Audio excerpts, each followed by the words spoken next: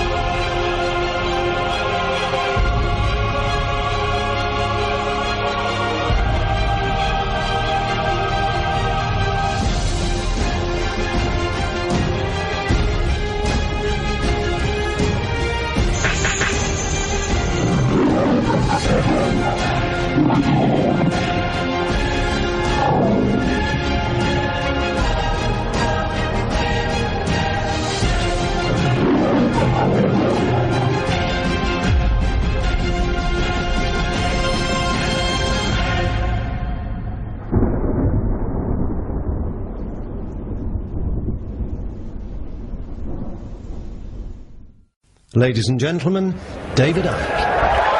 Thank you. Thank you. Thank you. Thank you. Whoa. Thank you. Thank you.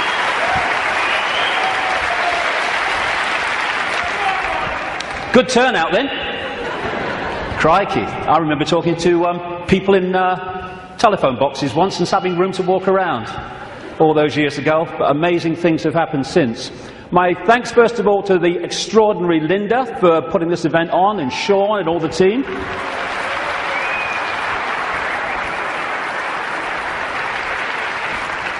And my God, it's 20 years since my head blew off.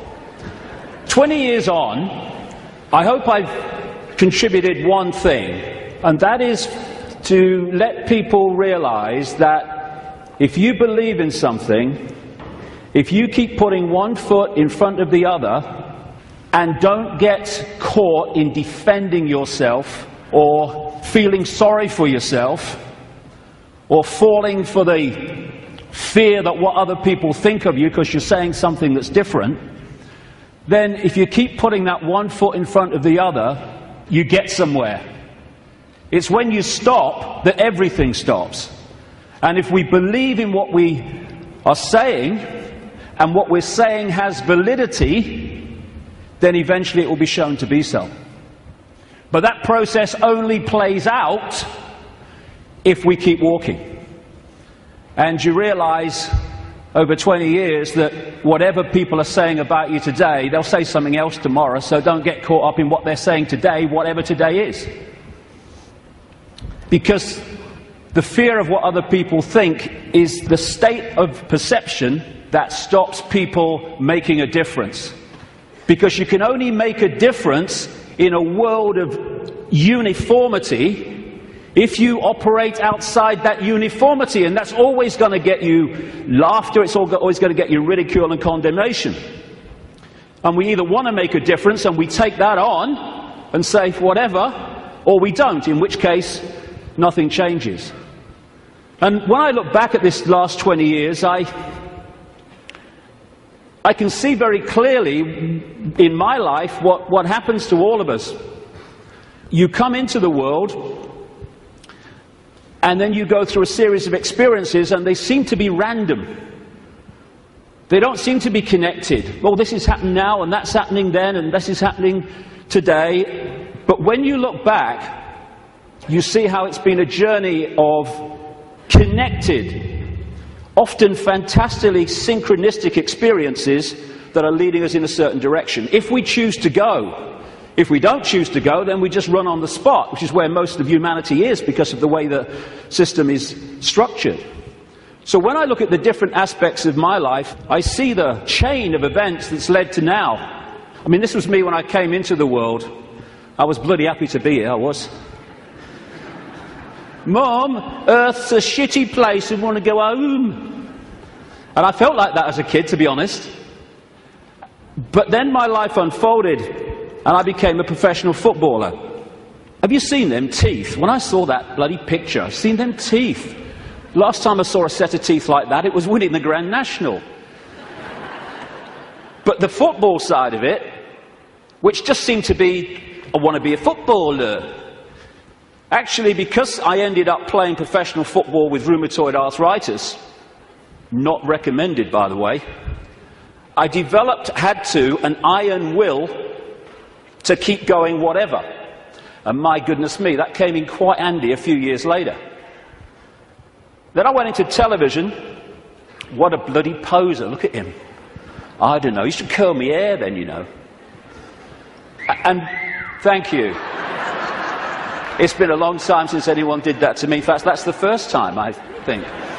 And what that did was show me the inside of the media, shite, and also gave me a public profile which was going to lead to something later that wouldn't be ignored, although at the time I wish it was being ignored. And then I went into politics, you can call Green Party politics, and I saw politics from the inside. How it's just a game, how it's irrelevant to human life, and how people who were fighting with each other in the public arena were doing anything but that behind the scenes. And then, bang, 1990. For a year before 1990, when I was still in the Green Party, I felt this presence around me. Even when I was in a room alone, or especially then, I felt this presence around me, like I wasn't alone. And this went on for the best part, like I say, of a year. And it got more and more powerful, more and more tangible. Long story short, I tell the story in the books. I went by a series of synchronistic chances to see a psychic. Never seen one in my life before.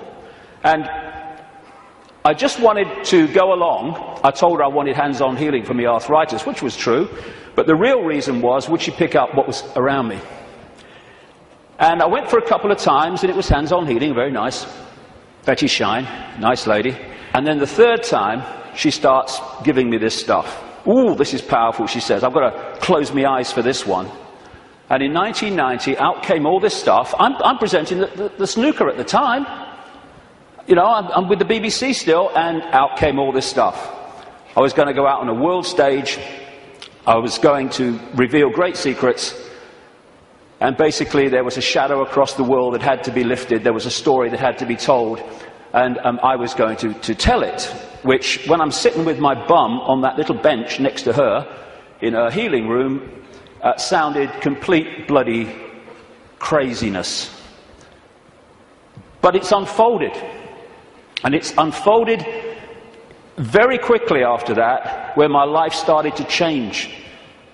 And I started to come across information that was pushing me in a certain direction.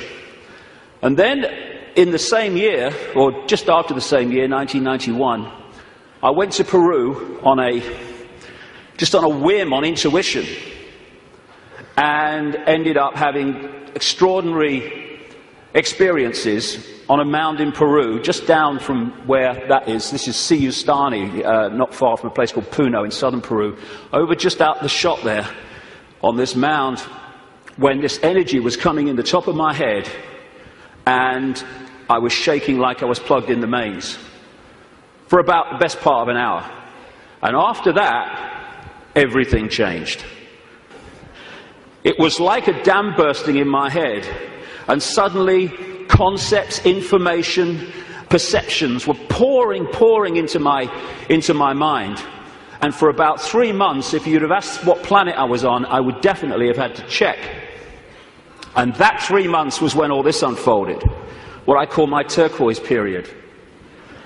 When it was like a computer where you push too many keys and it freezes and says, can't process this, thank you, I'm shutting down. And that's what happened to me basically in that 3 months. And then, after that time, everything morphed back. And people were coming up to me in the street after all the ridicule, they're saying, you're just like the bloke I used to know. I thought they said you got mad. Well, I may have looked like the bloke I used to know, but I wasn't.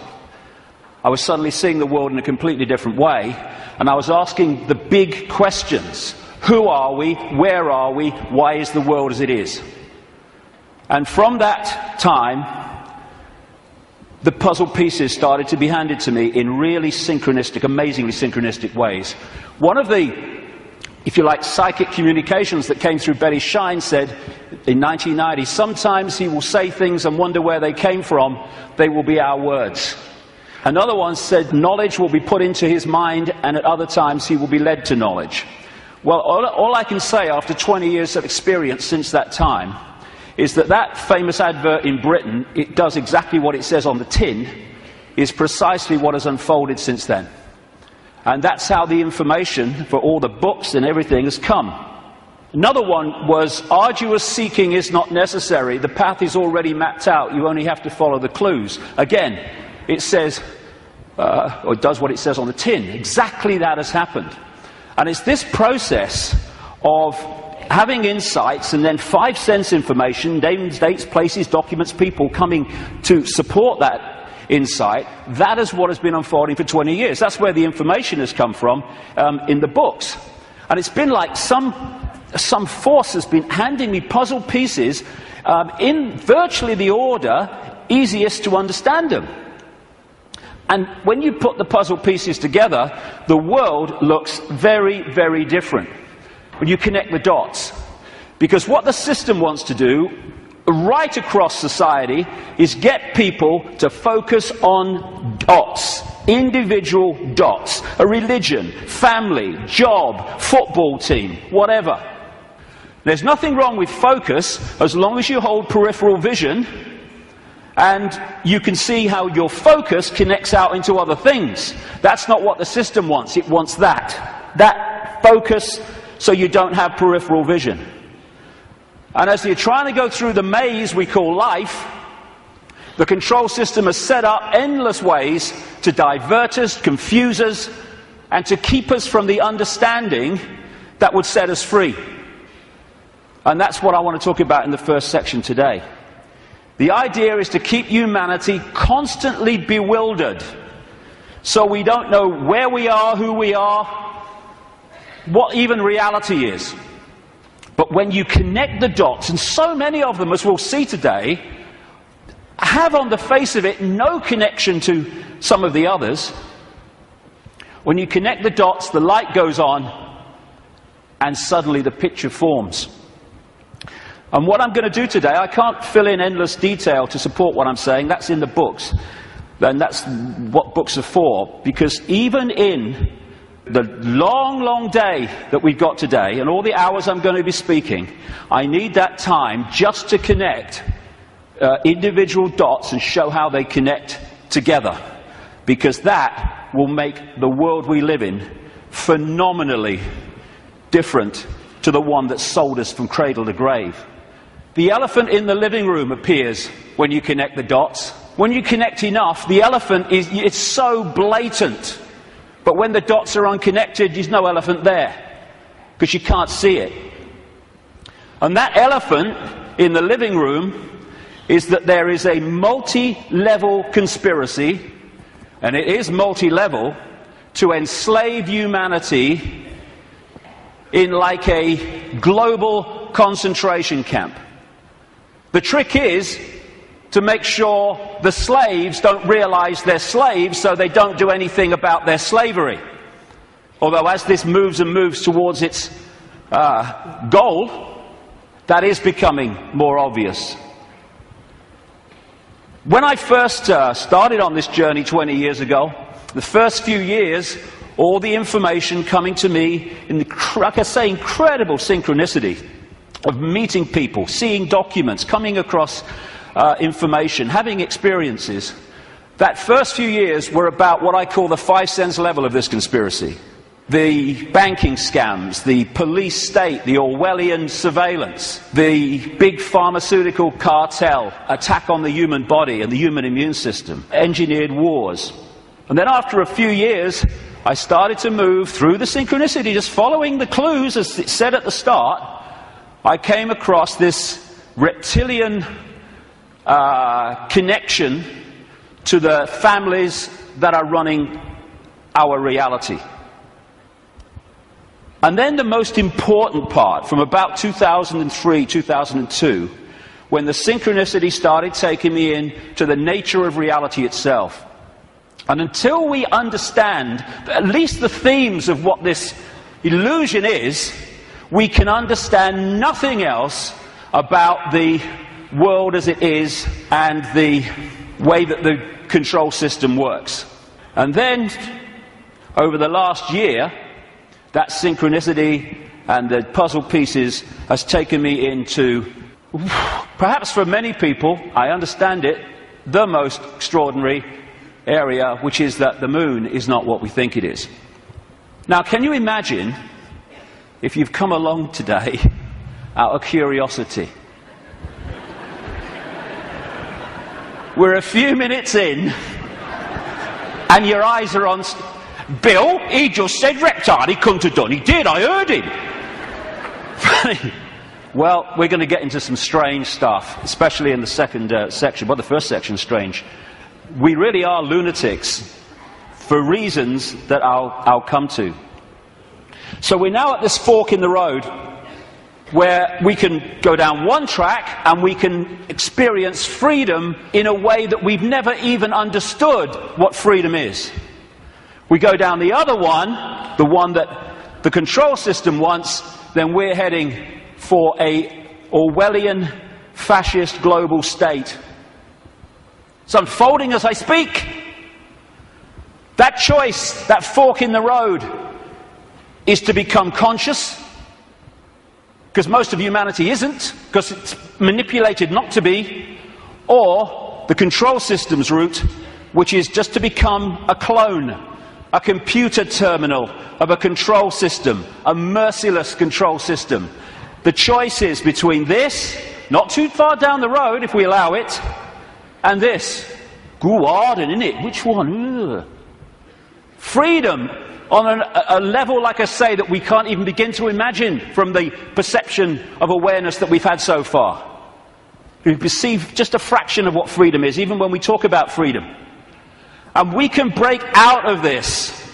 We can break out of this maze, this vibrational prison that we've been encased in. But to do that, as I said at the start, we have to stop doing what has put us in there. And that is conforming to the world that we are told the world is. Stop being in the herd. Stop being in the box, because there is another way. And if we don't take another way, I'm not saying the other way, we live in all possibility, but if we don't take another way from the way we've taken this far, how can anything change? It can't. If you always do what you've always done, you'll always get what you've always got. Real simple.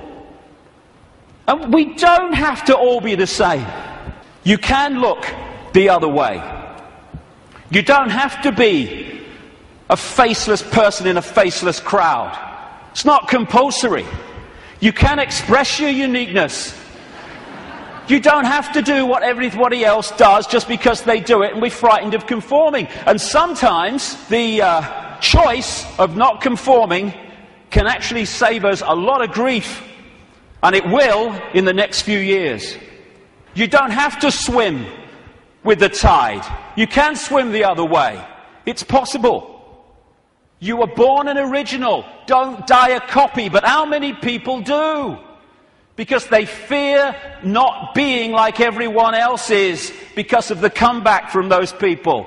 Truth does not change because it is or is not believed by the majority of the people.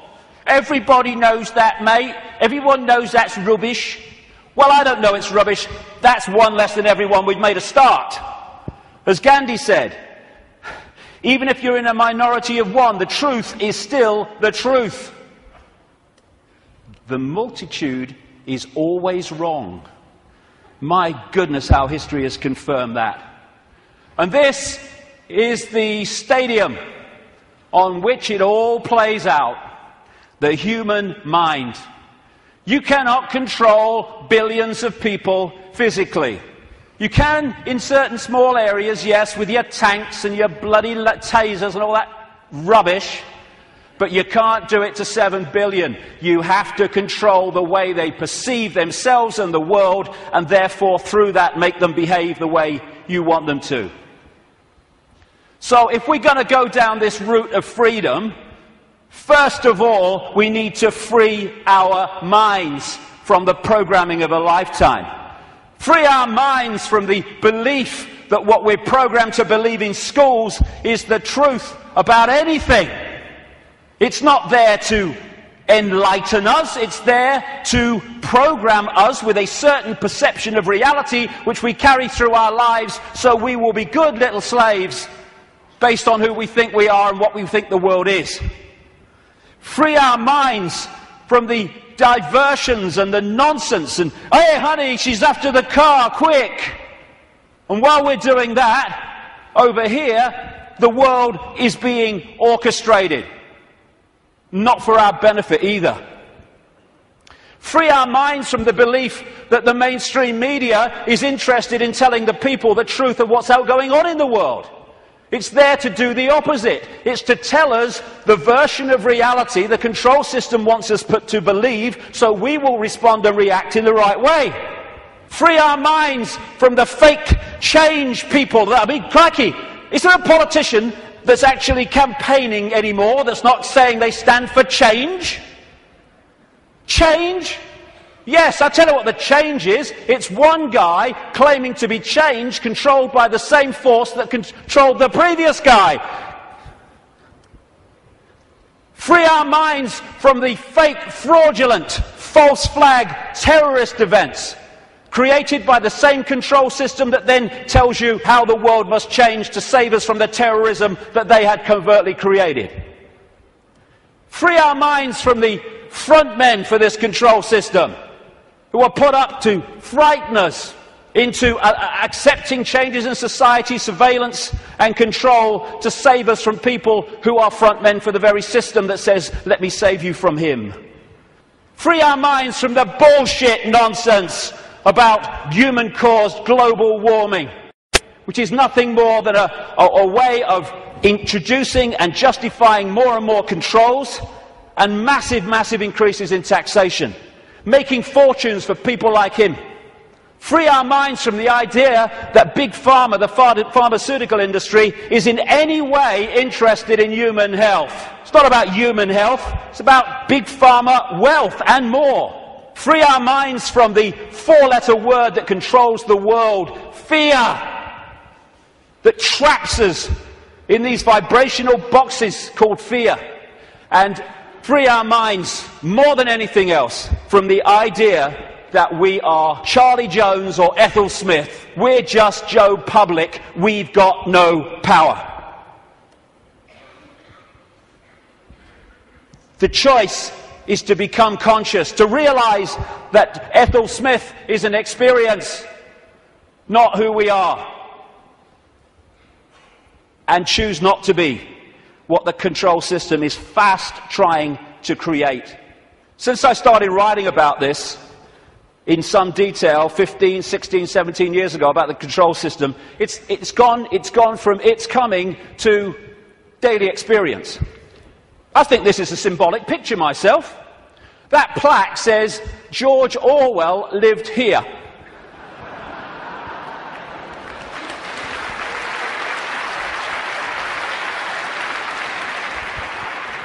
We've got peaceful demonstrations in America being scattered by excruciatingly painful sound technology.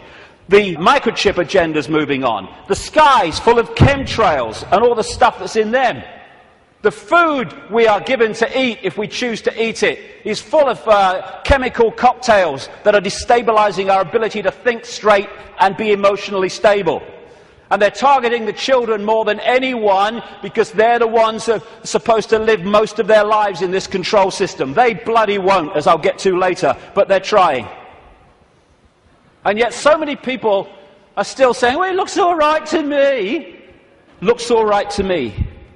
To have your head in the sand, you have to be on your knees. The two go together. Ain't it great? Ain't it great to be free? So the idea is to enslave us while people think they're free. And this is a real important area that keeps us from focusing on this and acting on this. Wishful thinking. Wishful thinking that says, well, I don't want it to be true, so I'm going to kid myself it's not. And if I can do that, then I don't have to do anything. Here's an example of wishful thinking I came across. Wishful thinking that this threat will make any difference to their husband's drinking. That's wishful thinking. When I first saw that, I immediately ordered a large one, personally. But that's wishful thinking. I wish it were different. I wish things were different. Well, we all do, but they're not. They are as they are, and I find myself saying this all the time now. It is what it is. And if you accept what it is, you can change what it is. If you're in denial of it, you're not going to change it because you're kidding yourself it doesn't exist. This control system is coming in. It's coming in fast at the moment. And we have to get it from talking about it to doing something about it.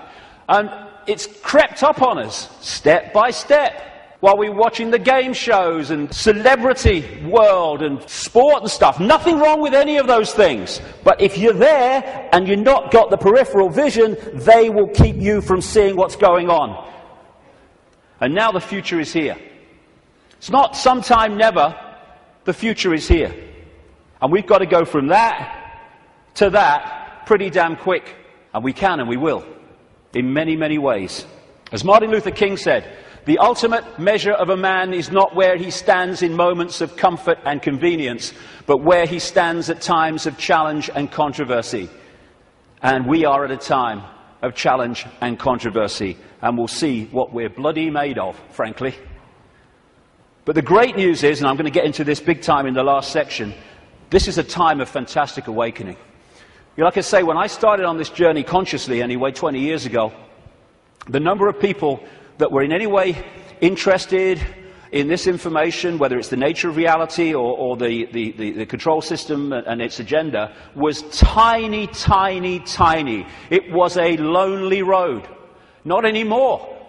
A phenomenal awakenings happening all over the world as people start to expand their minds and open their minds to another possibility, to another world, to another sense of self.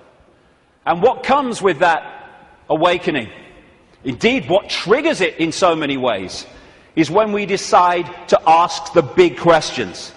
Because only then can we get the big answers. Like, who are we? Where are we? What is reality?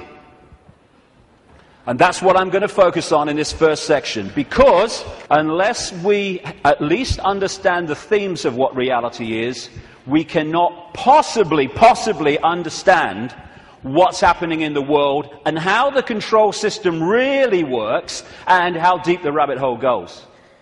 Establishment science, education, media, that's what it does. I mean, have you seen these politicians in Britain now? You've got Clegg in the Liberal Party, Liberal Democrats. You've got Cameron in the Conservatives, you're going to probably have one of the Miliband's, maybe David Miliband, leader of the other major party, and they're all standing on the same sodding postage stamp, all three of them.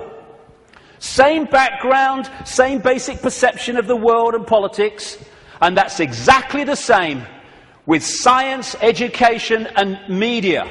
They all stand on this same postage stamp, and anyone wants to step off it and explore in other areas, stop him! Stop him! Ridicule, condemnation, stop his funding. And people say, well, if what you're saying is true, science would tell us. Yeah, okay. Like the media would tell us, right? Yeah, okay.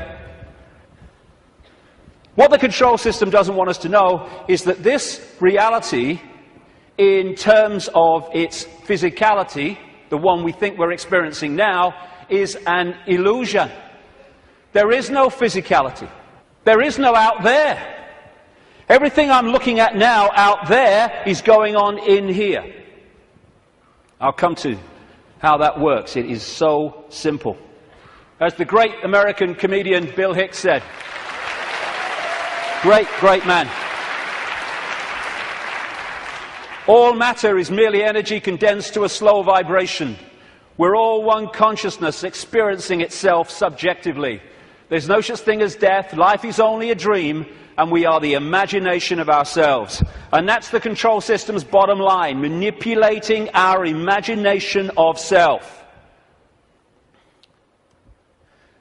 You can trick the brain into seeing things that aren't there. These are pictures of paintings, etc., on the flat surface, the flat road, the flat pavement. And yet you can trick the brain into reading them as three-dimensional. That's on a flat pavement. So's that. Is that a woman's face, or is it a flower and a butterfly? Very easy to trick the brain to decode reality in a certain way. For instance, is this a man and a hand, or is it a Mexican, a woman, a bush, and a dog? Depends how you decode it. And the control system, en masse, is manipulating 24/7 the way that we decode reality. So we decode it in line with what suits the control system. As Einstein said, reality is an illusion, albeit a persistent one. And the reason it's persistent is because we live in a virtual reality universe. A fantastically expanded, advanced version of a gigantic computer game. And the analogies go one after the other.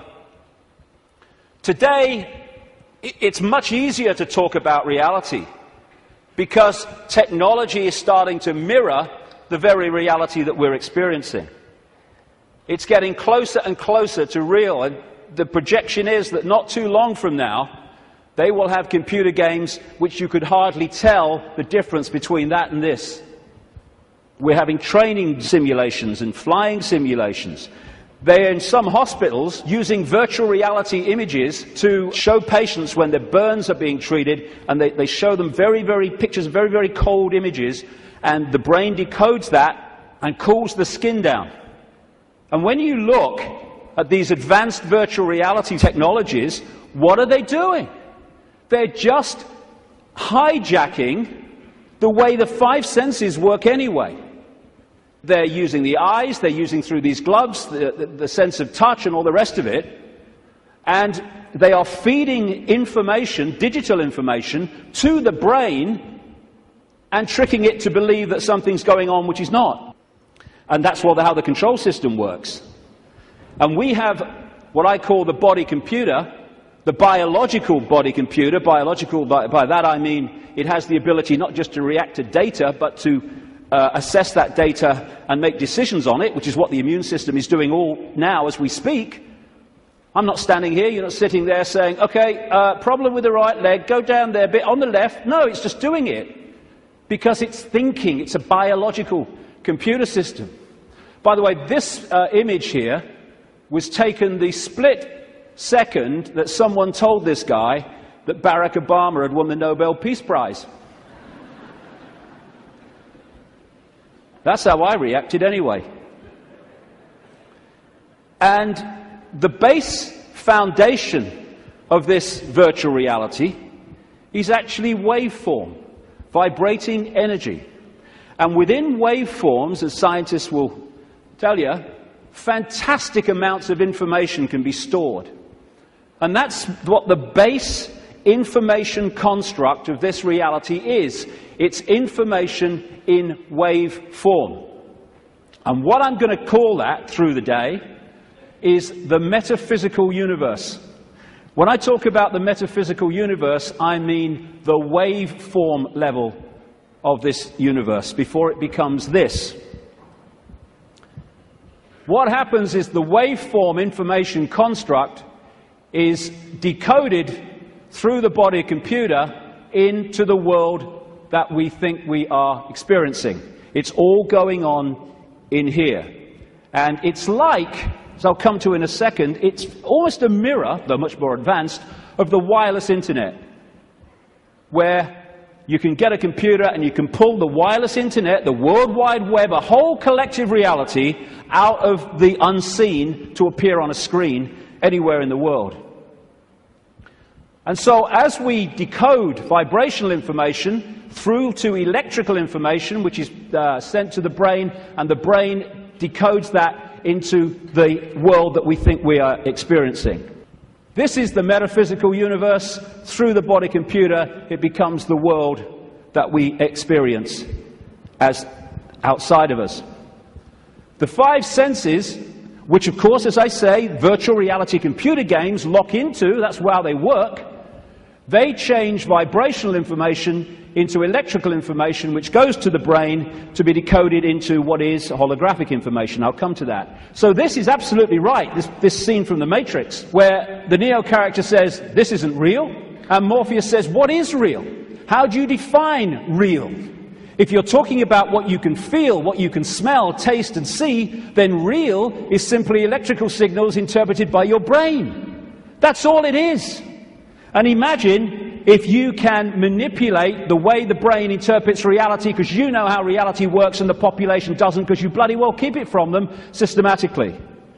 The five senses are a decoding system. The most obvious one, of course, is sound. That's a vibration, comes to the ear, message to the brain, brain hears the sound. There is no sound until we've decoded it as so. Sound is just a vibration until we've decoded it. Sound exists in here. Same with taste. Electrical signals to the brain decodes it. This is how you can, through stage hypnotists, etc., get someone to eat a potato but taste an apple. Because you implant the belief here that it's an apple, and so the electrical signal with the potato code goes there, and it doesn't read it like that, it reads it as an apple. Even on that basic level, think of the potential for manipulating the way we see reality individually and collectively. And different parts of the brain, like with smell, are specifically there in the body computer to decode those senses. Same with touch. Exactly the same. Even movement. There is no movement until we've decoded that movement. There are conditions of the brain, which some people have, where they don't decode movement. So often they don't even see it. They'll see a car in the distance, the next thing, whoa, it's gone. Nothing in the middle. They see someone pouring a cup of tea, and all they see is a static arc of tea. It's all an illusion. It's a computer game. A very, very sophisticated one. I love that. Crikey, talk about having a laugh. Hey, Ethel, come and see who's in the telly. Don't you mean on the telly? No. Stage hypnotists are playing with this system all the time, like I say. And there are some other hypnotists I made earlier. These don't know they're hypnotists, most of them anyway. But that's what they're doing. They are, all the time, giving us a sense of reality, a belief in what is real. And if the brain takes on that belief system, it then starts reading reality in line with that belief, and it becomes a self-fulfilling reality. So we live in the equivalent, as I'll keep saying, a very, very advanced equivalent of the holographic internet, the World Wide Web. If you say to people, tell me about the internet, they say, yeah, well, it's graphics and websites and words and colors and the pictures. Yes, it is. But the only place that exists in that form, the internet, is on the screen. Everywhere else, it's electrical circuits, etc., etc. You say, tell me about television. They'll say, well, it's moving pictures on a screen. Yes, it is. But the only place that television exists in that form is on the screen. Everywhere else, it's electrical circuits and, in some cases still, many cases still, broadcast frequencies. And we live in what I call the cosmic internet, where information in the energy around us, I'll come to where it comes from in a minute, is then pulled out of the unseen. Just as these guys sitting out in the open, no wires, no connections, they are pulling the unseen out onto the computer screen. And if you think of it, because people say, well, if you're creating your own reality in your head and all that stuff, why do we all see the same stage? Why do we all see the same car? Well, when you log on the internet in South Africa or Australia or London or America or anywhere, apart from places like China, you log on to the very same collective reality as everywhere else, everywhere in the world. You might choose to go to this website, and if you go to this website, the guy in South Africa could go to the same website that you're on and see the same thing, because it's a collective reality.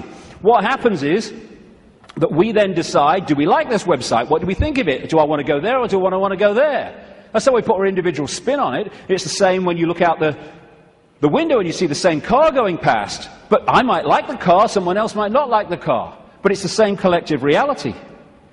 And the body computer is pulling this reality out of the unseen, just like those laptops. And so you've got in the Matrix movie that scene where he says, the Matrix is everywhere. It is all around us, even now in this very room. You can see it when you look out of your window or you turn on your television. You can feel it when you go to work, when you go to church, when you pay your taxes.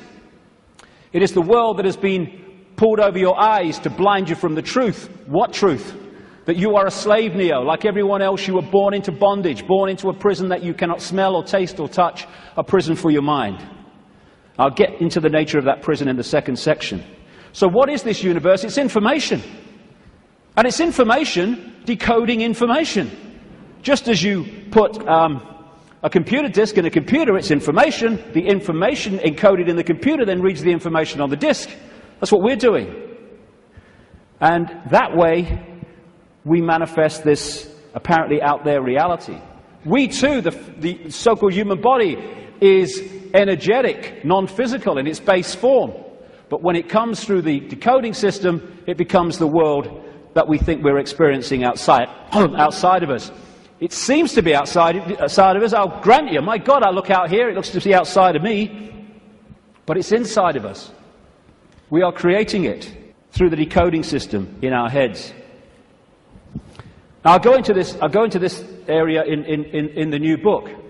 What I'm saying is that, well, I'm not saying this, scientists are now saying this. At the center of this galaxy is a massive black hole, and the increasing thinking is, and I would say it fits perfectly, is that there is a giant black hole at the center of every galaxy.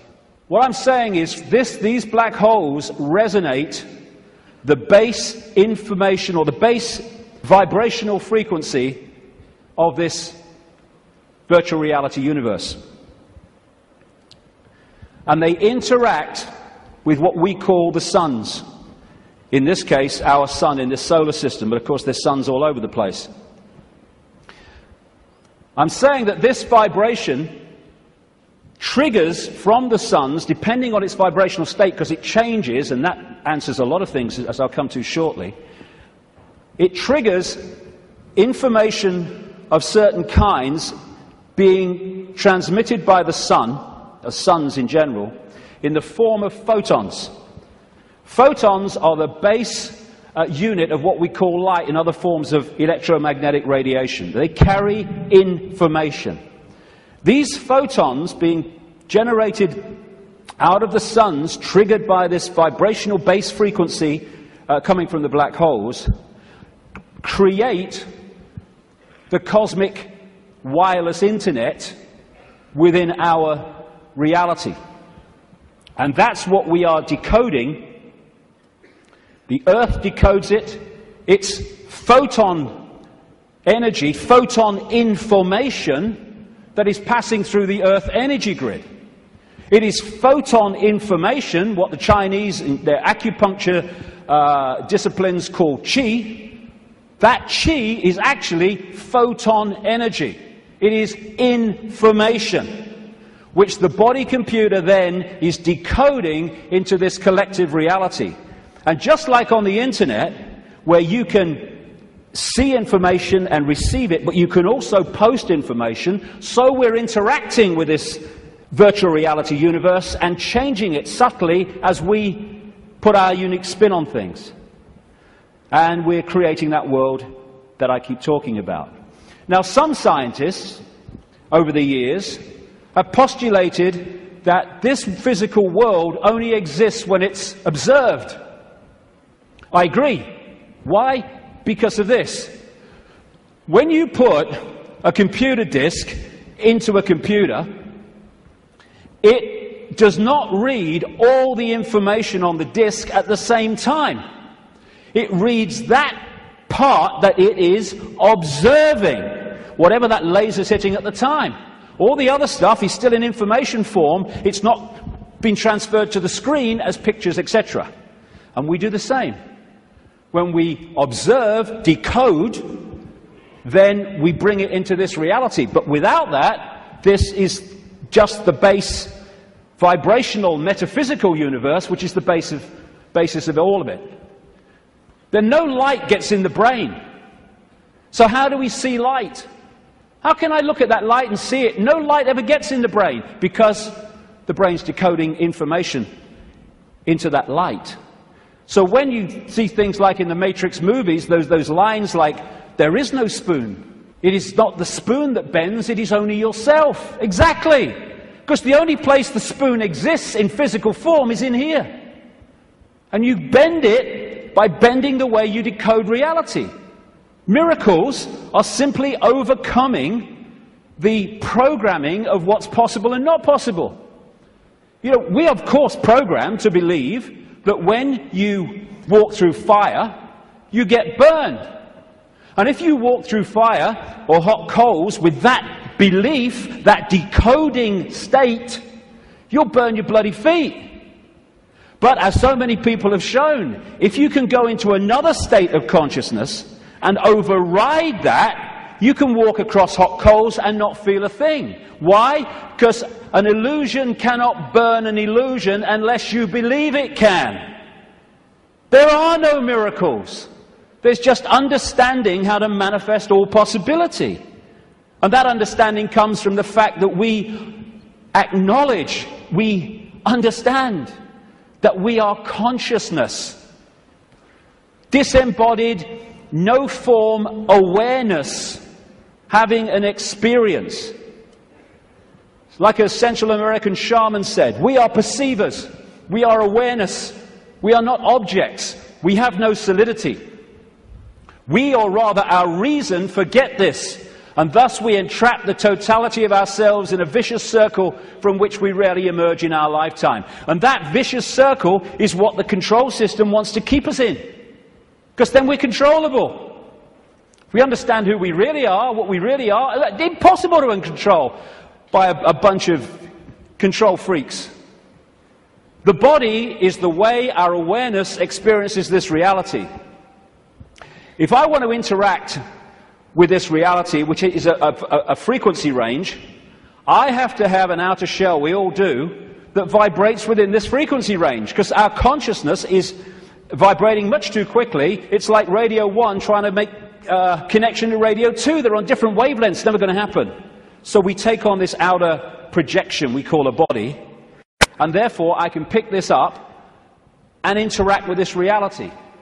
What the control system wants us to do is to believe that that projection, that vehicle to experience this reality, is who we are, because then we go from, I am all that is, has been, and ever will be, I'm Charlie Smith, I'm Ethel Jones, I've got no power. It's the whole bottom line of it. We say I'm going on the internet. We don't go on the internet. The computer goes on the internet. And we observe the internet through the computer. And our mind-body is the vehicle to experience this reality. That goes on the internet. Consciousness, the real us, observes, just like the World Wide Web, observes the internet through that vehicle. And like I say, the idea is to get us to think that we're that and not that. I had a vision when I was sitting in the bath a couple of years ago now, maybe. And I've asked my great friend, the brilliant Neil Haig, to knock this up from what I saw.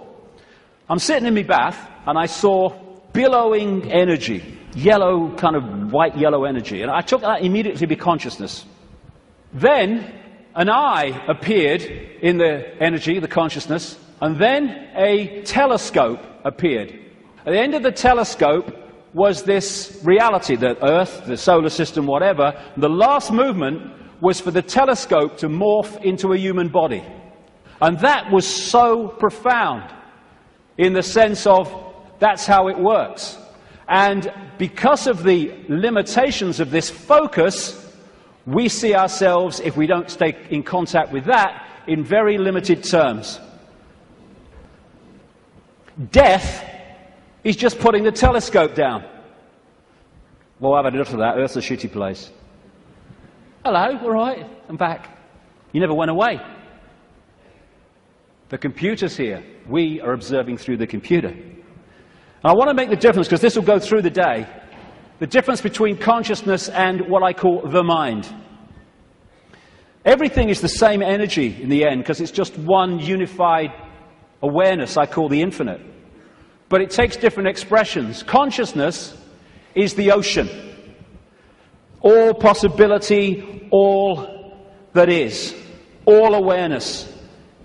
And the mind is like a frozen, denser expression of that, and therefore has great, great limitations in terms of awareness and perception compared with that. And one of the reasons is to interact with this reality, which is much denser than consciousness, we have to have a denser conduit, which we call the mind-body. Therefore, it has to be more limited than consciousness itself. This guy, Ramana Maharshi, a man who lived in India and meditated for most of his life on a mountain in India. I've actually been there. Nice place. He said, mind is consciousness which is put on limitations. You are originally unlimited and perfect. Later you take on limitations and become the mind. Or as Einstein put it, a human being is a part of the whole called by us universe, a part limited in time and space. He experiences himself, his thoughts, his feeling, as something separated from the rest, a kind of optical delusion of his consciousness. And that optical delusion comes from looking through the lens, the telescope. And what it does, and I keep saying the control system is structured exactly to do this, it puts us in a false identity. One that doesn't think all possibility, it thinks limitation. I can't, that's not possible. And if you want to control people en masse, you want them in that mode. I'm not David Icke. David Icke's my experience. It's a name for the experience I'm having at the moment.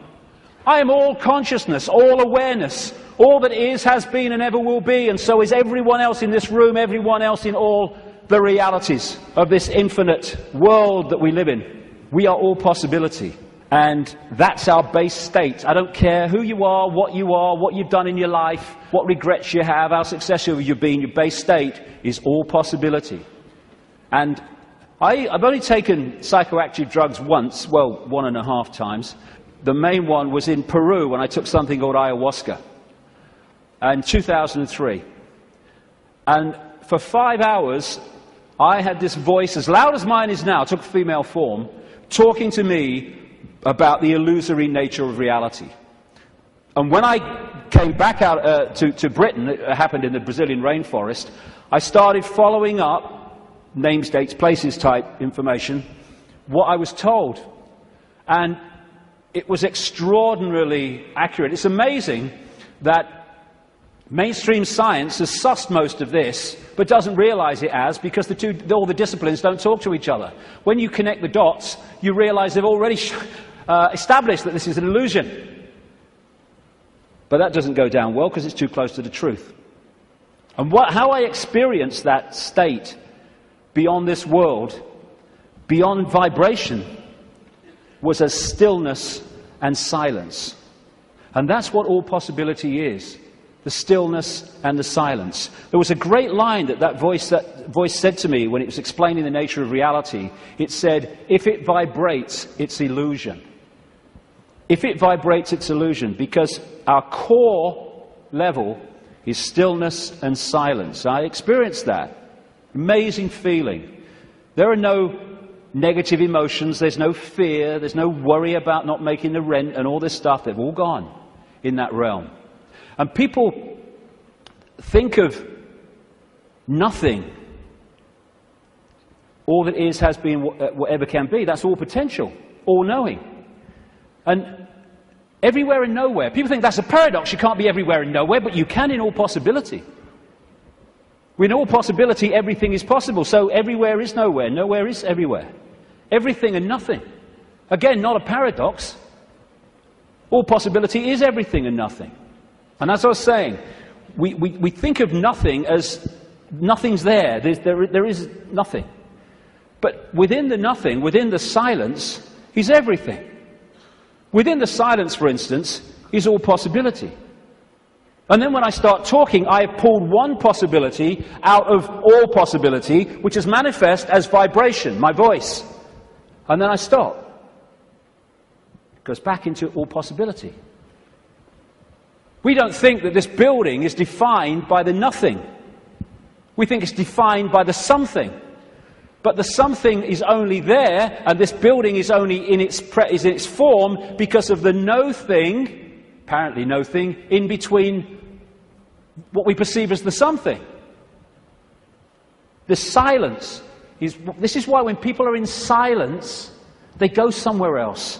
And so many people are frightened of the silence. Get in the car, whack the record on, get in home, put the telly on, noise, hold you in 5 sense reality. When people go into the silence, that's when they get their insights, because they're accessing other levels of themselves beyond the 5 senses. So out of the no thing comes the realm of form. This is something called cymatics. If you go on the internet, you can see it, videos of it, like YouTube. What they do is they put particles on a metal plate and they play sound across it. And it's incredible. It just forms into these amazing geometrical shapes just because of the sound. And when the sound stops, boom, it all goes back to all over the place. And then the sound changes and another form comes in. And these worlds of form, frequencies, vibrating frequencies, are created in this way, out of all possibility. And there are endless, infinite realms with different so-called laws of physics, different challenges, different experiences, all vibrating at different speeds and therefore able to share the same space. All of these different realms are sharing the same space that I'm sharing now, just as all the radio and television stations broadcasting to this city are sharing the space that I'm sharing now and the space that they're sharing with each other. So we live in a frequency range, and that frequency range is dictated by the range of frequencies that our body computers can decode. And it is extraordinarily tiny. We're virtually blind in terms of what exists. The vast majority of this universe is what scientists call dark energy or dark matter. And they call it dark not because it's pitch black, but because we cannot decode it. Therefore, it is not in our realm of experience. We have to work it out by its impact on things that we can see.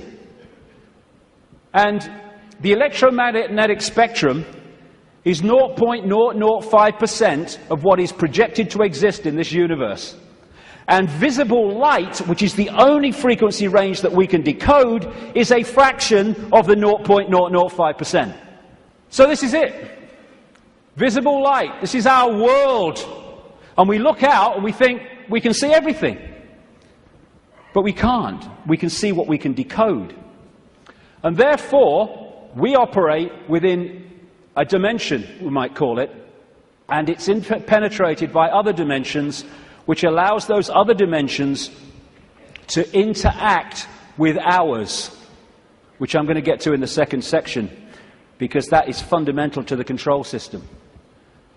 What we're doing is we are putting our focus of attention into this reality through the body computer, and therefore this seems to be the only world that exists. But the space we're occupying is teeming with life of endless varieties. So if we come into this world of mind and we hold a connection to consciousness, we are in this world physically and we can experience this. Want to go down the pub? Yeah, let's have a beer with you, yeah. But we're not of this world in terms of the point of observation. We are in this world, but we're observing it from here. We can see things here that this can't see. And that's why the control system has to keep us here. And a structured society to make that happen. To keep us in bewilderment by being only able to decode and experience reality through the five senses. And once you are in the five senses, and you're not getting inspiration, insight, intuitive knowing from higher levels of your consciousness, where do you look to get a fix on who you are, where you are, and the world you're living in? There. And who controls that? The control system that controls the media, politics, education, science. The idea is isolate us in the five senses, isolate us in body-mind, and then program the body-mind to see the world that suits the control system. Time and space are just information within the metaphysical universe fabric, the vibrational fabric, which we then decode into what appears to be time and space. There is no time and space. When you put a disk in a computer, it's got information on it. You put it in the computer reads it. On the screen, you see time and space, or what appears to be time and space. But all it is information on the disk being read by the computer and being put on the screen. That's what we are doing all the time. Time's an illusion. And my goodness me, if we fall for that, then we totally get encompassed by time, that time exists. You can say it's 1 o'clock, I've got to meet someone at 1 o'clock, so you're there at the same time, and synchronize that, but all along you know that it's just a construct. It's not part of you this time. Because no time is where consciousness operates. And if we operate completely connected to time, then by that very nature we're going to disconnect from consciousness, which is on another level of perception. Our time is just crazy. You cross an invisible line in the ocean, you go into tomorrow, you go the other way, you go into yesterday. There is only the now. That's all there is. People say, no, there's the past and there's the future. Well, okay. When you think of the future, where are you? You're in the now. When you think of the past, memories, where are you? You're in the now. These are constructs. These are perceptions. They're not real. Only thing that's real is now. Everything happens in the now. And the only moment we can change anything is in the now. And if we get pulled into the past, all regret, I wish I had, oh, that woman in 1953, ooh.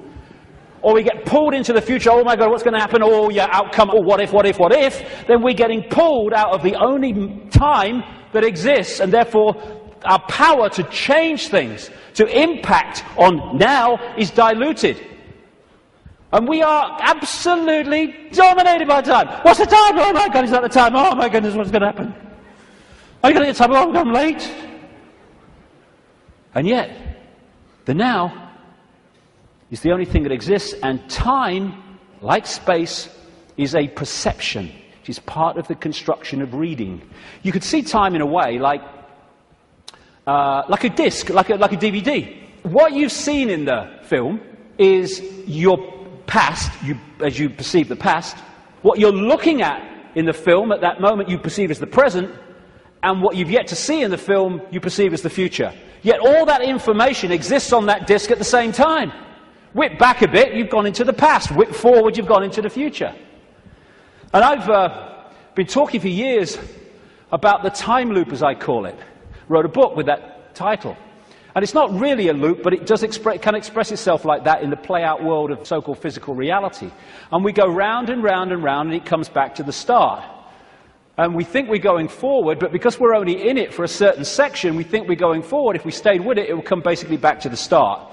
It's like a place of experience, and depending on what we wish to experience, depends on what part of the loop that we decide to experience. Because, as I said earlier, this vibration, and by the way, this vibration coming out of the black holes vibrates in the now. It doesn't move through time. It carries the encoded information that we decode as time, but it vibrates in the now. But it doesn't vibrate just the same forever. It goes through a cycle, a vibrational cycle, changes. And as it changes, it elicits different information from the suns, which we then decode. And as we do so, the world moves on, experience moves on through different epochs. You look at the ancients around the world, and they invariably see time as secular. You have, of course, the famous yugas in Indian belief, Hindu belief, where the world goes through different cycles. You have a golden age when everything is expansive and everything's fully integrated and connected. And then you have other yugas which are suppressed, and you have control, and you do not have the expansive awareness that you had before. It's a different kind of experience. And so as this vibration changes, it takes this reality through a cycle and then comes back again. This is where all these yugas come in. And what happens is the left half of the brain particularly decodes this information, which is vibrating in the now. It decodes it into a sequence. It's what some brain scientists call the left brain a serial processor. And it's this sequence that it puts the information in that appears to be the passage of time from past to future. The quicker it decodes it, the quicker time seems to move, the slower it decodes it the reverse. This is why, as Einstein said, if you're in the company of a beautiful woman, time can pass very quickly, but if you're in a dentist chair, it can pass very slowly, because your brain is decoding reality in a different way, putting it into a sequence in a different way. And so the time loop is actually just the decoding of this changing vibration, changing information. And again, if you can hold connection to out there, you can be in the world and not of it. If you're not, you're literally caught in the loop, and that's where most people have been for a very long time. Now, as I say, the body is a biological computer, and I'll get through this part pretty quickly because I've been through this before in talks and stuff, but it's very important to keep connecting the dots. So, the body computer is our vehicle to experience this virtual reality, consciousness to experience it. It's like, you want to go to experience another planet, you need an outer shell. As I said earlier, we need an outer shell vibrating within the frequency of this reality. And this is what makes racism so ludicrous, so insane, such a confirmation of ignorance. Because it's just a vehicle to experience this reality. And racism is the final confirmation that you are caught in five-sense reality and have not a clue of the nature of what we all are, racist and non-racist, and that is consciousness. Humans, we think we're humans. We're human. Humans are like a software program. We're not human. We're experiencing being a human. We are consciousness having that experience. As this article in the San Francisco Chronicle said, DNA is a universal software code. From bacteria to humans, the basic instructions for life are written with the same language. And there are 4 codes, A, C, G, and T, or in my case, G and T, G and T, G and T. I like that one. It's in my DNA. And how these codes are in relation to each other decides if the outer shell is a human, a mouse, a virus, anything. And it very much connects into those green codes on the computer screens in the Matrix movies. And the body computer, biological computer, has the ability to think and assess for itself, ticks every box when you go through it. The reason they're now talking about connecting the brain to desktop computers is because they are connecting 2 computers. One far more, infinitely more advanced, yes, but 2 computers. That's how it's possible. When the computer won't work, won't turn on, won't process, we say the computer's dead. You drop a computer from a top floor, it will smash and it will be dead. You drop a human computer, it will smash and be dead. Because that's all that happens at death. The computer dies. We don't bloody die. There is no death. We're consciousness, infinite consciousness. The computer goes into sleep mode just to tick over. We go into sleep mode just to tick over. We have antivirus technology in computers to seek out the viruses that are a danger to the computer's systems and what you might call health. We have a phenomenal antivirus system we call the human immune system, which does exactly the same. And when you have a virus system and a new virus comes up, they have to update it because it can't work out how to stop it, because it's not been programmed to. This is updated by reacting and then integrating that so that the next time that comes, it can deal with it. This is an enhanced photograph taken at the Necker Hospital in Paris when they put tracer dye into the acupuncture points and then photographed it. And the tracer dye went through these lines of energy in the body, the chi, the photons. And when you look at it, it's just like a motherboard. And interestingly, when this chi is passing around too slowly or too quickly, the body is ill in some way. And what acupuncture is about is using the needles and other techniques to balance out that flow of energy. And what happens when the information is passing around a desktop computer in less than optimal speed? You say, my bloody computer's slow today, and often it's slow because it has a virus. The brain is the central processing unit of the computer, which in a desktop is a microchip. It's the main processor of information. The DNA is the hard drive, and it's not just the DNA we see physically, because even DNA is just the decoded version of an energy field. We have an energy counterpart which we call the human aura. What we call cultures. I'm this culture, I'm a black South African, I'm a Hindu or whatever. These are different sub-softwares of the human software. This guy, William Sheridan, was in a New York hospital waiting for a heart transplant, and he joined an art therapy course. He was about as good as I am, and I'm a terrible, terrible artist. And this is what he was drawing.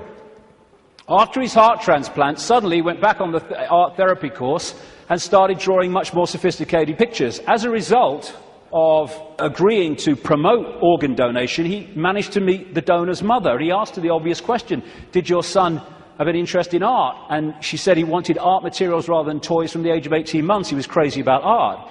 And there have been many studies, some of them very extensive over the years, that have shown the incredible connection between people who've received hearts, lungs and other organs from people and then taken on either and or their character traits or their abilities. Because what are they doing? They're downloading information from one computer to another. That's how it gets passed across. Credo Mutwa, the great Zulu shaman in South Africa, told me that in the days when they used to eat people in Africa, one of the golden rules was that you must heat the person to a certain temperature, otherwise if you eat them, you become them. Same principle. We are led to believe that what identifies us with the body and what identifies us with the body being us is whether we're a man or a woman. Again, being a man or a woman is not what we are, it's the experience we're having. How can we be a man and a woman, or how can that be what we are, when you can change from a man to a woman through chemical intervention? It's changing the nature of the computer through chemical intervention. Freaky the chicken, who was in the papers a few years ago, started out life as a hen, laying eggs, then had a massive, for some reason, explosion of testosterone, and became a cockerel. Started chasing the chickens, the hens, and crowing at dawn. Grew a comb. How can male or female be what we are when that can happen? It's an experience for consciousness which is neither male or female because it's all possibility. This is from the BBC website. Scientists have been able to take control of flies' brains to make females behave just like males. Researchers genetically modified the insects so that a group of brain cells that control sexual behavior could be switched on by a pulse of light. The team was able to get female fruit flies to produce a courtship song behavior usually only seen in males. Just so you manipulate the computer. Why do birds suddenly start singing together when the sun comes up? I mean, is there someone with a bat on? Go! Why did Freaky the chicken start crowing at dawn when the testosterone came in? It's a program. It's the same with emotions, where we think the emotions are who we are. But you can fundamentally change your emotional state through drugs, through chemicals, through things like mercury. Mercury in fillings can change your personality. Can change your personality by drinking the shite in food and drink, these chemical cocktails. That's what's happening to so many kids. How can even emotions, as we know them, be what we are, when chemicals can change the emotions that we have? It's to do with the way we decode reality. And we are receiver-transmitters of information. Like we're taking from the worldwide cosmic web and we're adding to it. And how interesting and appropriate that one of the great ways or great means of receiving and transmitting is through crystals, quartz crystals. And it turns out the human body is a gigantic liquid quartz crystal. The membrane of every cell, and we have trillions of them, is a quartz crystal, a liquid crystal. The Earth is a gigantic crystal. Every grain of sand, for goodness sake, is a crystal. And the Earth, too, is receiving and transmitting information within this cosmic web. DNA is a receiver-transmitter of information, and it's made that way. This is an article on DNA. From the characteristic form of this giant molecule, a wound double helix, the DNA represents an ideal electromagnetic antenna. On one hand, it is elongated and thus a blade which can take up very well electrical pulses. On the other hand, seen from above, it has the form of a ring and thus is a very magnetical antenna. We are receiving and transmitting all the time through what we think is the body computer. And the energetic auric field connects into us through what we call chakra points, from a word, Sanskrit word meaning wheels of light. And these connect into what we call the physical body through the endocrine system of glands, two of which include the pituitary and the pineal gland, which together make up what we call the third eye. The ability to get out there through the sixth sense. It's like that Muse song says, if we could flick a switch and open your third eye, we would know that there'd never be afraid to die. Words to that effect. Exactly, because we'd be out there. Now, anything that can shut these down holds us in five-sense reality and stops us from breaking out into the greater self. That's where they want us, and that's where they've got so many people, the vast majority, in that state, in a false identity. The world looks so solid, I grant you, but it can't be.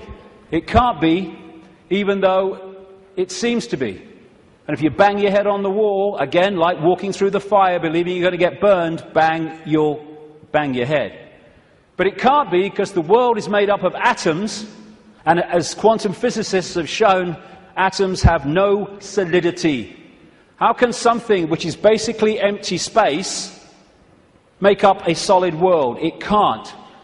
The reason it appears to is because the information in the waveform metaphysical universe is decoded through into apparent solidity. Again, it's just the way we decode reality that gives it form. We take information from a disk, we put it on the screen, it seems to have time-space solidity. But it doesn't. It's just information being read, and that's exactly what's happening to us.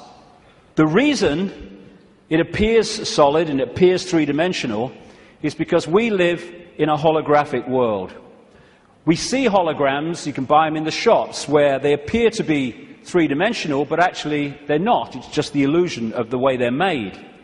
And how they make them is they have a laser, part of it goes across the object they want to photograph, another part goes directly onto a photographic plate, and then the part that's passed across the object goes onto that plate, and they collide. Those two parts of the laser collide, and they create, here we go, a wave form. We call it in holographics an interference pattern. It's like dropping two pebbles in a pond, and then the waves they create collide, and that is a waveform representation of where those pebbles fell, how heavy they were, how high they fell from, etc., how big they were, etc. And this is what the waveform, again, looks like on a holographic print. It's information. It seems to be nothing. It looks like a fingerprint, appropriately, actually. But what is it? But you fire a laser at that, and suddenly a three-dimensional, and the best of them, a very solid-looking image comes up. This is we create our reality. It's holographic. This guy is in an Australian city, I think it was Melbourne, but he was projected as a hologram onto a stage in Adelaide. This is one that CNN did. So we are creating a holographic version of this information, just like a hologram does, in our heads. That's where it comes from. It's this construct. And how funny, I've been saying this for years, and then I come across this very, very mainstream New Scientist magazine in January now 2009, and its front page, "You are a hologram projected from the edge of the universe." You don't need to go through great swathes of academia. In fact, it's often the worst thing that can happen, because it puts you in the box on a postage stamp, often, to understand reality. You just have to access that which is all around us, containing that knowledge.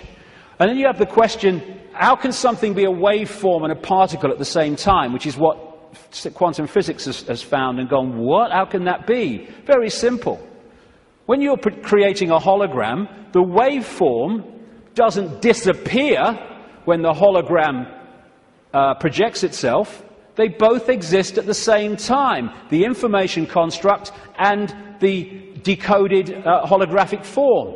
The particle and the waveform exist at the same time. It's so bloody simple. People think it's so complex. One of the great things about a hologram is that every part of the hologram is a smaller version of the whole. So if you cut a holographic print into 4 and put a laser onto the 4 pieces, you don't get a quarter-size version of the whole picture, or a quarter-size part of the whole picture. You get a quarter-size version of the entire picture. And because of that, this is why these things happen. This is why reflexologists can find points on the hand and the feet and elsewhere that relate to different organs and parts of the body. This is how acupuncture can do it, and reflexology, with the points on the ear. Do something here, it affects the heart. Do something here, it affects the liver. Because it's a hologram, and it must be like that, because every part of the hologram is a smaller part of the whole. Holographic blood, this book by an American physician called Harvey Biggleton, I went to see. He has found holographic images in the blood.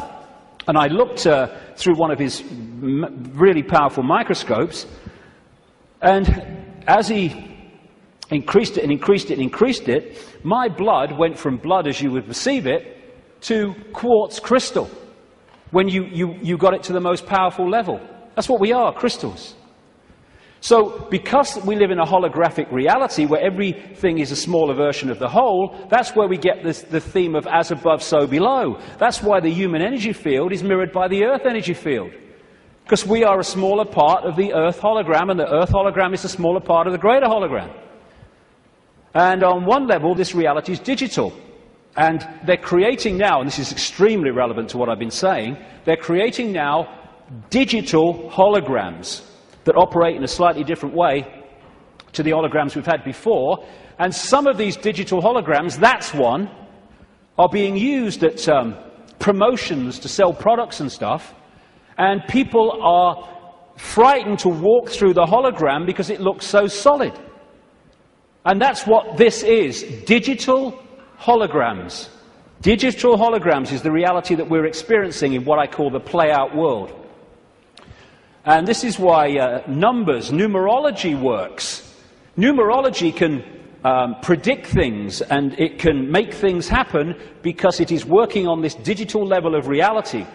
Computers work on binary systems of on-off electrical charges, just symbolized as 1 and 0. They're now starting to develop trinary computers with a third number. And the human brain works how? On binary and trinary on-off, etc. electrical charges. And of course the A, C, G and T codes of the DNA all connect into this. So while in the Matrix movies we saw the projection of beyond the physical world, it was a digital world, so is ours. That's exactly what it is. And like I say, scientists are not sussing any of this stuff in terms of the mainstream because they focus on their own discipline, their own individual dot, and they don't connect the dots, and therefore they can't see the picture. I watched a program the other day. It was a mainstream science program, and it asked the question for at least an hour. I think it was an hour. What's the biggest number? And they were going to these bloody numbers that went on and on and on and on, disappearing up there, trying to work it out. Well, I'll tell you the biggest number. That's the biggest number. Infinity. There is no biggest number. There is only all possibility. And numbers are the digital level of this reality. And because of that, numbers represent vibrational states. As a result of that, you can manipulate reality through numbers and numerology, because you're manipulating that level of the decoded construct. So what does all this mean? We live a false identity. We think we're humans when we're consciousness. We're multi-leveled awareness, not just the body, consciousness. And some near-death experiences have experienced and then come back to tell the story of what they've experienced when they've been through. Sometimes they experience it as a tunnel and then come back when their body releases the consciousness for a short time. And this is one that encapsulates all of it. He said, everything from the beginning, my birth, my ancestors, my children, my wife, everything comes together simultaneously. I saw everything about me and about everyone who was around me. I saw everything they were thinking now, what they thought then, what was happening before, what was happening now. There is no time. There is no sequence of events. No such thing as limitation of distance, of period, of time, of place. I could be anywhere I wanted to be simultaneously. This body computer is what gives us the delusion of all those things. And I'll just finish on this bit. Key to holding us in servitude is to keep us in the left hemisphere of the brain. We have two, the right brain, the left brain, and we have a bridge called the corpus callosum, which bridges the two and should pass information between the two. And the right brain, they are very, very different states of being. The right brain is the out there, the creative, the connection with all that is. The left brain is what deals in numbers, in language, in sequence, and puts everything in hierarchical structures and all the rest of it. And what the system wants, it wants us in there. Because when we're in there and not in there, we are there. And the whole system is structured to put us there. The education system, everything. I found this. Different functions of the right and left brain. What the right brain wants to do is say the colour. What the left brain wants to do, language, it wants to say the word. And it's interesting when you try to go through these and say the colour, how difficult it is for many people to say the colour instead of the word, to say green instead of what the left brain wants, which is yellow. And the functions of the two are massively different. This lady, a brain scientist, neuroanatomist called Jill Bolte Taylor, became well known when she had a stroke in the 1990s, I think it was. And she had a stroke in the left brain and stayed awake for most of it, and therefore experienced what was happening. First of all, she got onto an exercise bike trying to overcome how she was feeling, and she looked down at her hands, because this left brain decoding system's now not working, and was not decoding reality as it normally did. She looked down, and she saw not hands, she saw claws. As this went on, she could no longer see a division between her and anything else. Everything just joined as one infinite field of energy consciousness. And she said it was just bliss. Nirvana, she called it. When she tries, eventually, the left brain eventually kicks in and says, you've got to get help, she tries to call work, a colleague, to help her out. Took her 45 minutes, I think she said, a long time, trying to go through these business cards to find the number, because when she looked at them, she couldn't see numbers and words anymore, because this wasn't decoding reality as it should. She could see pixels. She was seeing this reality one step back in its digital pixel state. Eventually, through following the squiggles, she says, she managed to ring the number. And when the guy, he must have said something on the other end, like, hello, all she heard, she said, when he picked the phone up, was woof, woof, woof, woof. And then she said, I tried to say to him, hey, this is Jill, I'm in trouble. And all she heard herself say was woof, woof, woof, woof. Because the vibration was not being decoded by the left brain, the language part, into words that we can understand. And what the system wants to do is to put these firewalls up, called education, science, politics, media, peer pressure, to keep the right brain out of it. And this is fundamental, because these things are all part of the defense mechanism, keeping us in left brain reality and out of right brain infinity. Now, some people, they call them autistic savants, like this man, Stephen Wiltshire. They access the right brain potential in ways that other people don't. And this is why they're capable of fantastic achievements. This guy, Stephen Wiltshire, was taken up in a helicopter over London by the BBC for half an hour with nothing except his eyes, and then came down and drew London from the air with incredible accuracy. Why? Because he was accessing that infinite potential that left brain people, most of people in the world, don't. This guy, Daniel Tammet, another autistic savant, has again achieved incredible things, because he was challenged once to learn Icelandic in a week, and it's an incredibly difficult language to learn. I mean, none of the media were using on their news reading, were using the real name of that volcano in Iceland, were they? Because they could bloody pronounce it. This guy went back on television a week later speaking Icelandic. And his Icelandic teacher said, he's not human. Yes, he is! It's the human that we once were and will be again. When this suppression of our potential and our infinite possibility is brought to an end, and this shite stops.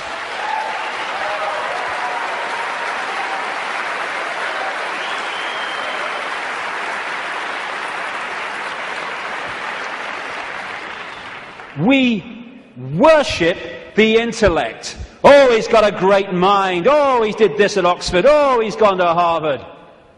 Mind is such a low level of awareness. It's supposed to be a vehicle for experiencing this reality, a servant of consciousness. It's become our master. It's become something to worship. And that's the isolated intellect. That's the isolated intellect. And so we reach a point. This fork in the road is, are we going to be consciousness or mind? Are we going to be all that is or little me? It's not really free your mind, it's free yourself from mind. That's why society is structured to completely engross us and swamp us in things to occupy our mind. Open your mind. Become all that is. Infinite love is the only truth. Everything else is illusion. What is infinite love? All possibility. Infinite possibility.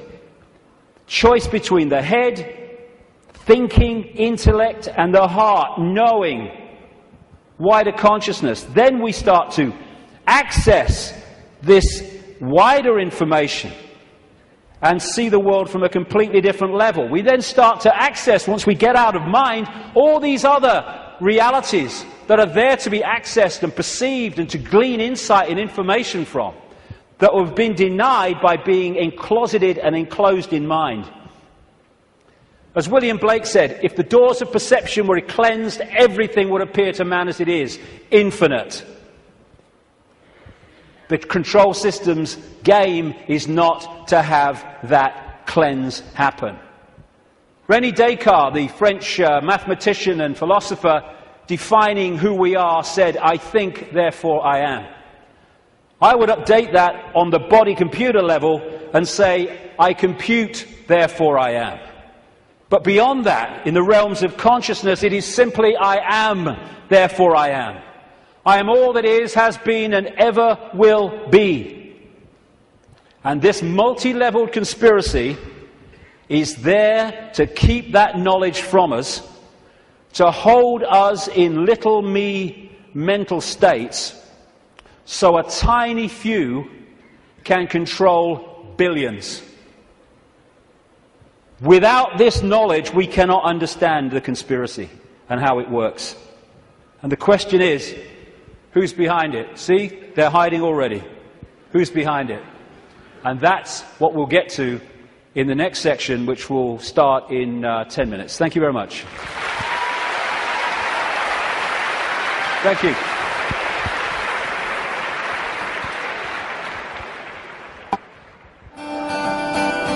Love will set you free. Love will set us free. Love will set you free. 'Cause you can't manipulate peace and harmony. It's a spiritual revolution. It's a spiritual revolution. It's a spiritual revolution. It's a spiritual revolution.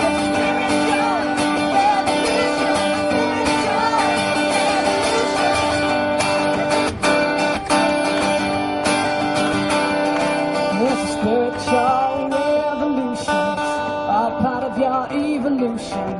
Your fate is still unknown. So wake up, my friends. The future now depends on you. So please lead us home.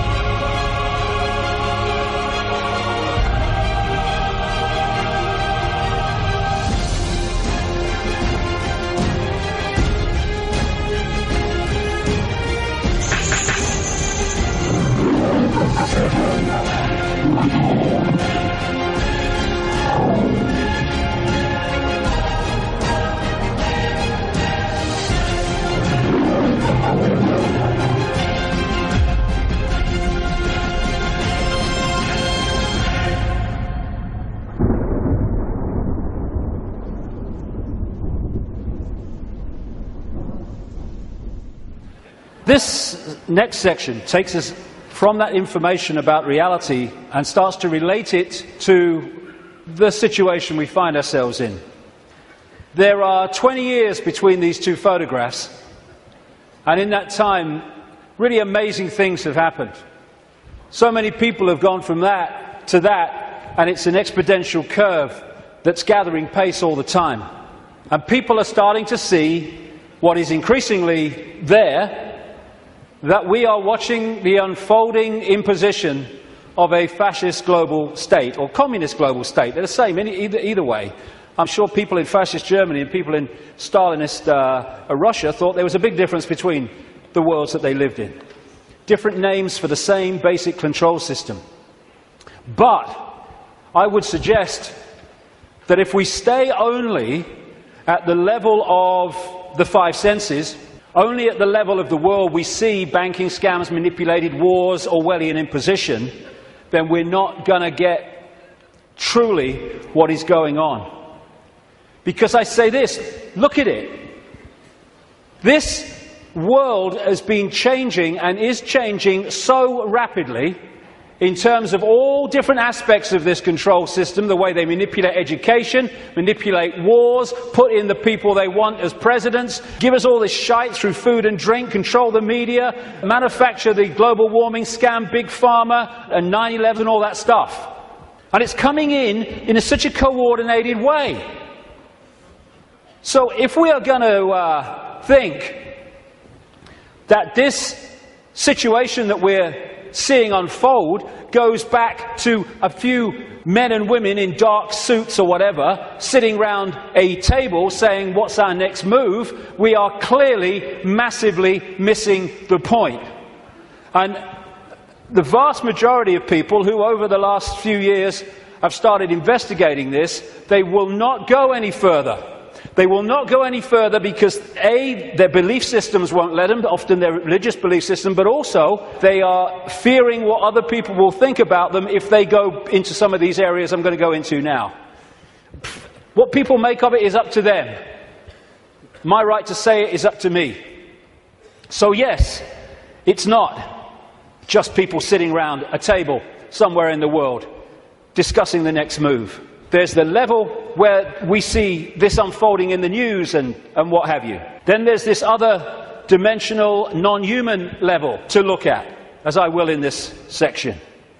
Then there's the level of the nature of reality, which I've introduced already. And then there's this whole stuff about the moon, which I'll get into in this section too. And the rabbit hole doesn't end there. It goes deeper and deeper and deeper.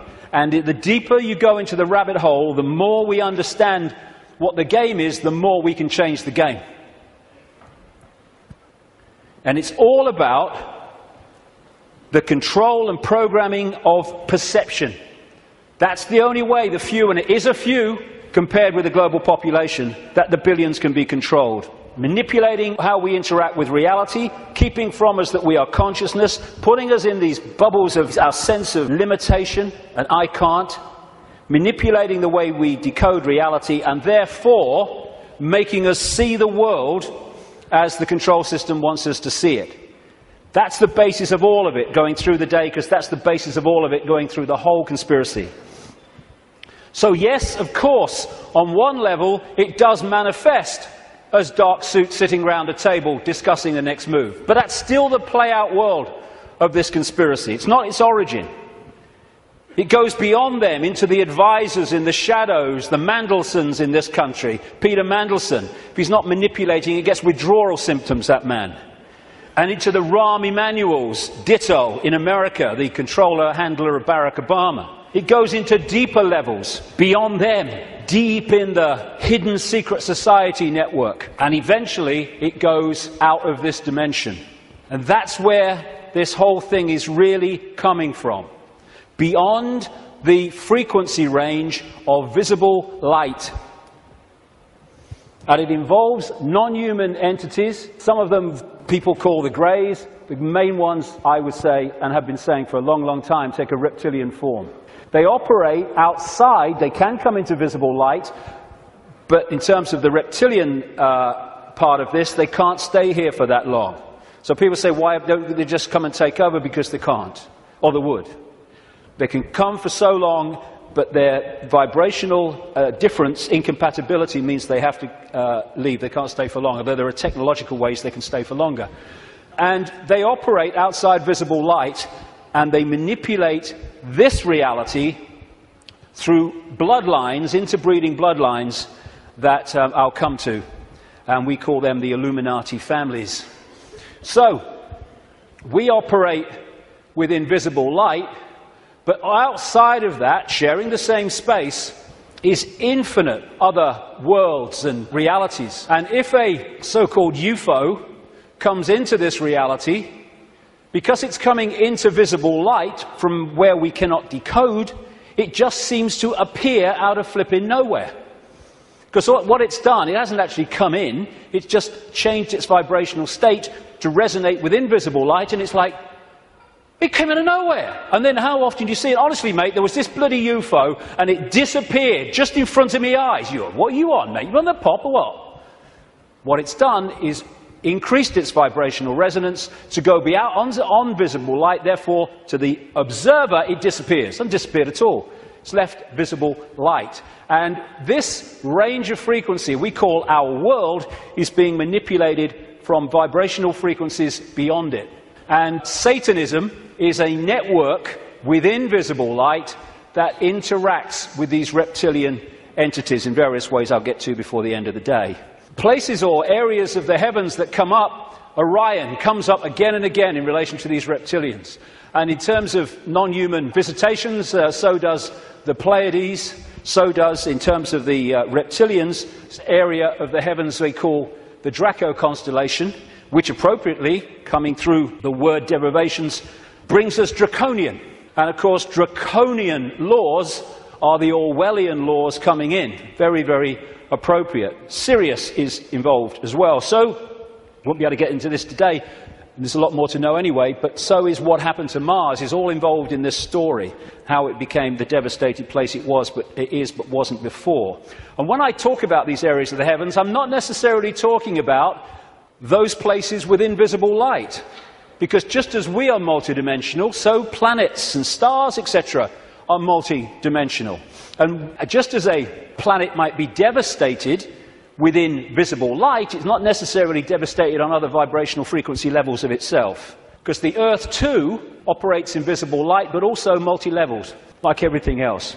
Another major part of this story is that when these reptilian entities started intervening, they manipulated human genetics through interbreeding. Not necessarily physical interbreeding through technological methods, and also changing human form by changing the messages, the information, I'll come to this before we finish this section, that the DNA is picking up. And through that, you can change a form by changing the information the DNA is picking up.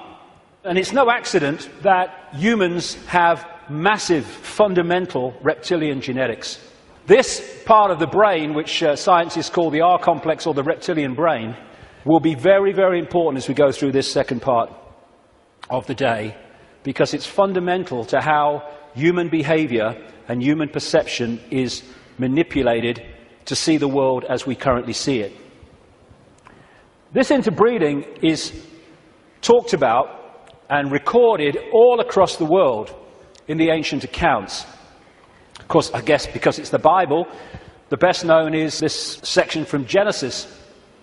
There were giants in the earth in those days, and also after that, when the sons of God came unto the daughters of men, and they bare children to them. The same became mighty men, which were the old men of renown. But that's just the biblical version.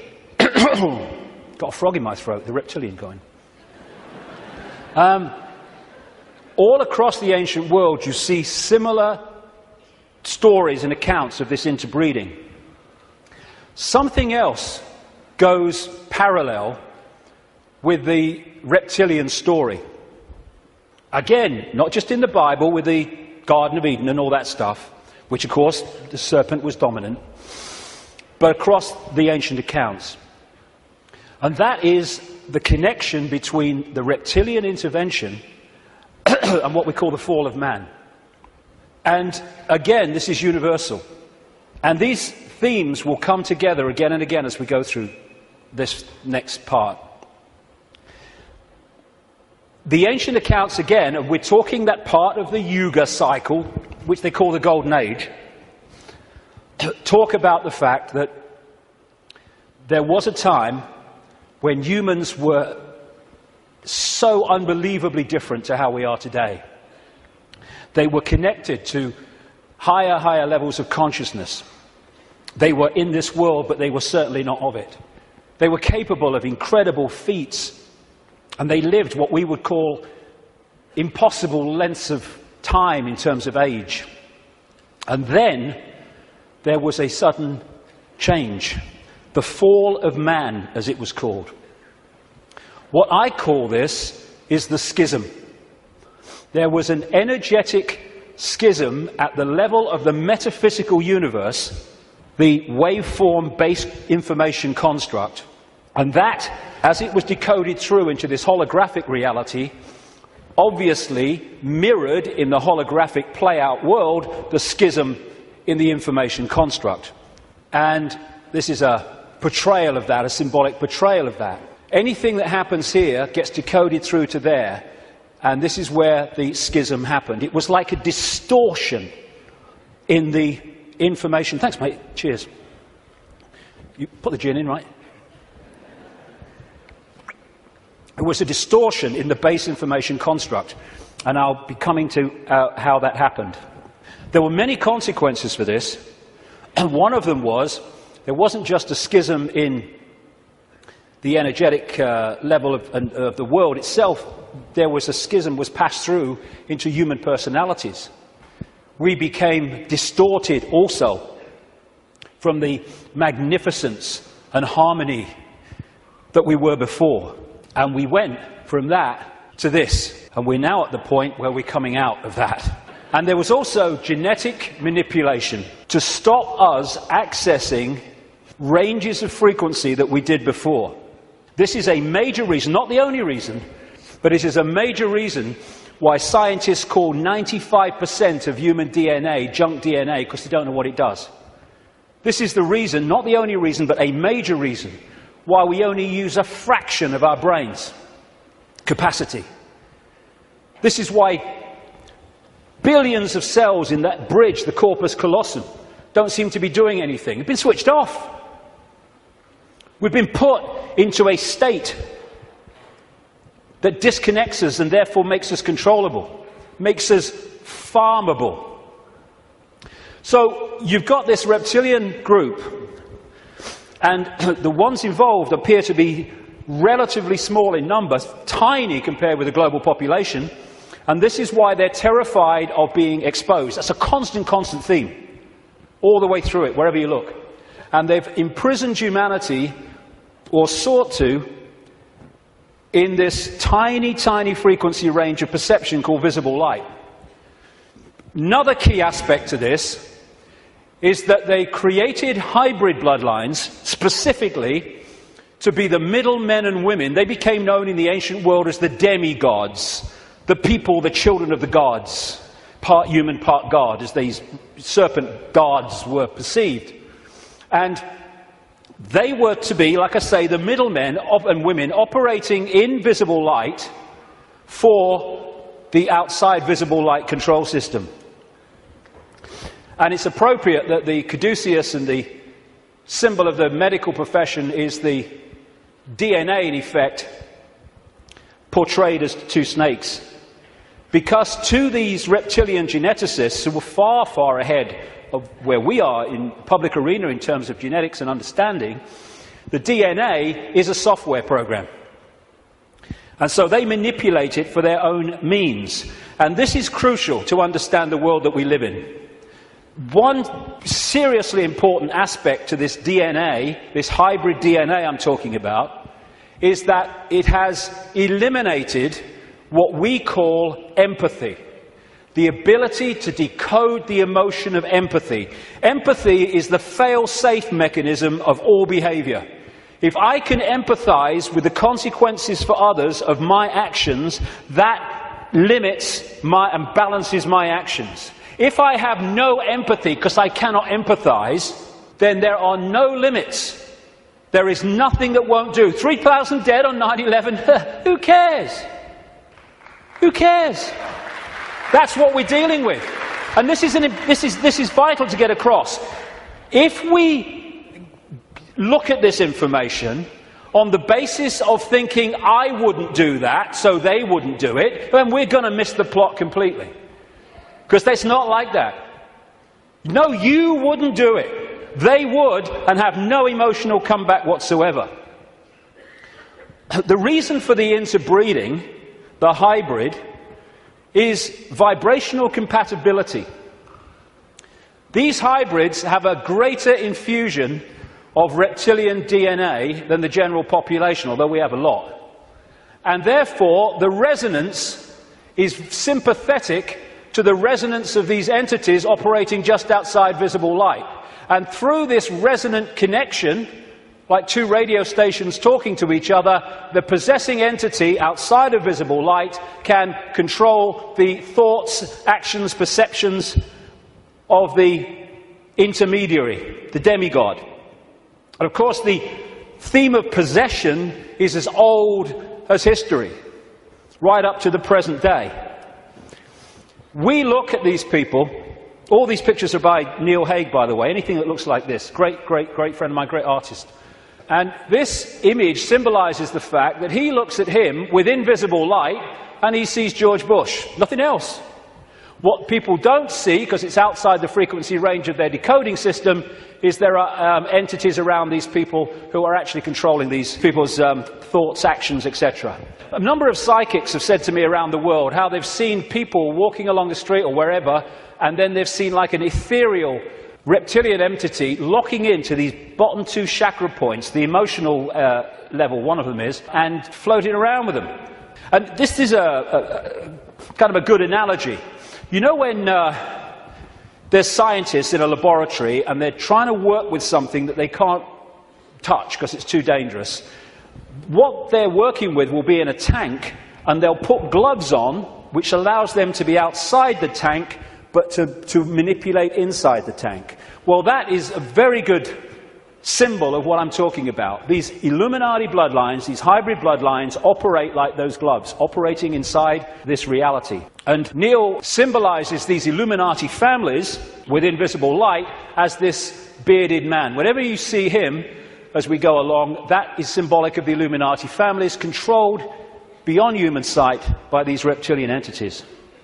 When the world started to recover from great geological catastrophes, which I'll come to in a second, there were areas of the world that stood out in terms of their abilities and potentials and advancement. These were some of them, and this area is particularly important to the bloodlines I'm talking about.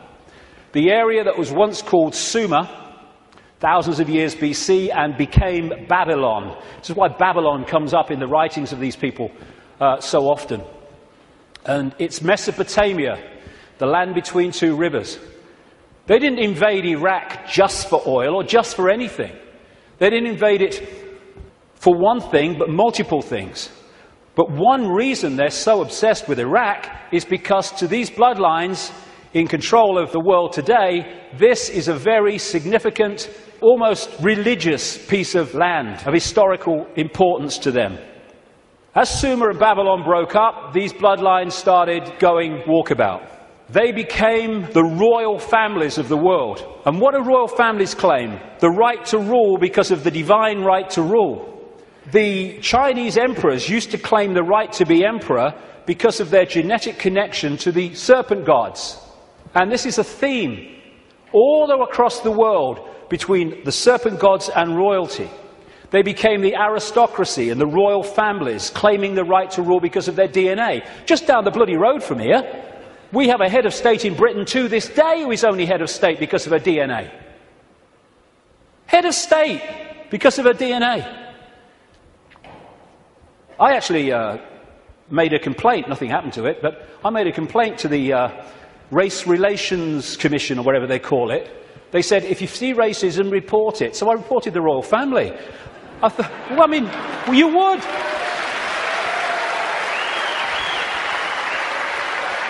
You would. Because they go, racism, we must stop racism. All these bloody politicians go, well, get down to Buckingham Palace then. You're saying you can only be head of state, not only if you're bloody white, effectively, but if you only come from the same bloody family. Ridiculous. Anyway, it's always been and it still is. And so these aristocratic and royal families moved on. Eventually, when the people started to rebel against overt royal control dictatorship, these families, some of them stayed in the royal families overtly, and there's still some around, like ours. But these families moved into politics, into banking, into business, and became the dark suit, but they still perceive themselves as royalty, as special, because of this genetic connection to the serpent gods. And through the British Empire, the so-called Great British Empire, and the other European empires, as these bloodlines moved up into Europe from the Middle East, etc., they exported these bloodlines all over the world. And we saw them in power in what we call colonization. But there's two types of control. One has a finite life, one can go on forever until it's exposed. The one that has a finite life is a dictatorship that the people under dictatorship can see, touch and taste. Communism, fascism, apartheid. People know where they stand and eventually, therefore, they will rebel against it because they know what they're dealing with. The greatest form of control is a control you can't see. Prison without the bars. You can't see the bars because you'll just sit there. People do not rebel against not being free when they think they are. And that's the idea of replacing the colony control with another kind of control called freedom.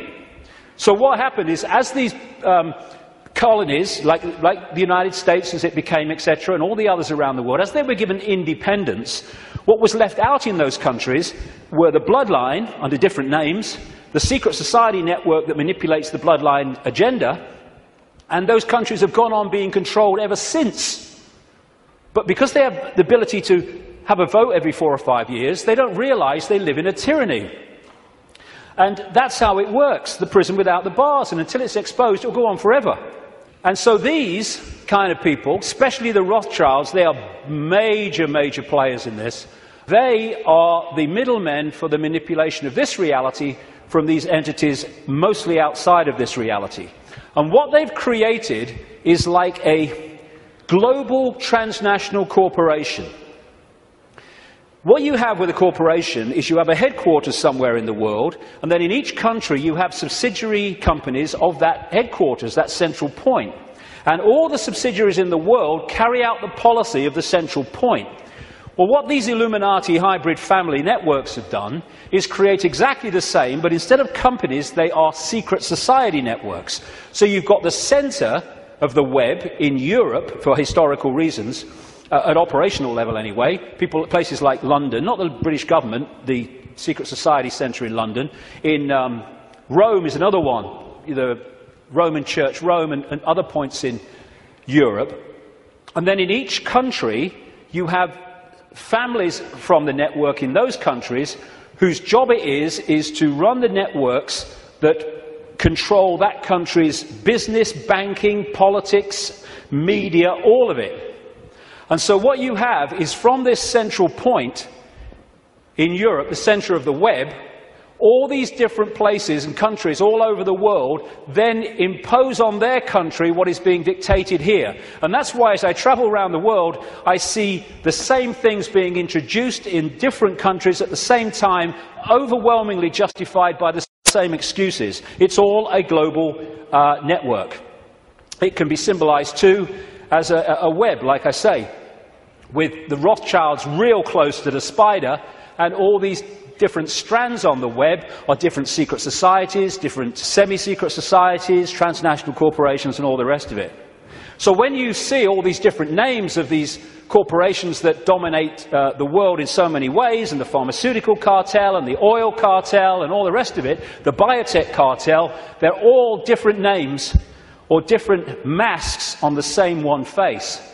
And so you have this structure where outside of visible light you have the reptilian control system, comes down through the Illuminati families, and they control the people in power to push the world in a certain direction. Another way of looking at it here. You see, all these different people, these fight among themselves and all the rest of it, though if it gets out of hand they get sorted. So these sit on the top of all these different countries. They control these different areas of their societies, and the people are then played off against each other. These buggers don't go to war, they tell these buggers to go to war. And if we stop going to bloody war, game over. But we do. Ridiculous. That's part of becoming conscious.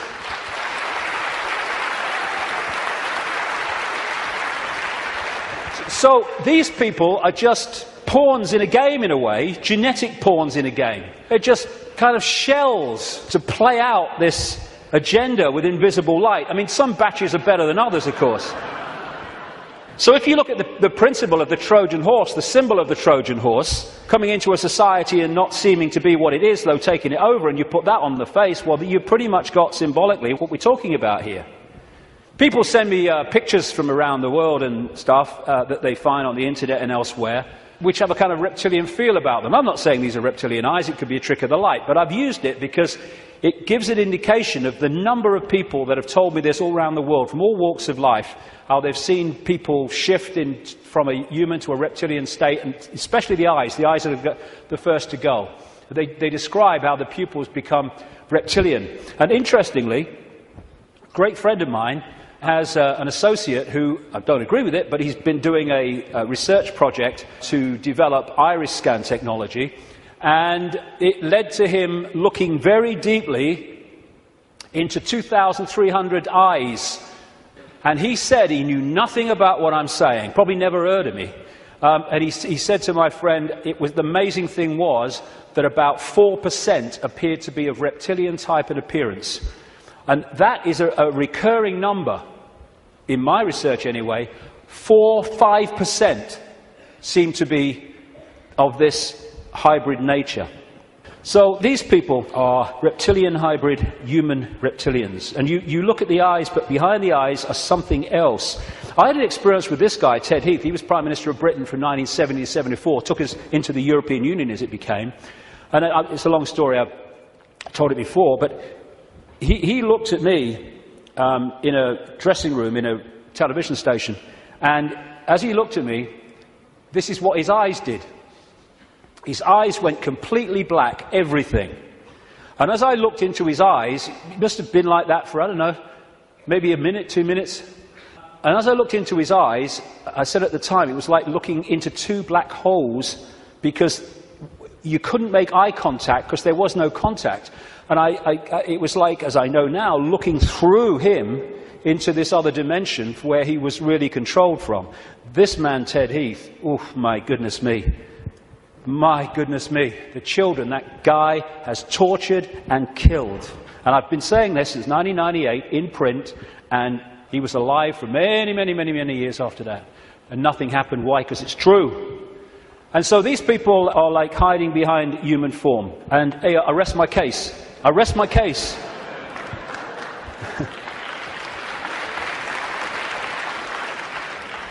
Ooh, you look tasty.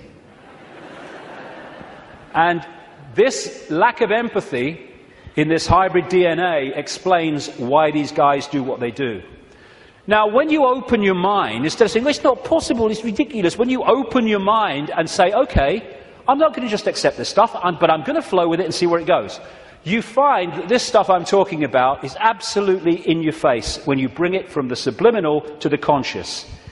The oldest form of religious worship in the world has been taken back 70,000 years to an area of the Kalahari Desert in South Africa, and it is worship of the serpent or worship of the snake.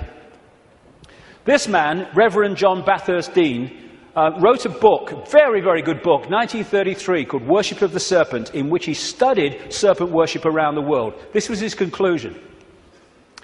It appears then that no nations were so geographically remote or so religiously discordant, but that one and only one superstitious characteristic was common to all, that the most civilized and the most barbarous bowed down with the same devotion to the same engrossing deity, and that this deity either was or was represented by the same sacred serpent. It appears also that in most, if not all, the civilized countries where this serpent was worshipped, some fable or tradition which involved its history, directly or indirectly, alluded to the fall of man in paradise, in which the serpent was concerned. What follows then, but that the most ancient account respecting the cause and nature of this seduction must be the one from which all the rest are derived, which represent the victorious serpent, victorious over man in a state of innocence, and subduing his soul in a state of sin, as he would call it as a reverend, into the most abject veneration and adoration of himself. Like I say, wherever you go, it comes up. You find obvious representations of the serpent gods. These were found in graves of the Ubaid people that preceded Sumer in what we now call Iraq.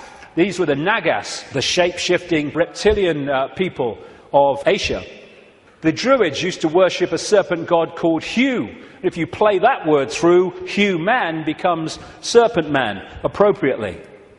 The Egyptians used to worship serpent gods and represent their pharaohs as a result of that in this way. You had the cobra coming from the headdress there. You had the cobra head gear itself representing the snake. You had the belly of the cobra. The cobra is a constant common symbol of this serpent race. In Central America, you had Quetzalcoatl, the feathered serpent god, and the Mayan version of it was Kukulkan in places like Chichen Itza. Of course, right across Asia, Japan, China, etc., the very most dominant symbol of that part of the world is the dragon, which comes from this worship of the serpent gods. Folklore is full of serpent stories and what have you. When I first met Credo Mutwa, a long time ago now, he contacted me when I was going around South Africa, this Zulu shaman, the official historian of the Zulu nation, because he'd read in a book called The Biggest Secret that I'd introduced this reptilian stuff for the first time, and he said, Mr. David, how do you know? How do you know about the Chitahuri?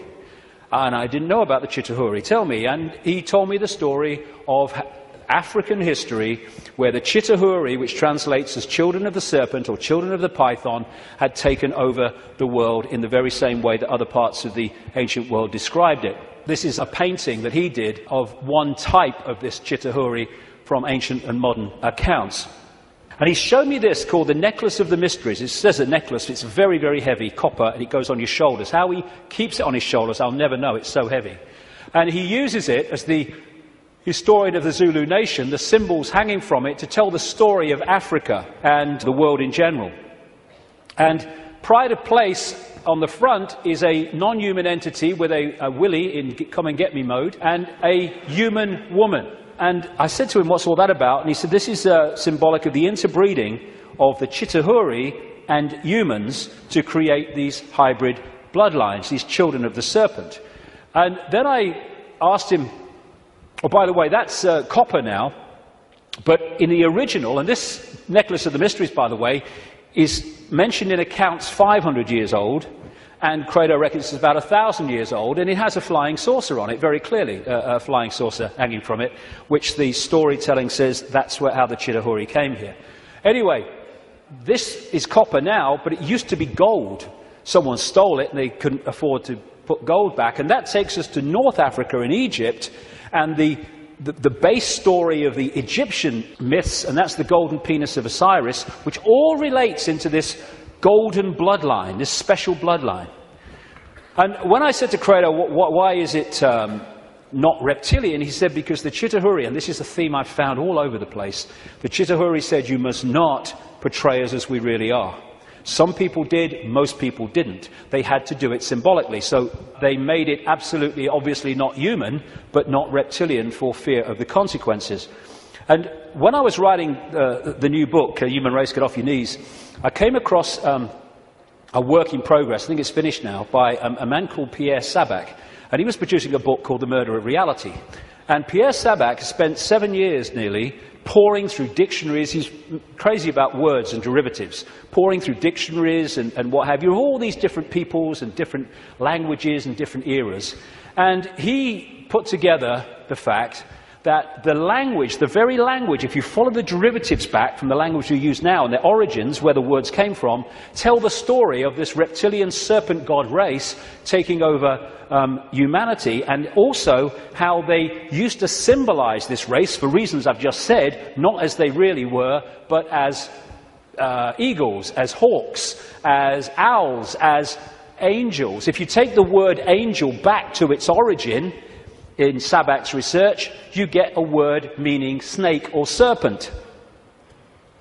And so we have the eagle on so many countries' flags and logos, including the United States most famously. You have the owls, invariably with the goddess of Babylon, Semiramis or Ishtar. You have the story of the angels, especially the theme of the fallen angels, representing this reptilian race and interbreeding with humanity. And you have Horus, the son of God of Egypt, the virgin-born son, represented as a hawk, again with the reptilian imagery.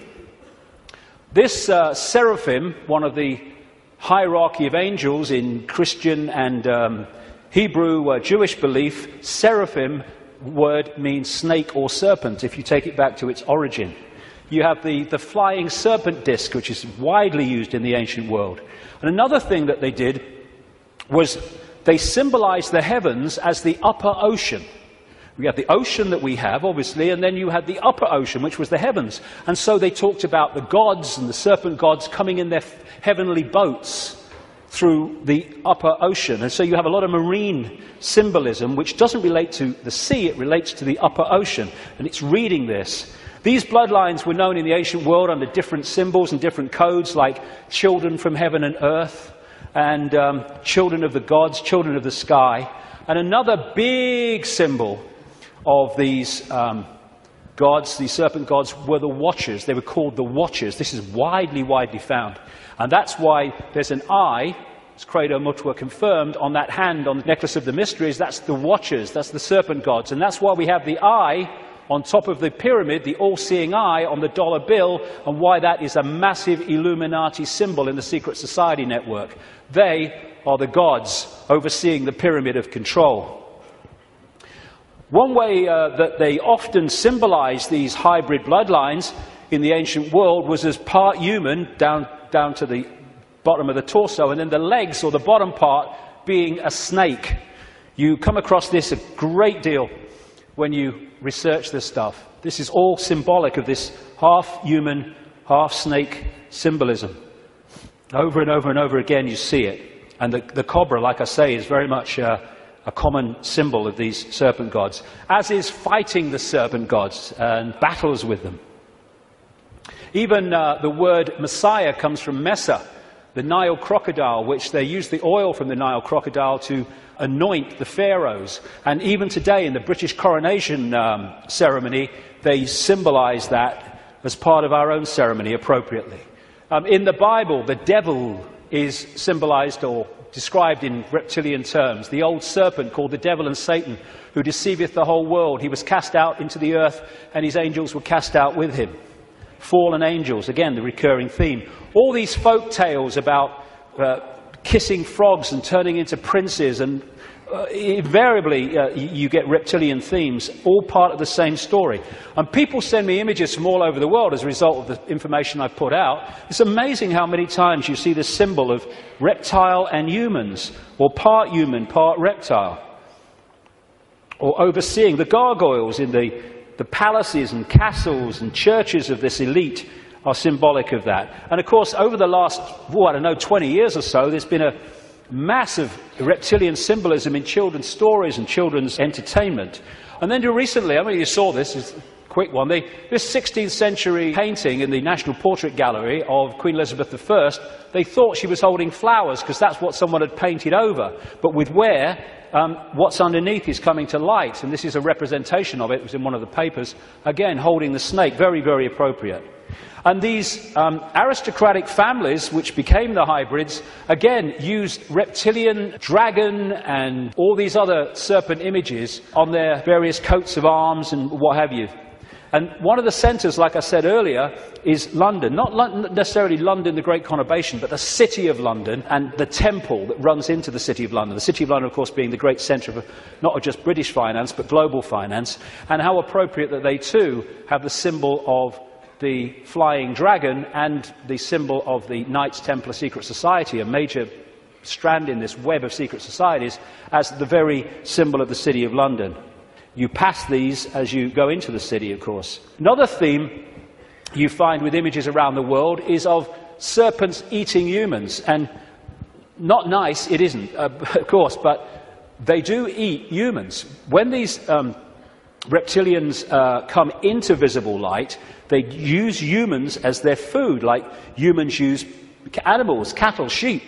And then you'll see the recurring theme all over the world. This is in Central America, the Mayan area. This is a painting by Credo Mutwa from South African myths of the serpent gods, the Chitauri, eating humans. And this is Alfa Romeo. What's he doing there? What's he bloody doing there? Same thing. And in the garden of one of the palaces, or whatever you call them, mansions of Silvio Berlusconi in Italy, the leader and one of the world's most corrupt men, is again the same image. And outside of visible light, they feed off human energy, human emotion, especially, well, only low vibrational emotion, because that's all they can really access. And so they have to keep humans in a state of mental and emotional suppression so that we keep feeding out this energy, which they then absorb. And that will become relevant in the next section when I get into why paedophilia is so widespread among this elite. Because energy changes with the emotions we give out. When we give out love, it's a certain wavelength. When we give out hate, it's a very different wavelength. And a friend of mine in Japan became very well known for taking water, his name's Mr. Emoto, taking water, putting it in a container, and then he'll put words of love or hate or whatever on the side of it, because when you write a word, that word may seem in the decoded realm as a word you can see and read, but in the vibrational realm, it represents a vibration. If you could see the vibration of writing the word hate to writing the word love, it would be dramatic. In fact, you're looking at it. Because what happens is, after he's put the word on the side of the water, he then freezes the water really, really fast. I've seen his laboratory where he does it. And then he photographs the crystals. This is the crystal from a water that had love and appreciation written on it. This is the crystal that had hate written on the side of the water. And he's done whole books about this stuff with all these pictures in it. And this is the energy that these entities absorb when they're outside of visible light, which is most of the time. And therefore, they have to keep us in a state that keeps producing that. All this vampire stuff, because they drink human blood with invisible light because it carries the human genetic code and allows them to hold their vibrational compatibility with this reality for longer before they have to get the hell out of it. That's why they drink so much blood. And then there's this thing about shape-shifting, where, I've had a lot of, laughter and ridicule, so what's bloody new about this? And people say, well, you can't go from a solid body to a solid body and back again. And I'm saying, do you know? I agree with you. Of course you can't. But that's not what's happening, because there is no solid body. It's all happening as a decoding system. There is no solidity. So what shape-shifting is you have a situation like this, and the front dominating from our perception of observation energy field is the human one. So we look at George Bush or somebody, and we see a human. But sometimes, especially at times of high emotion, this shift can happen where the reptilian field comes forward. And as it does so, becomes the dominant one, often briefly, the observer now starts decoding that. And then it shifts back, and you start decoding this. And to the observer, decoding that shift, creating the holographic reality in their head, which is where everything happens, to their observation, someone's gone from a human to a reptilian, and then back to human again. It's not, of course, shifting solidity. She's a hologram like we're all holograms, and they can shift. This is where shape-shifting happens, what we call physical shape-shifting, illusory, in our heads. So the road to tyranny began when these reptilians arrived. Before that, like I say, the world was very different.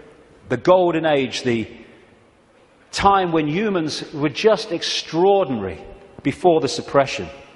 And then came this energetic schism, this distortion in the information construct, which got played out into the holographic world as, on one level, as massive geological events, with volcanoes and storms and what have you. And of course, symbolized by Noah and the Great Flood, though there have been many of these, not just one. And Noah is simply a biblical version of much, much older stories that tell exactly the same story of how the earth turned over, how there was a massive flood, tidal waves, what we would call today tsunamis, how there were great geological catastrophes and upheavals, and basically the world was, certainly the society that went before, was destroyed. It was a blank sheet of paper. And in this distortion, humans lost the power of the connection they had to higher levels of awareness. And this happened. We went from being part of the field, knowingly so, and to being taken over and suppressed by this reptilian race. Because once the blank sheet of paper was created by the geological catastrophe, and why that happened I'll come to not very long from now, the earth started to settle down, and when it settled down, then everything started to be rebuilt, but in a very, very different, much lower level than it was before. And there was the genetic manipulation too. And in China, unlike most other countries, you can't access vast tracts of the internet because the computer system has been firewalled off to stop Chinese people accessing that area of the internet that the authorities don't want them to see. What happened as a part of this intervention, I kind of mentioned it a little earlier, is that human genetics were manipulated to do exactly the same to us, to firewall off us from the level of reality that we could access before. So we went into this prison called visible light that we've been in ever since, and particularly isolated in the left side of the brain so that we only perceive through the five senses, and we can only see structure and language and hierarchy and all that stuff, and our potential dramatically reduced. And this world came as a result of it.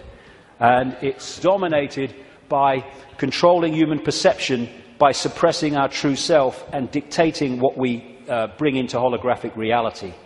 Okay, now let's go really crazy. I've had enough of only being half crazy. Let's do the bloody lot, eh?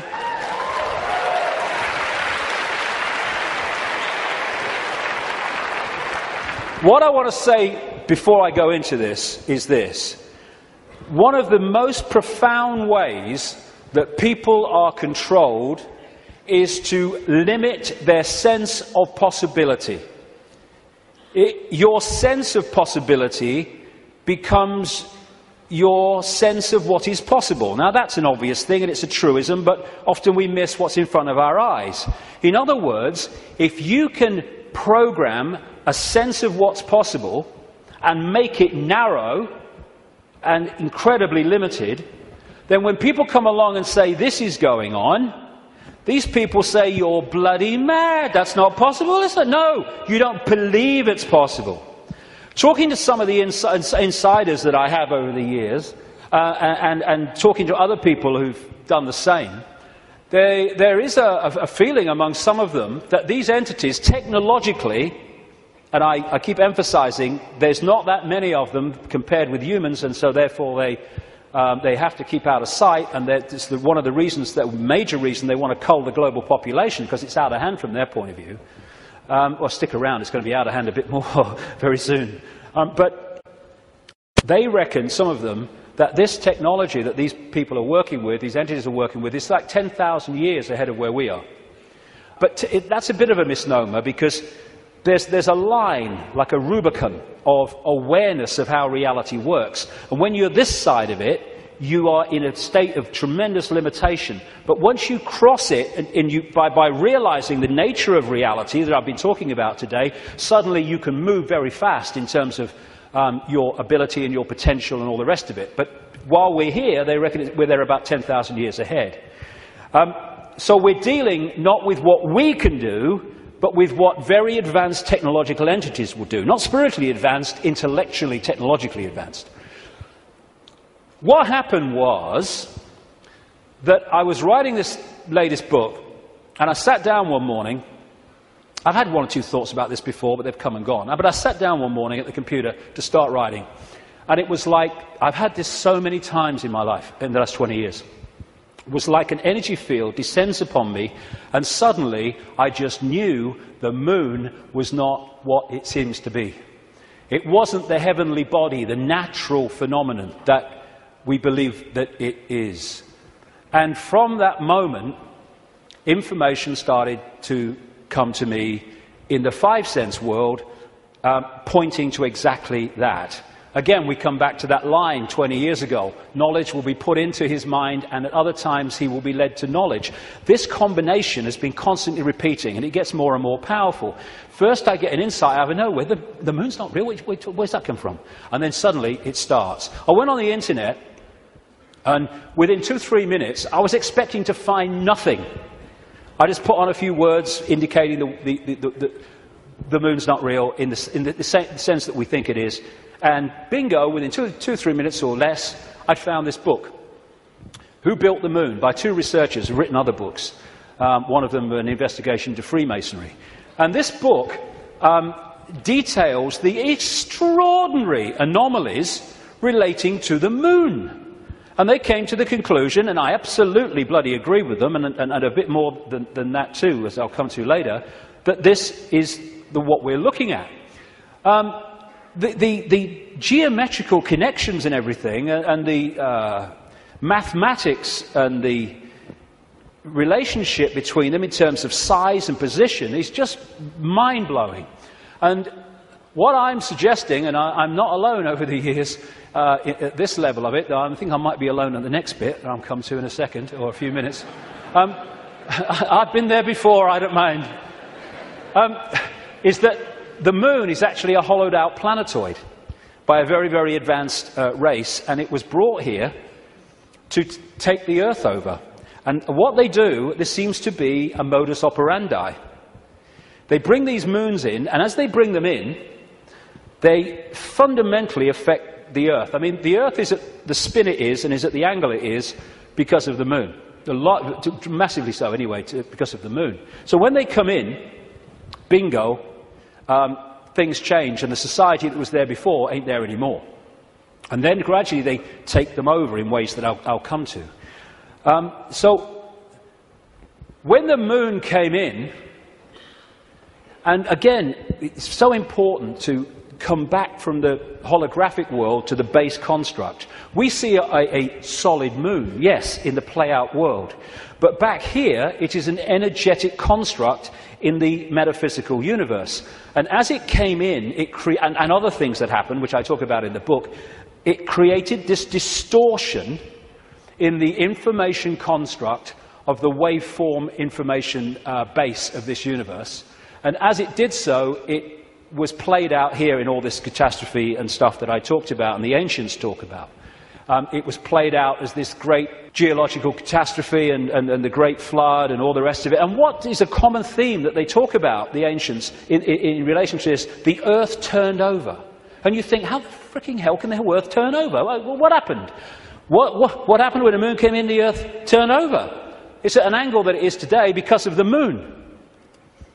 And so the distortion brought an end to the world that was there before, and we basically went back to rubbing sticks together because of what happened. And that distortion was played out in the human mind, the human perception, the human psyche, and we completely changed our perception of the world and who we are, where we are. So in Who Built the Moon, like I say, I do recommend it, the way it looks at the anomalies and everything, and the connections between these three bodies. And these mathematical, geometrical connections only apply to these three bodies in the solar system. They don't play out against the other planets, just these three. And the moon is so perfectly positioned that because of where it is, when we have an eclipse, it is the same size as the sun. That's why we have the eclipse. And the authors of Who Built the Moon say this: the moon is bigger than it should be, apparently older than it should be, and much lighter in mass than it should be. It occupies an unlikely orbit and is so extraordinary that all existing explanations for its presence are fraught with difficulties, and none of them could be considered remotely watertight. When you go on and you say, where'd the moon come from? You get this story. And like so much in what we call science, that people take it as fact, it's actually a theory which repeated becomes fact. But then you go back and you find that it's a theory. And the first one is the moon was created by what's known as the whack theory, or the big whack theory. And that is that a Mars-type planet came in, smacked the Earth, great chunk came off, and became the moon. When the physics of that didn't work out, they came up with the double whack theory, where the Mars-type planet hit the Earth, bit comes off or whatever, and then the Mars-type planet thinks, well, I'll give him one with the right, I'll give you one with the left, comes back and whacks it again, the old 1-2.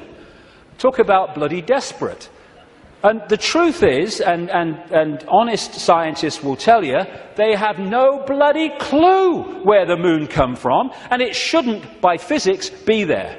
This guy, Isaac Asimov, a Russian professor of biochemistry, did a lot of writing on this sort of stuff, and he said this, quite rightly: we cannot help but come to the conclusion that the moon by rights ought not to be there. The fact that it is one of those strokes of luck almost too good to accept. Small planets such as Earth with weak gravitational fields might well lack satellites. In general then, when a planet does have satellites, those satellites are much smaller than the planet itself. Therefore, even if the Earth has a satellite, there would be every reason to suspect that at best it would be a tiny world, perhaps 30 miles in diameter. But that is not so. Earth not only has a satellite, but it is a giant satellite, 2,160 miles in diameter. How is it then that that tiny Earth has one? Amazing. Some scientists don't even talk about a planet-satellite relationship, but a planet-planet relationship. The moon's bigger than Pluto. The best explanation for the moon is observational error. The moon doesn't exist, that scientist said. Another one from NASA: it seems easier to explain the non-existence of the moon than its existence. And then we get the hollow moon. This is what I'm saying, and others have said, is that it's a hollowed-out planetoid. In November 1969, the moon was hit by a lunar module to the equivalent of 1 ton of TNT. The shock waves built up, and NASA scientists said the moon rang like a bell. Maurice Ewing, a co-director of the seismic experiment, told the news conference, "As for the meaning of it, I'd rather not make an interpretation right now, but it is as though someone had struck a bell, say in the belfry of a church, a single blow, and found that the reverberation from it continued for 30 minutes. It got a bigger smack eventually, which I'll come to. Frank Press from the Massachusetts Institute of Technology, MIT, said that for a rather small impact to produce an effect that lasted for 30 minutes was quite beyond the range of our experience. This is a guy called Gordon MacDonald. He said in the early 1960s, it would seem that the moon is more like a hollow than a homogeneous sphere. And this guy from MIT said the lunar orbiter experiments had vastly improved knowledge of the moon's gravitational field and indicated the frightening possibility that the moon might be hollow. Now we'll come to this bigger whack. A launch vehicle struck the moon with the equivalent of 11 tons of TNT, and NASA scientists said the moon reacted like a gong and continued to vibrate for 3 hours and 20 minutes to a depth of up to 25 miles.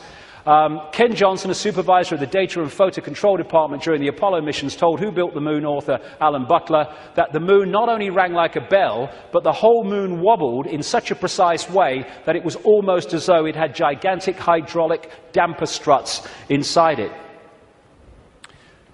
These two Russian scientists from the Soviet Academy of Scientists wrote an article in 1970 in Sputnik magazine in Russia, headed, "Is the Moon the Creation of an Alien Intelligence?"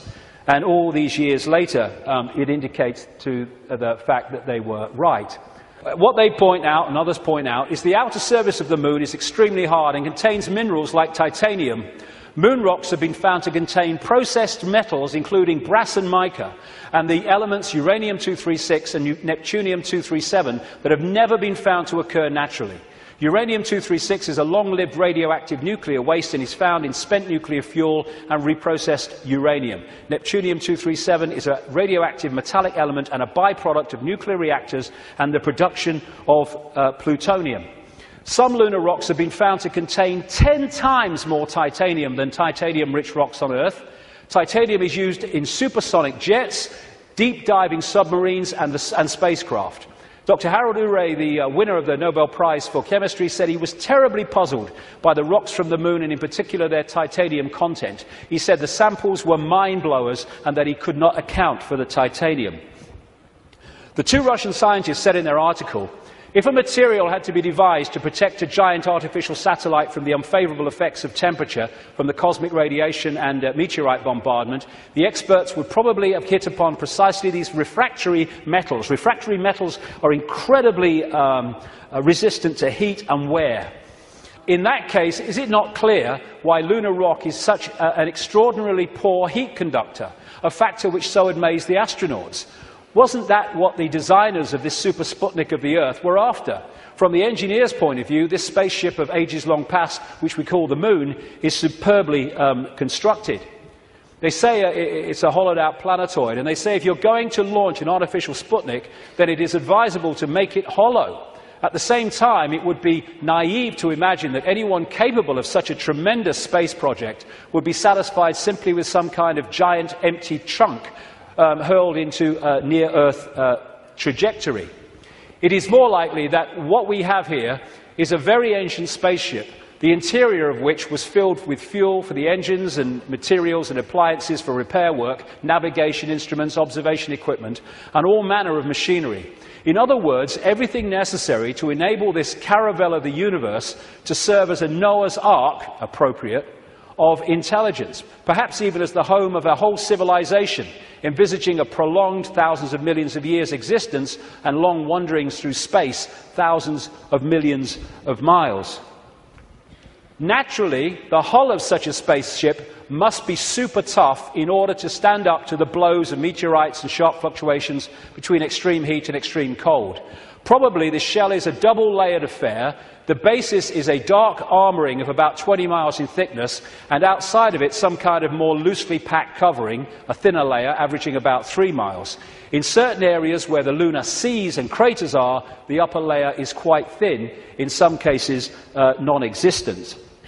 And as this scientist said, the moon is made inside out. In other words, what's on the outside should really be on the inside, and that supports the idea of a hollowed-out planetoid. So, when I started to put this together, and there's a lot more of this in the new book, I then called the oracle in South Africa, Crater Mutwa, and I found Zulu legends to be incredibly accurate with their symbolism.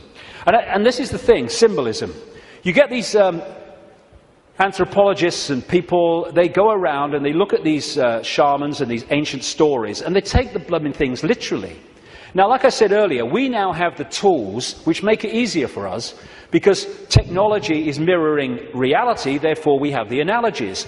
When these ancient stories were put together, they didn't have that. They had to try to get their point across in simple ways that people of that time could relate to.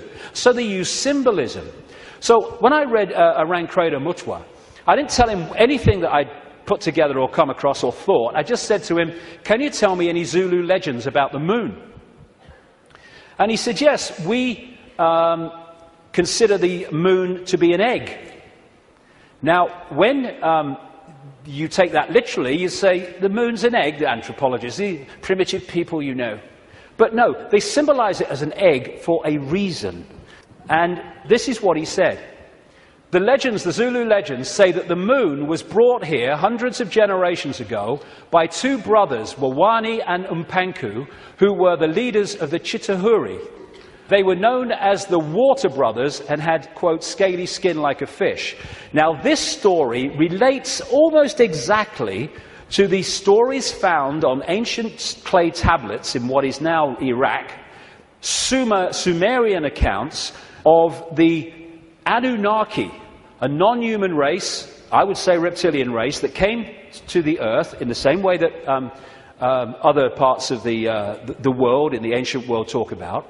And the Anunnaki, according to these accounts, were led by two brothers called Enki and Enlil. And at least one of them, Enki, was symbolized under another name too as in relation to water, exactly the same as this. Zulu legends tell of how Wawani and Umpanku stole the moon in the form of an egg, and this is why they symbolize an egg, not because they're primitive, from the great fire dragon and emptied out the yolk until it was hollow. They then rolled the moon across the sky to the Earth and caused cataclysmic events on this planet. Zulu legends also say that the Chitauri threatened to move the moon if humans didn't do what they said because of the devastation that would cause. What the two scientists said about this 2-3 mile outer kind of protection, followed by a 20-mile impregnable layer, explains one of the anomalies of the moon, which the craters are pretty much of universal depth. Even though the scale of the impact and the size of the crater can be massively different, the depth is about the same, really, within a very short ratio. And that's, the scientists say, because it goes into the outer layer, the kind of buffer, but it can't go further than this inner protection layer that is impregnable. This guy, Don Wilson, wrote a book in the 70s called Our Mysterious Spaceship Moon. And these are some of the anomalies that he lists, and there are others that can be explained by what we're talking about. Why the moon is a freak world, too big and too far out to be a natural satellite of Earth. Why the moon has such shallow craters. Why some moon rocks are older than Earth and as old, at least, as the solar system. Why the moon seems inside out. Why the moon vibrates like a huge gong, transmitting tremors great distances around and through itself. How the moon can produce so many contradictions of data and findings. And I think it was in 2001, there was a series of people who spoke at the National Press Club in Washington who were insiders of government projects and space projects, etc., who came out to give evidence on things that they saw and were covered up and have never come to light. And one of them was this man, Sergeant Carl Wolfe. He was a precision electronics photographic equipment engineer based at the Langley Air Force Base in Virginia. That's the CIA Air Force Base. One of the planes in 9/11 flew out of that and never got there, weren't meant to. But what he told at the press club was that he was called across to part of this base where they were putting together what they called mosaics. As the craft were flying over the moon and photographing it, they were taking different photographs and piecing them together to complete the landscape. And they had a technical problem, so he went over to try to help them out with it. And then a guy there who was working with his mosaics showed him something of interest. And this is what he said at that presentation in Washington. Then he pulled out one of these mosaics and showed this base, which had geometrical shapes that were towers. They were spherical buildings, they were tall towers and things that looked somewhat like radar dishes, but they were large structures. If I compare it to what I have seen now, because I do have photographs that have artifacts in them that are similar to what I saw, they're massive. And this is a thing, you think about the moon, massive. This is a thing that comes up. The structures and technology and, if you like, spaceships that these people work with, some of them are absolutely enormous, beyond our comprehension, because they've crossed that Rubicon of understanding how reality works and therefore what possibility is. Some of these structures are half a mile in size. They're huge structures. Some of the buildings seem to have very reflective surfaces on them. A couple of structures that I saw reminded me of cooling towers at power generating plants. They had that sort of shape. Some of them were just very, very straight and tall with a flat top. Some of them were round. Some of them looked like Quonset huts and with a dome, a kind of like a greenhouse. The particular shot that I saw, there were several clustered together over the landscape, a fairly large landscape. And other people at that press club presentation talked about how NASA systematically smudged out or removed any non-natural artifacts that they showed on the surface of the moon. And this documentary called Moon Rising, you can watch it on YouTube, I think, looked at photographs taken by something called the Clementine mission in 1994, I think it was, which took 1.8 million photographs, digital photographs of the moon. And you see the way that some things on the landscape were just blocked out. I mean, what's behind this? There's loads of these things which they've blocked them out. And then there's this, which has been smudged out. If you take it from another angle, there it is. What the heck is that? One of the kind of astounding things in this documentary is that they said they took this picture to a photographic expert who's worked with NASA, And he estimated that this was 10 times the size of Los Angeles. Because you're dealing with phenomenal understanding of how to create this technology because of the understanding of reality. And whatever it is, it certainly doesn't seem to be natural. You've got all these other things kind of smudged out, and you can only see even the smudging in close-up. And what I came across when I was putting this together is the Death Star in Star Wars. Now, George Lucas, as I've been saying in my books for years, is a massive insider in a galaxy far, far away. I don't think so. I don't think so. This is much closer to home. And, of course, in the Star Wars movies, the Death Star it looks very much, of course, like the moon, and it was constructed to move in on planets and take them over in the same bloody way that I'm talking about in relation to the moon, and there's more to know too. In many ways, this is so symbolic of what we're looking at here, and that's no accident with George Lucas involved. And interestingly, this is Mimas, a genuine moon of Saturn, and there's the Death Star. I found that quite interesting when you put them together. Anyway, there was also talk, and more recently there's been further talk in the last few weeks, that one of the moons of Mars, Phobos, is a hollowed-out asteroid. This guy said a long time ago, in '63, Chief of Applied Mathematics at NASA, that Phobos might be a colossal base orbiting Mars, and like I say, that's come back into the debate that it could be. And again, one of the Star Trek episodes was about a hollowed-out planetoid that became, in effect, a spacecraft, a world, and inside it. And so much of this science fiction that puts this stuff in our face as fiction ain't fiction at all. They're getting it from fact. So, like I say, there's not just incredible synchronicity in mathematics and size and position between these three bodies, but as the authors of Who Built the Moon point out, there's great synchronicity between things like Stonehenge and other megalithic structures and these three bodies, particularly the moon. And one of the things they point out is that the measurement, which a guy called Alexander Thom came up with, an engineer who studied all these sites in Britain and Europe, like Stonehenge, called the megalithic yard, which is a kind of a certain length. And he said that all these major, especially Stonehenge and things like that, broke down into these megalithic yard mathematics. And what the authors of this book are saying is that the moon breaks down to the same mathematics, which is what they say. This all seemed very odd. The megalithic structures that were built across Western Europe were frequently used to observe the movements of the sun and the moon. But how could the unit of measure upon which these structures were based be so beautifully integer to the circumference of these bodies as well as the Earth? Well, maybe because those that built Stonehenge and these megalithic structures in the ancient world, some of which we'd struggle to build now, were also those controlling the moon. And okay, this could be controversial, but, you know, I've been known to be. I think that these structures were put there to suppress the Earth's energy grid for reasons I'll come to in a moment, because we are interacting with this energy field all the time.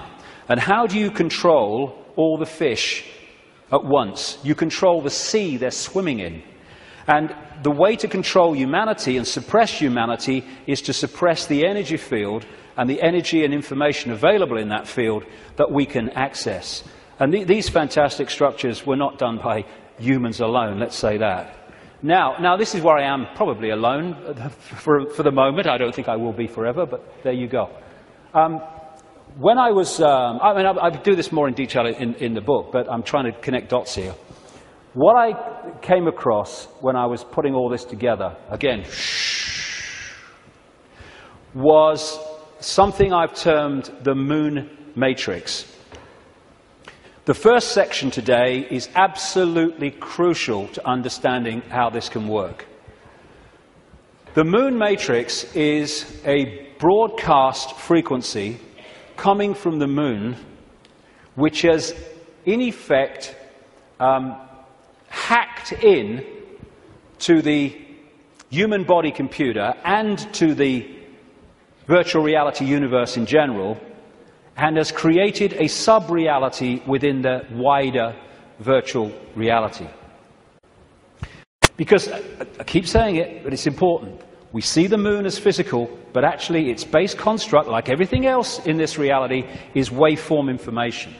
And I would say, and of course I think this is going to become more obvious as the years pass, I would say the moon is actually not just what we've talked about so far, but it's an interdimensional portal through which entities and energies can come out of one reality through into this one. It's their means of entry.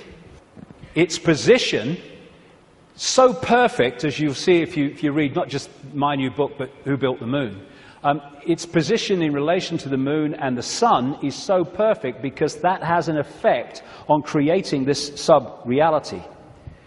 I'm saying that this frequency is broadcast from the moon and has created a sub-reality which we are constantly decoding, and that the genetic manipulation of humanity, so widely described by the ancients, was to take this body computer and tune it in, connect it to this frequency range I'm calling the moon matrix. This is Neil Haig's concept of moonopoly. This is the world, the structure that we are experiencing. This box, recurring, round and round, limited world. And I am suggesting that we are being massively influenced. In fact, we have been turned into a hive mind by these broadcasts, which are holding us in a sense of limitation, to the point where it operates as a default mechanism. Soon as you start to awaken, if you don't keep it going and stick with it, then you'll default back, because the pressure of this moon matrix is pushing us into this tiny sense of limitation. So what virtual realities do is they basically hijack the five senses and get them to decode the information in the computer game and take it into reality. I'm saying that this moon matrix has done exactly the same, and it is part of the modus operandi of how planets are taken over in this way. Our five senses have been locked into something else, and we're decoding a fake reality. Basically, we are connected to this symbolically, which is a hive mind, which is why we are so herd-like when we weren't before. You know, and if people are going, "Whoa, okay, what?" Just stick with me, because the layers will go on. What I've been talking about today is the fact that this base vibration from the black holes goes through this cycle, and it elicits different information in the form of photons from the suns, which we decode, and the reality changes. We go through different epochs. What I'm saying is that this moon matrix has hacked in to that photon energy stream and has done what the Chinese authorities have done to the computer system in China. They have stopped us accessing vast amounts of the virtual reality universe that we used to before. Now, if anyone thinks this is fantastic, that we could see things that aren't really there and not see things that aren't there, this is a New Scientist. America has just switched from analog to digital television. In the short time of about a year that the analog frequencies are not being accessed because they're going to be filled up by other things like mobile phones, suddenly, for the first time, scientists can see and connect with radio waves from galaxies they couldn't before. Why couldn't they do it before? Because we were watching the flipping telly. Prior to the switchover in America, naturally occurring radio waves at frequencies between 700 and 800 megahertz were obscured by analog TV signals, preventing astronomers from investigating the universe using this band. The freeing up of this bandwidth is a once-in-a-lifetime opportunity to see galaxies in this range. Now, you imagine what is capable by this high technology in blocking frequencies so we can't perceive what's there and we perceive things that aren't there. That's what this is doing, I suggest. And I'll add more detail as we go along. In effect, we're operating within a bubble, a virtual reality bubble, within the wider virtual reality universe. And it's connecting in through our crystalline receiver transmission system, same with the Earth. and creating this situation where we are decoding a world that may even not be there, who knows, but certainly is different to the world we think it is. And we go back to this more accurately now. The matrix, I would say the moon matrix, is everywhere. It is all around us, even now in this very room. You can see it when you look out of your window and you turn on your television. You can feel it when you go to work, when you go to church, when you pay your taxes. It is the world that has been pulled over your eyes to blind you from the truth. What truth? You are a slave, Neo. Like everyone else, you were born into bondage, born into a prison. You cannot smell, taste, or touch. A prison for your mind. I would say that prison for your mind is the moon matrix, which has put us in a vibrational prison that we can only break out of by becoming conscious and therefore vibrating beyond the walls of the moon matrix, which is a frequency range.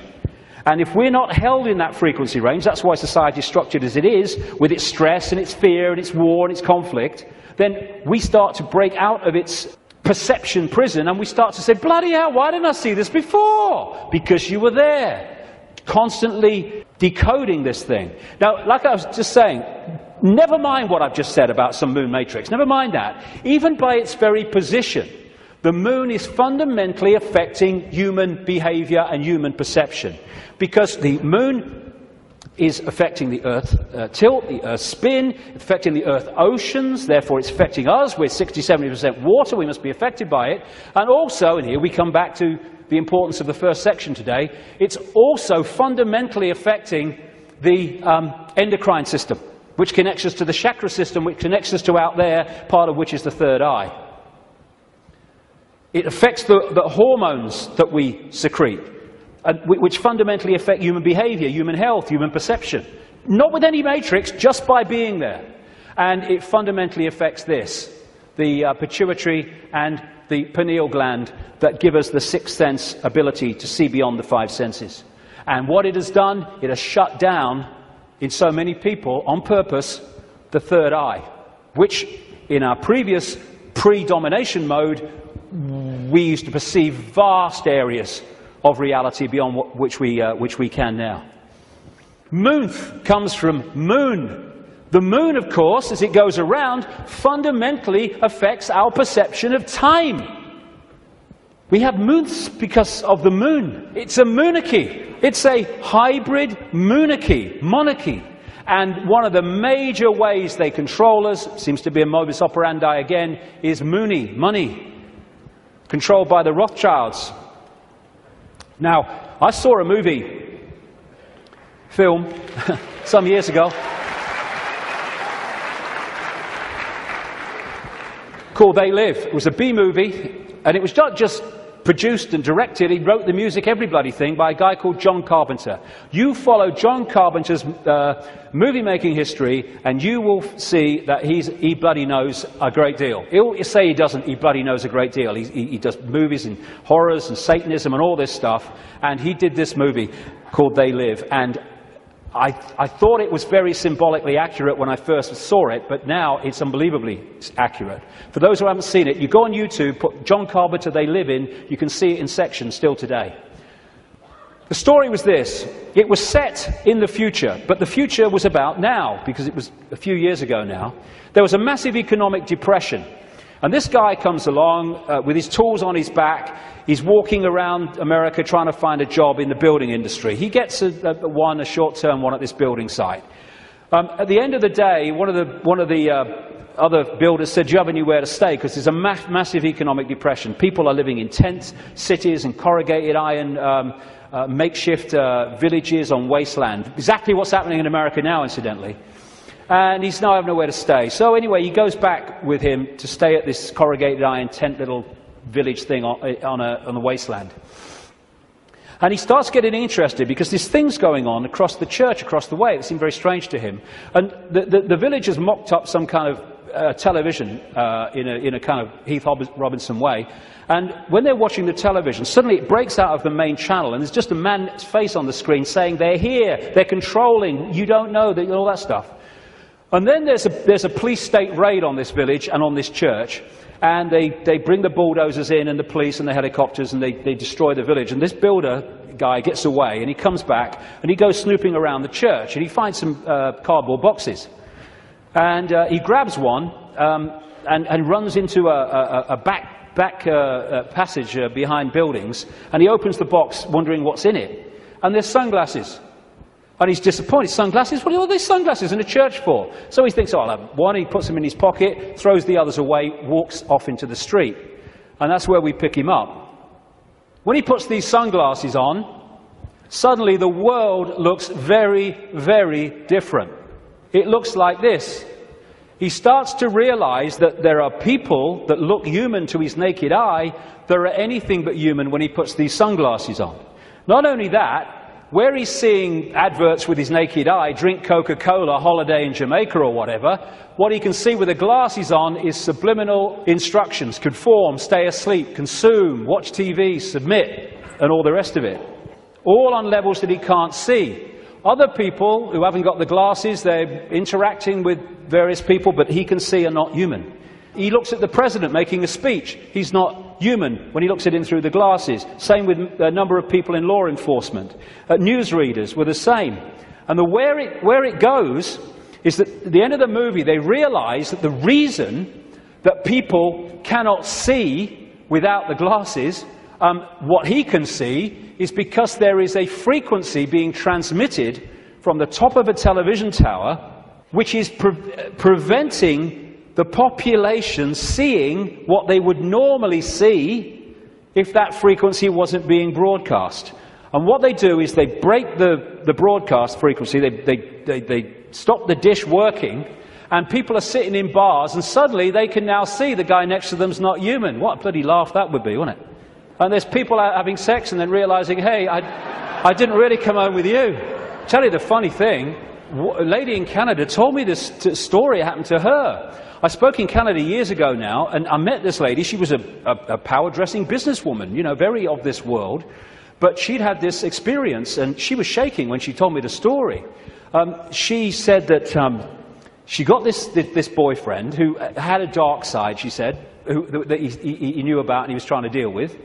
And they come home, and they go into the bedroom, and there was a shelf at top of her bed, and standing there was the book The Biggest Secret, which for the first time I introduced this reptilian thing.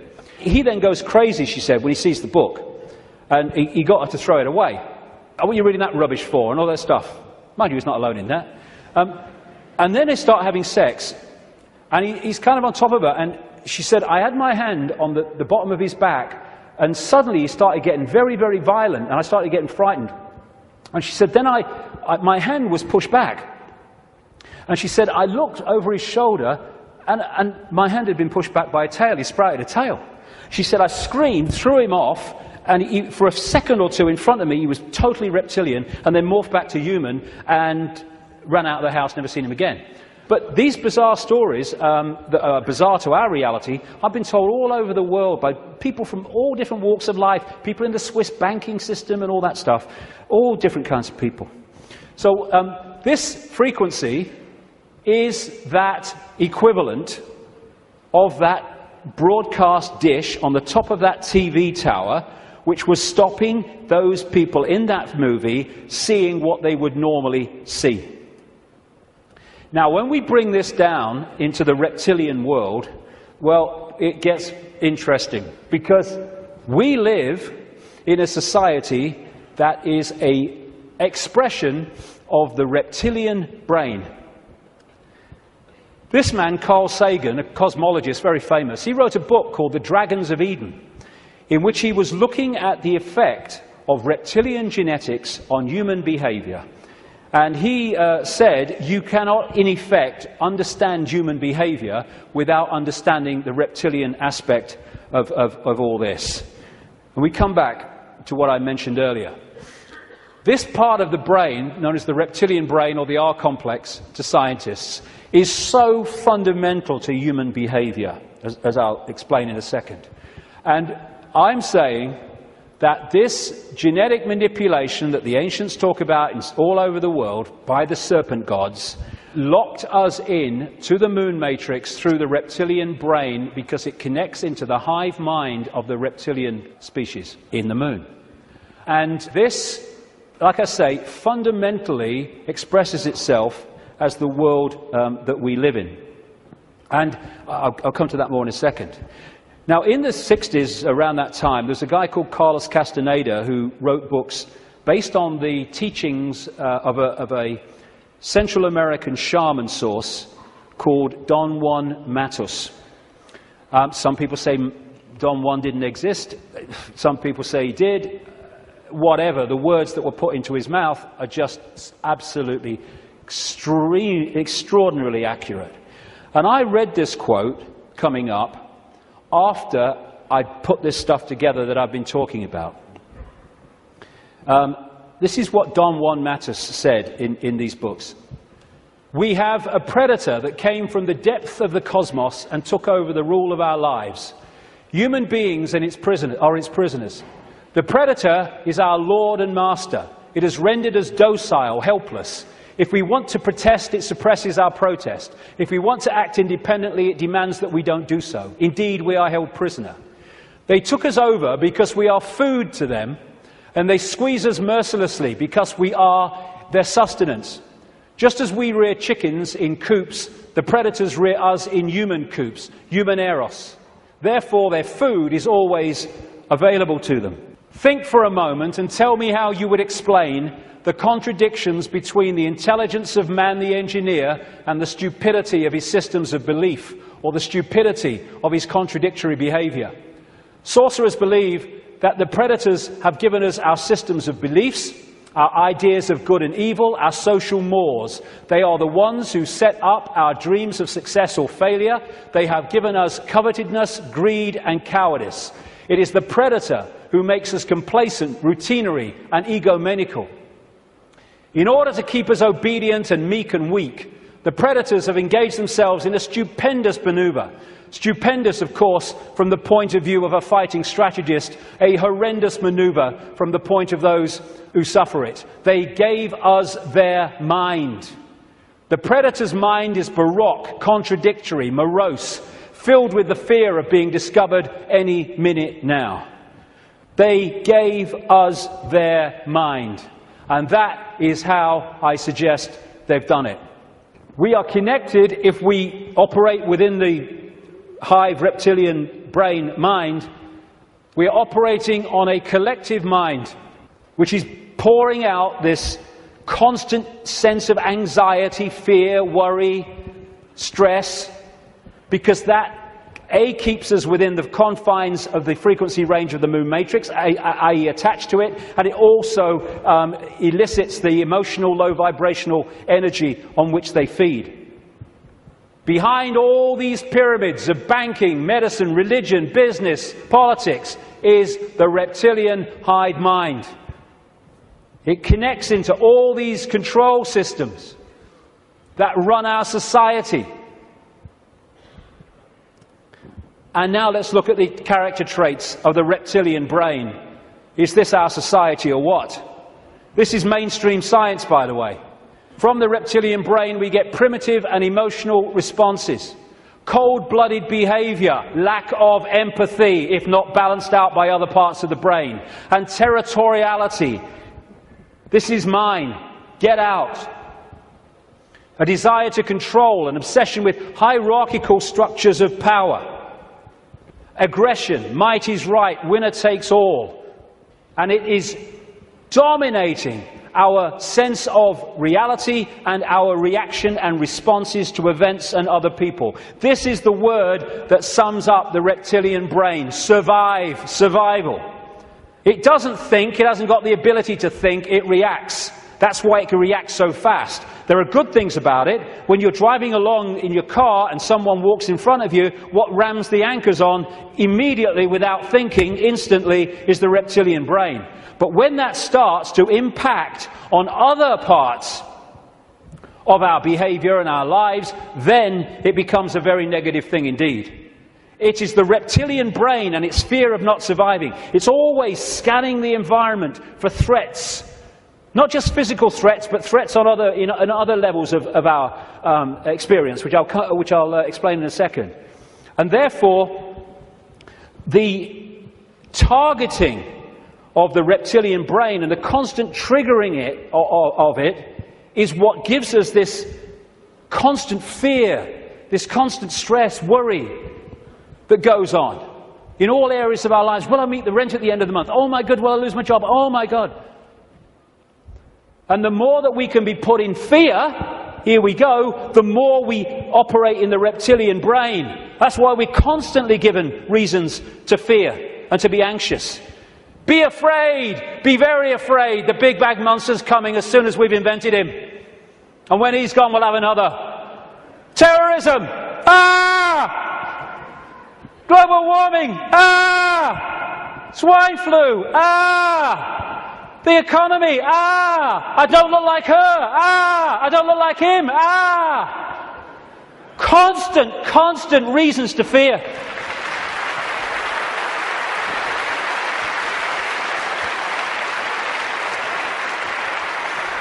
Locking us into the control system.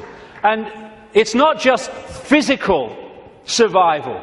It's survival of status, of power, of reputation, superiority, intellectual preeminence. Acquiescence to a hierarchy and authority is another aspect of the reptilian brain. I know my place. And you know, when you put information out that challenges the status quo view of scientists and academics, they react vehemently. Why? Because the reptilian brain's kicked in. Survival of their reputation, survival of their belief system. When you put out information that challenges people's religious beliefs, not you're saying you're wrong and all that stuff, you're just saying here's some information which, if it's true, that can't be right. They vehemently attack you. Why? Because the reptilian brain's kicked in, because the belief system is in danger of not surviving. Fear of money. Money is fundamentally reptilian brain. Two polarities of it. One, fear of not surviving, fear of not having enough to pay the rent, to eat. And on the other hand, you can get so locked into the reptilian brain, and this is what the hybrid bloodlines do, that you equate survival with far more than is necessary to survive. So you get people, especially in these bloodline networks, who have got more money than they could spend in 100 lifetimes, but they get up with the sun every morning to go and earn bloody more. It's an obsession, it's an addiction, and it's connected to the reptilian brain, which fundamentally drives our perception of reality. Don Juan Matus again. I know that even now, though you never have suffered hunger, you have food anxiety, which is none other than the anxiety of the predator who fears that at any moment now its maneuver is going to be uncovered and food is going to be denied. Through the mind, which after all is their mind, the predators inject into the lives of human beings whatever is convenient for them, and they ensure in this manner a degree of security to act as a buffer against this fear. Sorcerers of ancient Mexico reasoned, here we go, that man must have been a complete being at one point, with stupendous insights, feats of awareness that are mythological legends nowadays. And then everything seems to disappear, and we now have a sedated man. What I'm saying is, what we have against us is not a simple predator. It is very smart and organized. It follows a methodical system to render us useless. Modus operandi, done it many times. Man, the magical being that he is destined to be, he's no longer magical. He is an average piece of meat. There are no more dreams for man, but the dreams of an animal who is being raised to be a piece of meat, trite, conventional, imbecilic. This is what becoming conscious brings us out of. Control of perception is the bottom line of this conspiracy.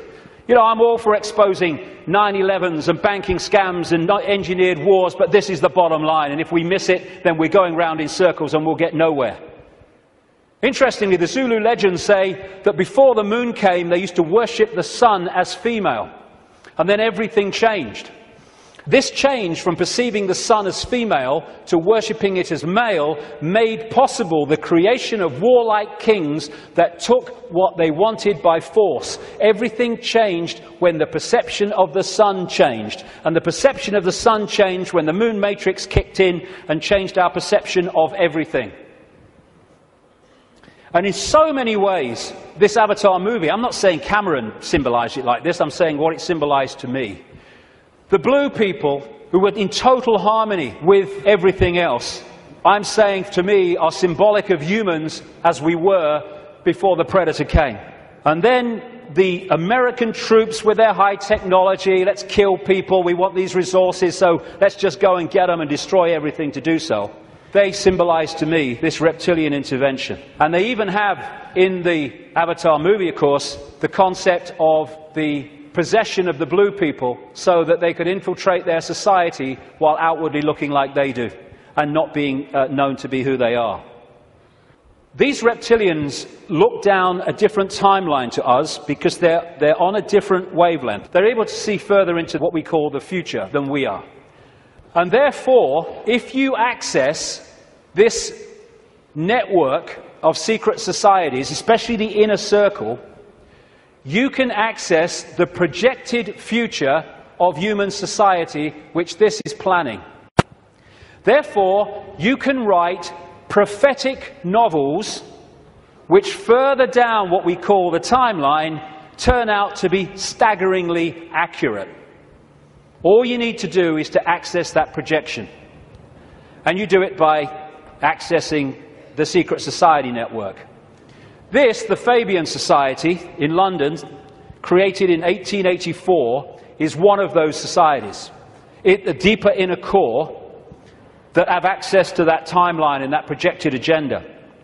And this guy was one of them, a Fabian. And that's the Fabian logo, by the way. The wolf in sheep's clothing. Perfect.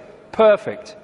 It created, in effect, the Labour Party in Britain, and it influences massively the left, not only the left, but what we call the left centre of politics, not just in Britain, but in other countries. Australia, too, for instance, very, very powerfully. When people have said to me in the past, you know, what's planned, I've said to them, well, you can read 2 books and see it, just put them together. George Orwell's 1984 and Aldous Huxley's Brave New World. This was published in 1948, this was in 1932. Put the 2 together, this talks about the drugs and all the rest of it, and the mind control, this talks about the sort of police state. Put them together, you got it. They were incredibly prophetic. I've been saying for years they weren't novels, or their source wasn't novels. Turns out that Aldous Huxley taught French to a man called Eric Blair then, now George Orwell, at Eton College, and introduced him to the Fabian Society. And this was the knowledge base, plus no doubt others connected, where they got these concepts. And what they said all those decades ago, Huxley's case 1932, is now happening in incredible detail. And it seems that Orwell rebelled against what he heard and wrote 1984 to try to expose it. And some researchers suggest, they may well be right, that he called it 1984 when it was set kind of about now, because 1984 was the 100th anniversary of the creation of the Fabian Society. We reached a point where these entities and their hybrid bloodlines, the Illuminati bloodlines, they think the takeover of humanity is almost complete. And when you look at it, it may seem to be that that's the case. They think the game is over. It's gone so far. They must be bloody joking. These people...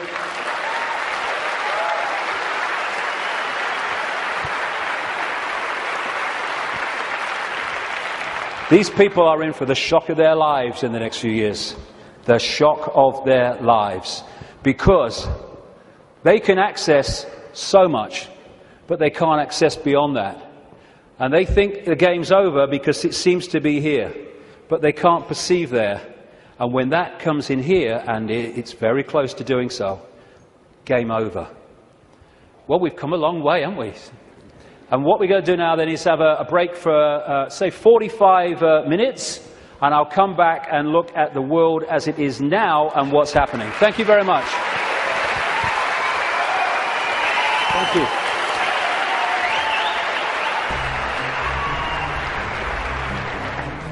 Very good so far, yeah. The reason I'm here basically is to find out exactly what's going on in the world and find out exactly what the hidden conspiracy there is that's going on today, basically. It's not just David Icke that's saying this stuff about the moon. There's Alex Collier, the Andromedan contactee, who says that the moon was towed here but from Ursa Minor, which is near the Alpha Draconis star system, by the reptilians. I don't think he's necessarily said anything that I haven't known already, but he's very eloquent, and he's put it together in such a beautiful package that it just makes it very easy for anyone to understand. I just like the way David puts things across, you know, he's not afraid, he's got no fear in him whatsoever, doesn't give one iota about what people think, and I think we can all learn from that, definitely. Ever since I was little, I've always thought that something was wrong. The way that society, because I believe that reality and the system that we live in are two completely different things. I've found it very difficult to concentrate in school because I was always told what to believe. It was very structured, and whenever I used to ask why, nobody could ever give me an answer. And it seems that David Icke seems to give those answers and opens up your perception to new possibilities. Some concepts of it I can agree with, definitely with the controlling aspect of it, because there's got, like, when you look at the controlling thing, there's got to be a way how they're really keeping us controlled. So I would say with that aspect of it, yeah, I do agree with it. I have read and I have seen many videos, and I think he's great because there is a lot of truth in everything he says, and there will be a lot of changes from now on. I admire what he's doing. I think he's got a lot of courage to step out and enlighten a lot of people about what's going on in the world that the majority of us don't really understand or know about. So he's, I give him a thumbs up, really.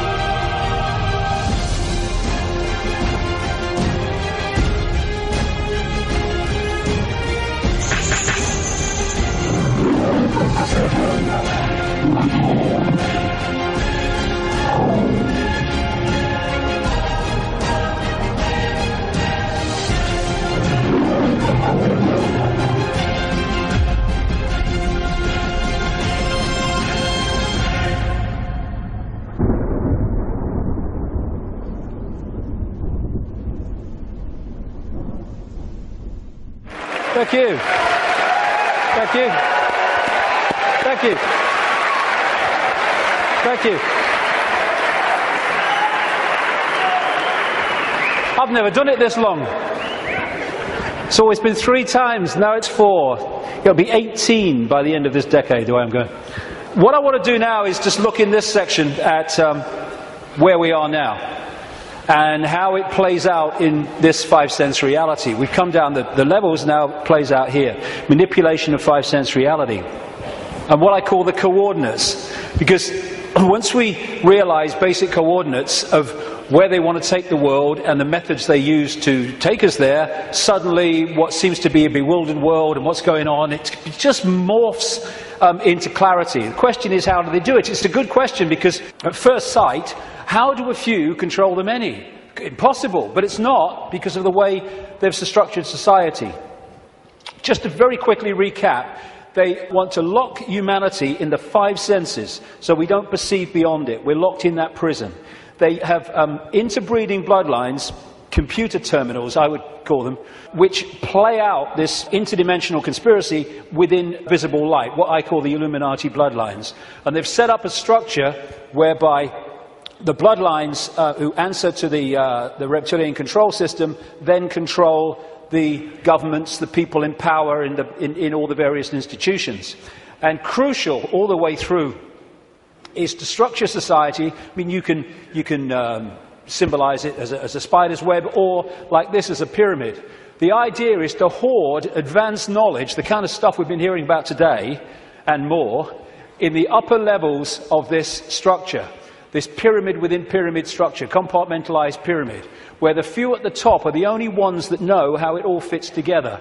And they keep the general population in ignorance of what they know, therefore they have the power, so they can manipulate the perception of the masses by keeping them in ignorance. This is why the education system is not about educating, it's about programming.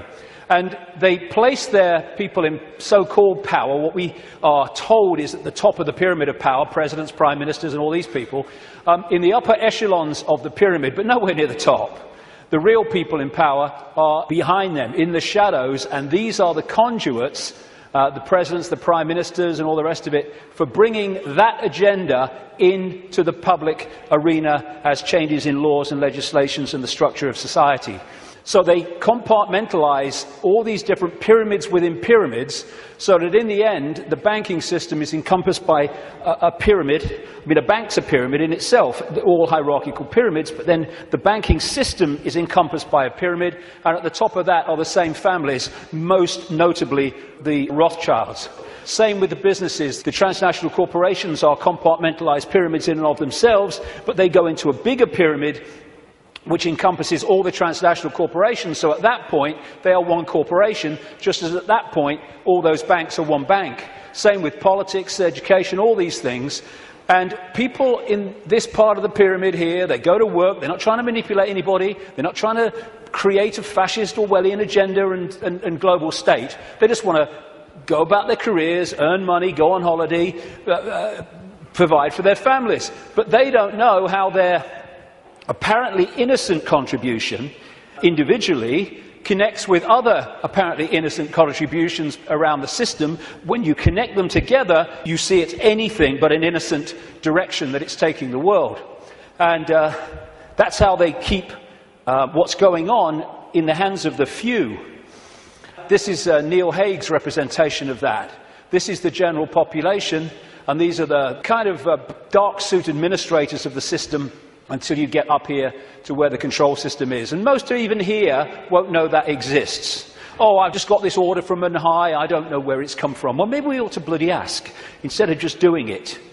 And again, it can also be symbolized as the web, where these various strands, they're secret societies, semi-secret organizations, which go out and connect all these apparently unconnected countries, institutions, media organizations, banks, etc. And this Illuminati network, symbolized as the bearded man, spews out all these people who apparently appear to be random. To run for president needs cuckoo land amounts of money. Where do they come from? It comes from here. Where does that money come from?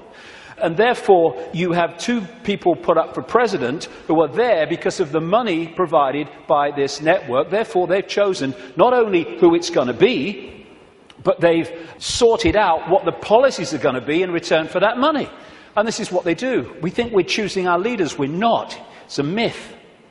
And so this structure that I showed you earlier comes into this, where these leaders are put into power to carry out the agenda of the control system, which is why when parties change, whatever they've said in opposition goes out the window and they start acting like the party in government previously that they were criticizing. The common denominator is whoever gets in power basically introduces the control system, and whoever's out of power opposes the control system verbally, which means that you have the illusion of choice when whoever's in power unfolds the agenda. So there is no choice. It's a myth. And they control these institutions and play the people off against each other, divide and rule, both within countries and between countries, keeping everything in a constant state of confusion and conflict. And that's the key. Manipulating confusion and conflict is child's play. Manipulating harmony, manipulating respect between each other is a nightmare. So they have to keep the world in constant states of conflict. Now, when you bring it down to an individual country, as we come down this structure, this is what you find in every country. You had in America, it's a wonderful example, but it plays out all over the world. During the Bush years, Republican, that administration was controlled by a group of people known as neocons, neoconservatives, including all these people like Richard Pearl and all the rest of it. And over here, you have what I call, anyway, the democons. This is a network of people. I put Kissinger in the democons because he's an advisor to Obama at the moment, but he spends most of his time with the neocons, Kissinger. He just goes with whoever's winning. And the democons are a group of people that control the democratic administrations. But the democons and the neocons are controlled by the same force once you get to here. So people think, oh, I voted Republican this time. Oh, I'm going to put the Democrats in because I like that Obama. Got a nice smile. And what you're doing is voting for this, whatever. And that's what's happening in this country. Same thing. And so when people say Big Brother Bush or Big Brother Obama, no, it's not. These are just puppets. Dance. I said dance. When I say jump, I mean Olympic high jump record. This is the thing. You take one mask off, you put another mask on. And because it's a different mask, we think it's a different administration. We think controlled by different forces. No, no. And what you have is the movie playing out in the public arena, people who appear to be in opposition to each other when they're controlled by the same puppeteer. And once you look beyond the movie, that's when you start to see what's really happening in the world.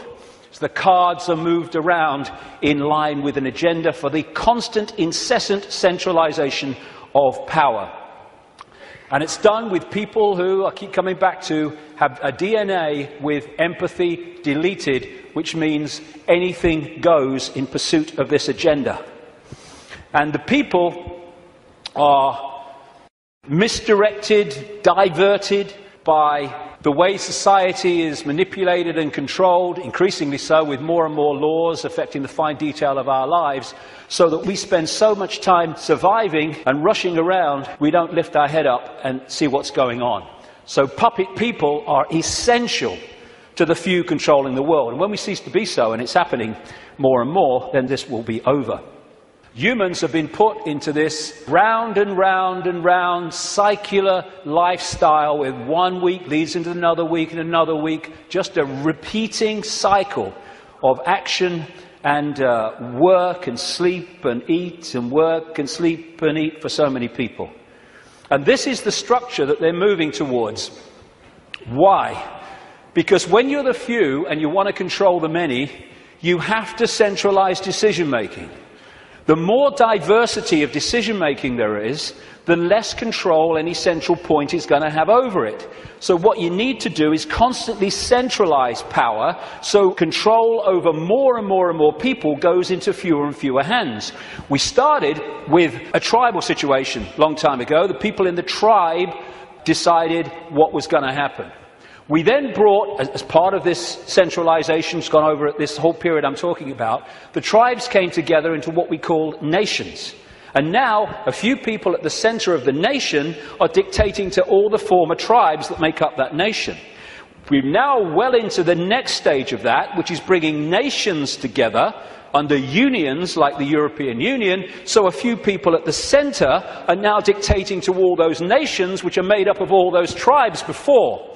And the next stage of that, which they're already preparing for, is to take us into a world government that would dictate to these unions that are building up, like the European Union, the American Union that they want via the North American Union, the Pacific Union, evolved out of organizations like APEC, Asia-Pacific Economic Cooperation, and the African Union, already in place, evolved out of the Organization of African Unity and other bodies. And what they done in many of these unions is start them off as free trade zones, just for jobs, that's all it is, no worries. And then they've turned them into fully fledged dictatorships, which is what happened in the European Union.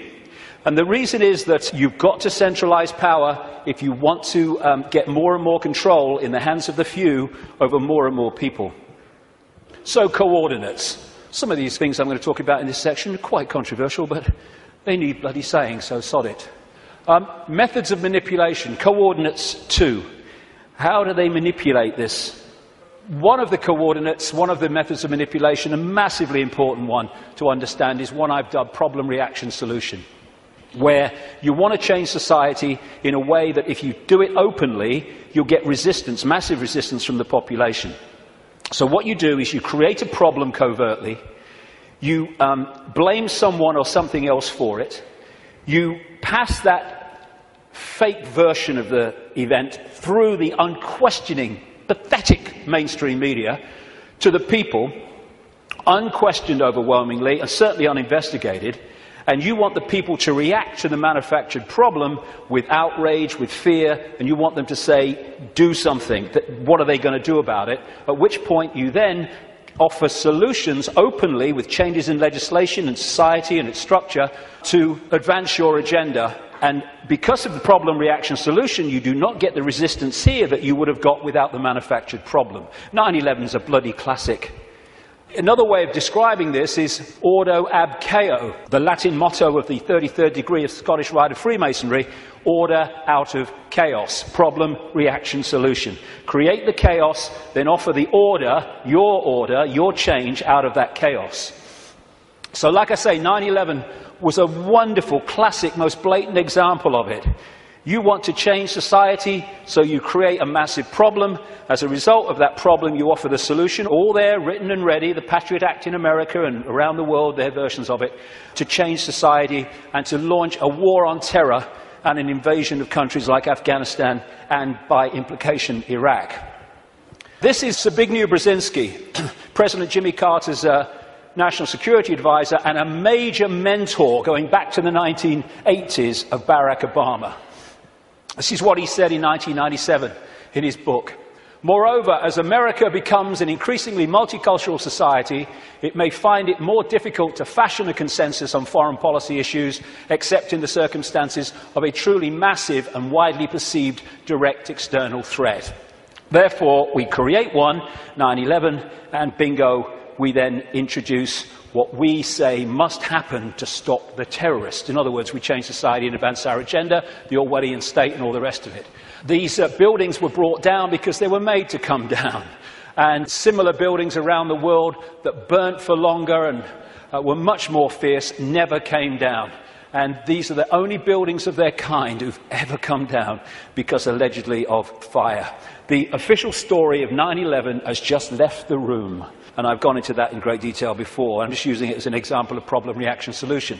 But when through the web you control the intelligence agencies, you control the governments, you control the media, and you control countries, and you control the manipulation of fake terrorists like Osama bin Laden, then you've got all the pieces you need to orchestrate the problem, reaction, solution, and to then use this to change society in the image that you have desired. And this is a classic. Adolf Hitler proposing the creation of the Gestapo in Nazi Germany. An evil exists that threatens every man, woman and child of this great nation. We must take steps to ensure our domestic security and protect our homeland.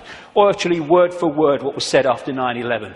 The Second World War, problem, reaction, solution. This is why it is no paradox, no coincidence or contradiction that the same people can be shown to have funded the Nazis, that funded the Americans and funded the British, overwhelmingly based around the cartel of the Rothschilds.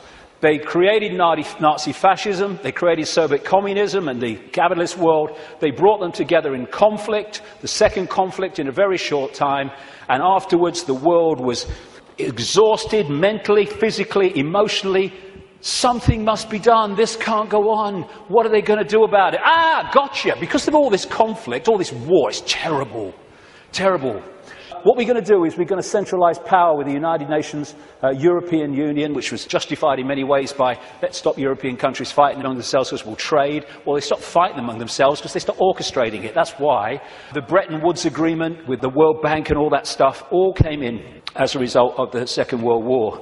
Then there's another version, which I now call no problem reaction solution. This is when you don't need a real problem, you just need the public perception of a problem, i.e. weapons of mass destruction in Iraq, i.e. human-caused climate change. And then you can offer a solution to a problem that doesn't actually exist, but if enough people think it does, well, you got them.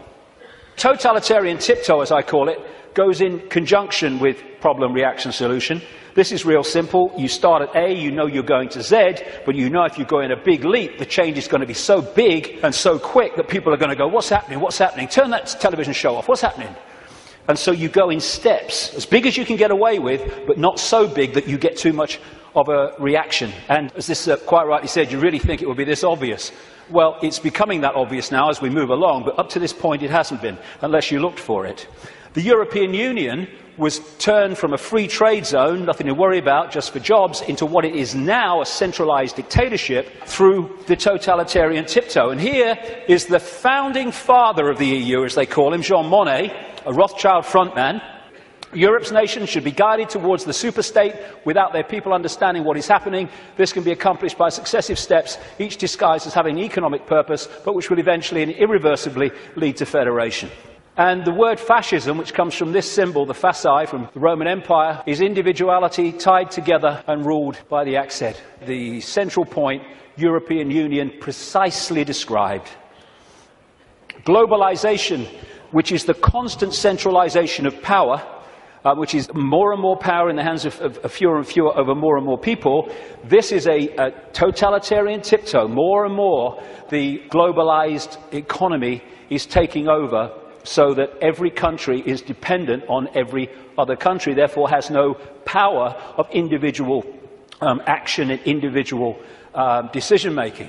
Free trade, which means freedom to exploit, which means you can get sweatshop workers here to make your stuff for a few cents, and then you ship it over here and you sell it for as much as you can get. It's called free trade. If everyone's in favour of free trade, you can't be against free trade. This is also part of this globalized centralization of power, which is designed to do this, and it increasingly is doing this. It means that if you're dependent within your country or your community on things outside of your influence, then everyone is dependent on everyone else, therefore has no self-sufficient ability to make decisions in their own lives and their own communities and their own countries. And the reason that they want to do this is they want to make everyone dependent on something outside their control, because dependency equals control. It's like abundance and scarcity. We live in a world which could be incredibly abundant. Nobody should be hungry on this planet, for goodness sake. Africa could feed the bloody world. It can't even feed itself. Why? Because of the manipulation of that continent by this crowd. And so we have all over the world, because there's no empathy, no consequences for them emotionally of their actions, we have manufactured scarcity. Because abundance equals choice equals freedom. Scarcity equals dependency equals control. And that's why we have manufactured dependency. We have people hungry in a world of plenty. Coordinate 3, the cement.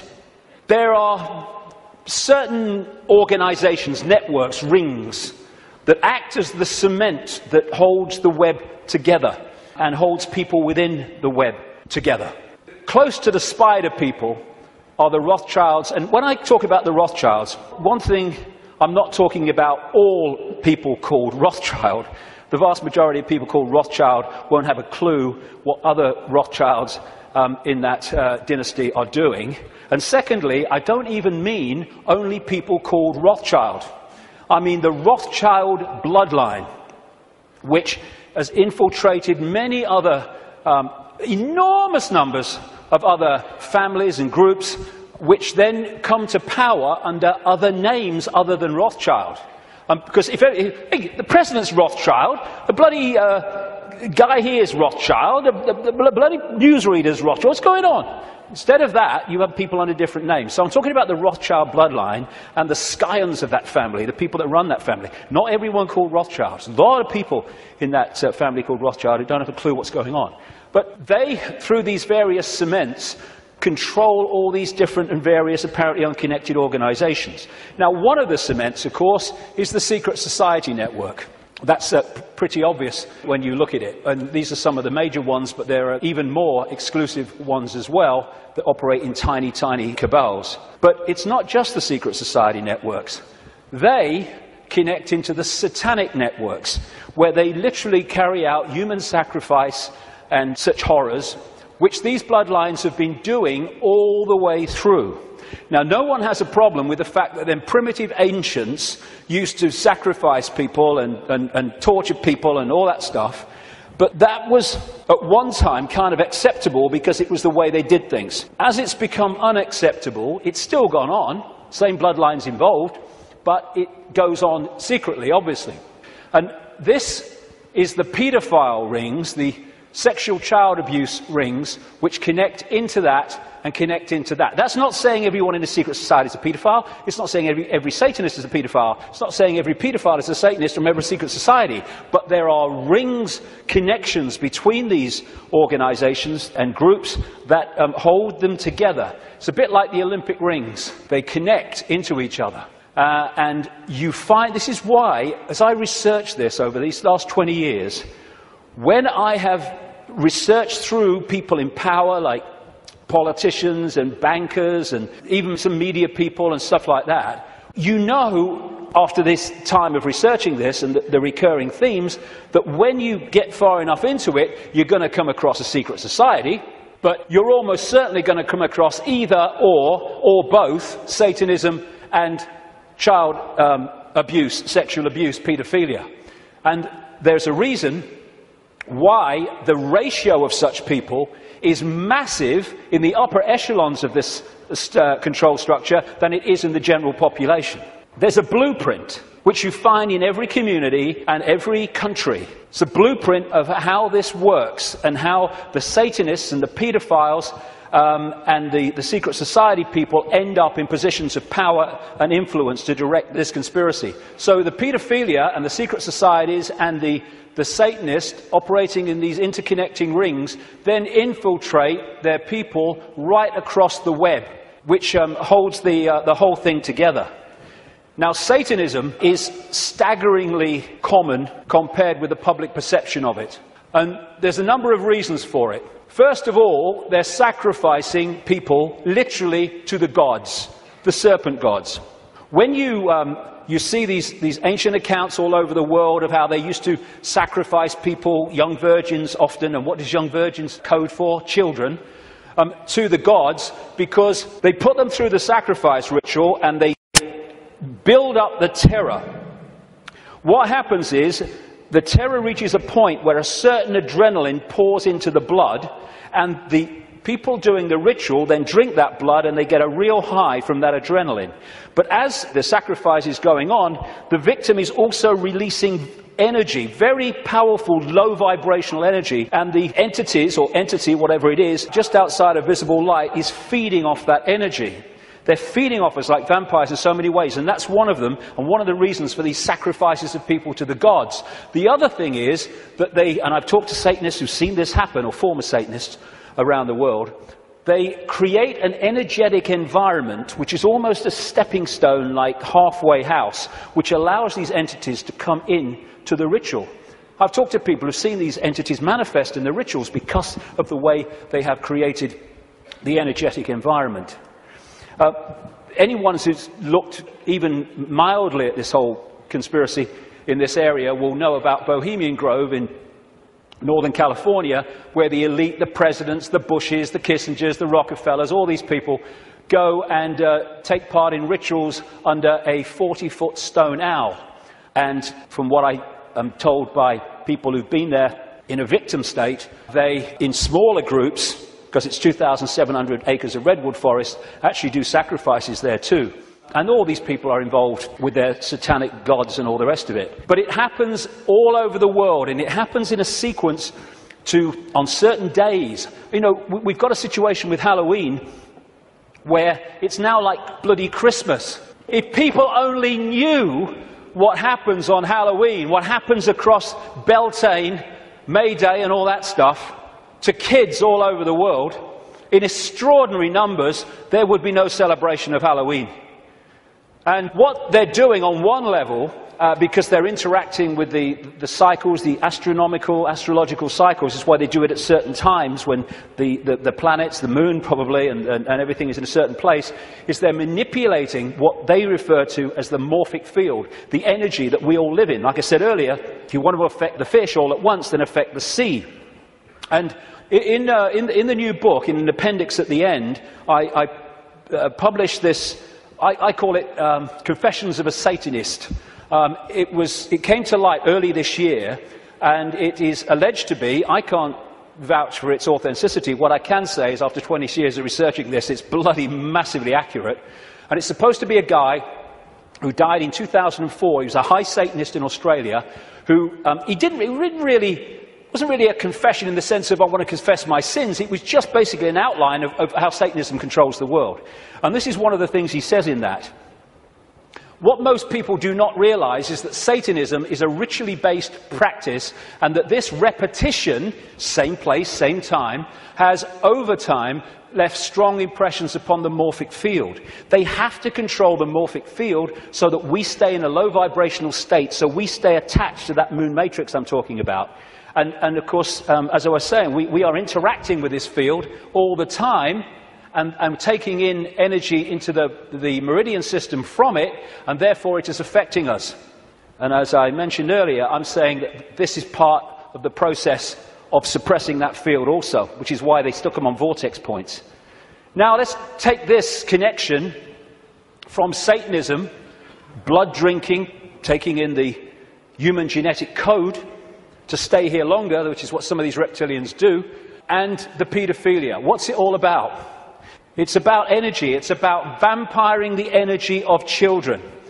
The reason that we have sacrificed to the gods of young virgins, children, is because they want the energy of children before puberty, because when puberty happens, there is obviously we all know, there is a chemical change, massive chemical change, at which point, from their point of view, the energy is not as pure and desirable.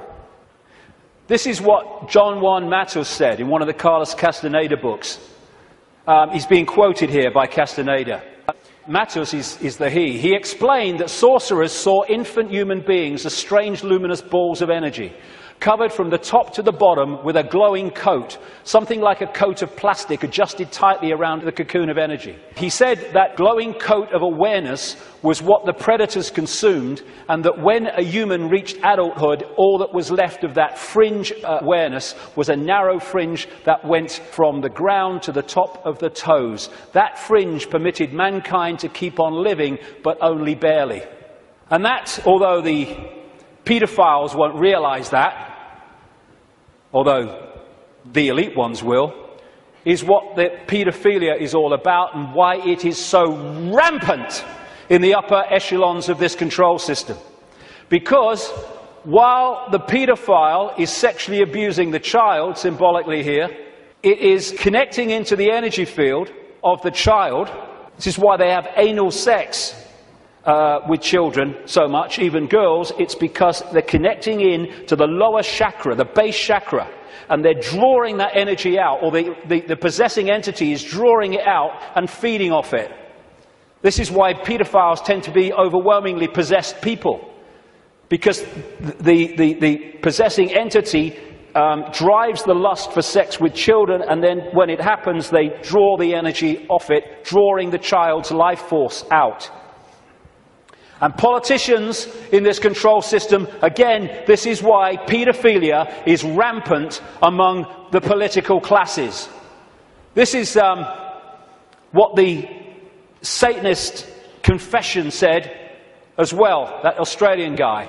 Politicians are introduced by a carefully graded set of criteria and situations that enable them to accept that their victims, children, will be our little secret. Young children sexually molested and physically abused by politicians worldwide are quickly used as sacrifices. In Australia, the bodies are hardly ever discovered, for Australia is still a wilderness. In countries that are not a wilderness, they control the mortuaries and the crematoria, where they get rid of children who they want rid of because of what's happened. And it is rampant. I keep using that word, but it is. People don't realize. What happens is, people think or relate the number of children that go missing every year to the number of times we see a story on the news that a child is missing and everyone's trying to find them. That is the tiniest tip of the iceberg. Hundreds of thousands of children go missing in America every year. I've rung the states, because they don't have federal figures, tell you how many cars went missing federally, but not children. They said, you've got to ring the states. I rung a load of states years ago now. I said, how many children go missing every year? How many children went missing last year? And I added the figures up. What? Never seen this on the news, hundreds of thousands. Some of them are found, some of them have explanations. Not all, nothing like. And what happens is that you have the cover-up. There are so many stories where the story of this Satanism and this child abuse starts to come to light, and immediately the lid goes on because the system controls the various aspects that can keep the lid on. This is just one example. There's endless numbers around the world. The Franklin cover-up. It was an investigation by this guy, John W. DeCamp, who was former state senator in Nebraska, and he started investigating this guy, Lawrence King, a major Republican who sang the American national anthem in 1984 and 1988, I think it was, at the Republican convention. And he was investigating him for financial fraud through an organization called the Franklin Savings and Loans. But then he discovered that he's running a paedophile ring and providing children for the biggest names in America. And he wrote this book, The Franklin Cover-Up, Child Abuse, Satanism, again, they go together all the time, and murder in Nebraska. And what happened? Some of it got into this Washington Times, a mainstream newspaper, the connection to the Reagan-Bush administration, but most of it was totally covered up. I've been writing in my books now since 1998 that Father George Bush is a notorious paedophile, child torturer, child killer, and serial killer of adults as well. Said it on American radio.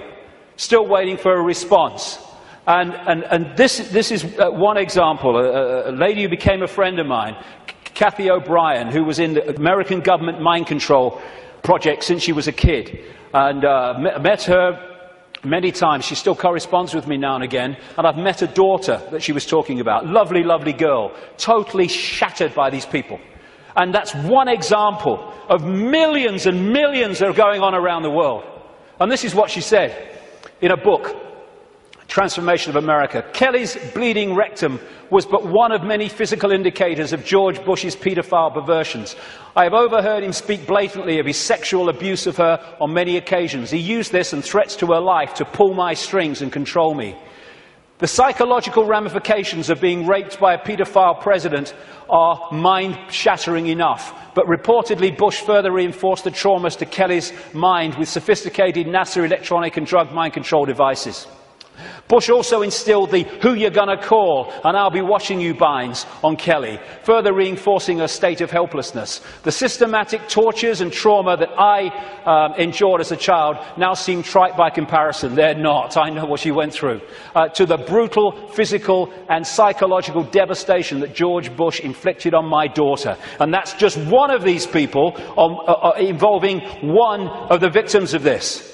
It's incredible, the scale of it, and it's going on in this country. And what happens? The wall goes up. This is what DeCamp found.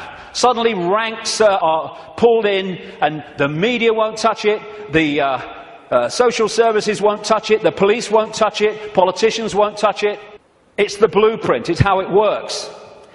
And the Discovery Channel programme, produced by Yorkshire Television, was about to go to air exposing that Franklin cover-up and the paedophile connections. Bingo, it was censored and pulled just before it was going to air. Never to see the light of day, although you can get it on the internet, because one copy survived. I was naming this guy, like I said earlier, Ted Heath, as a paedophile and child murderer from 1998. This guy's record of killing children is extraordinary. Prime Minister of this country. This fella, Thomas Hamilton, the man who went into Dunblane Primary School and killed 16 children and a teacher, he was a procurer of children for the Scottish political elite, which locks into the Westminster political elite, and the satanic rings that lock into both. That's why they took the records of this case and ordered them to be locked away for 100 years. And then, if you've been following my website recently, and many other websites too,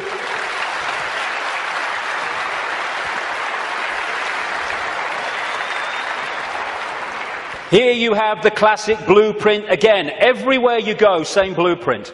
This girl, Holly Gregg, Down syndrome girl, her mother, Anne, and Robert Greene, a fantastic guy who's been helping them and committed so much of himself to this. When she started, Holly started saying what had happened to her, being raped and abused by the Scottish elite, suddenly the wall went up again. And Robert was arrested. He's been treated appallingly by the police, the Grampian police in Scotland. Grampian area of Scotland, by the way, notorious for Satanism. And he's now basically been told what he can't say, and he can't name people and all the rest of it. And he's, the case is ongoing. The media won't touch it, though maybe that might be changing, we hope. The Scottish law network or establishment will not investigate it. The police won't investigate it properly. Anne's brother, Holly's uncle, was blatantly murdered when he had seen Holly's father abusing her, and therefore had the ability to tell the truth and tell the story. He ended up murdered, and a cover story of suicide. When you see the story, suicide, are you kidding, was put together by the Grampian police. And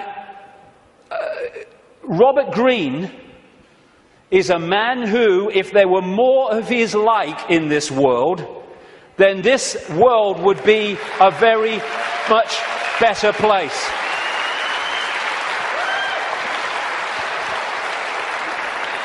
And Robert's actually here today, so thank you, Robert, very much for all you're doing.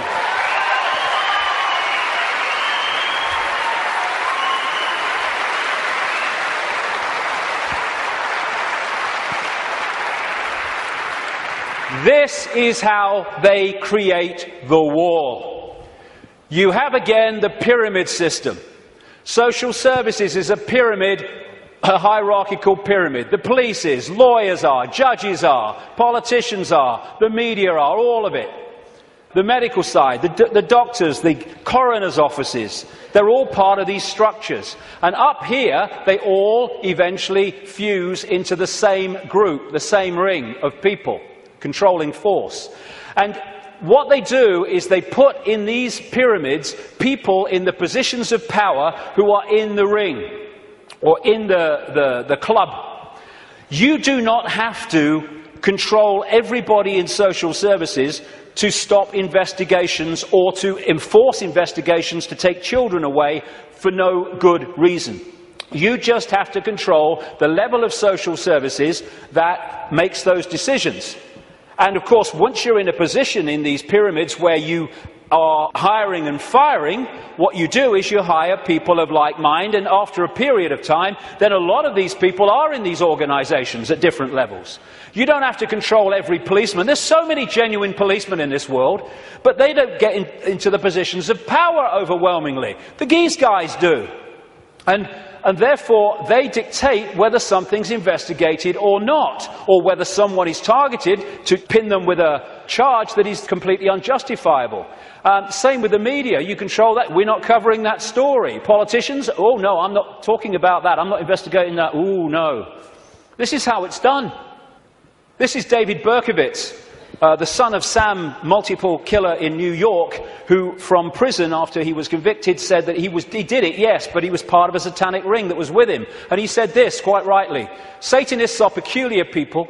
They aren't ignorant peasants or semi-literate natives. Rather, their ranks are filled with doctors, lawyers, businessmen, and basically highly responsible citizens. They are not a careless group who are apt to make mistakes, but they are secretive and bonded together, the cement, by a common need and desire to mete out havoc on society. It was Aleister Crowley who said, "I want blasphemy, murder, rape, revolution, anything bad." And now we're having, around the world, not least in this country, but America too and other countries, we're having the state stealing our children on the most extraordinary scale, with the most extraordinary excuses. There was one lady who came to light, not many do compared with the ones that are going on, because of the secret family courts where this stuff goes on in secret and can't be reported. And they say, oh, it's to protect the children. No! It's to protect the paedophiles and the Satanists. That's what the secrecy is for.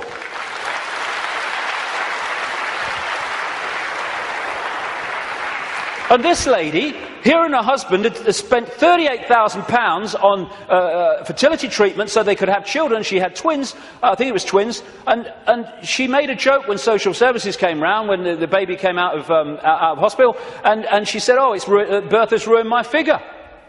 They took her children away. And then when she furiously resisted, they said, the mother has anger problems, which are a danger to the child. It's unbelievable the number of children that have been taken away from their parents for no reason. This guy, Tim Yeo, a Conservative MP, just before the last election, said in Parliament, using parliamentary privilege, he accused his local council of kidnapping a 9-week-old baby from parents. But it's the tip of an iceberg, and a gathering iceberg.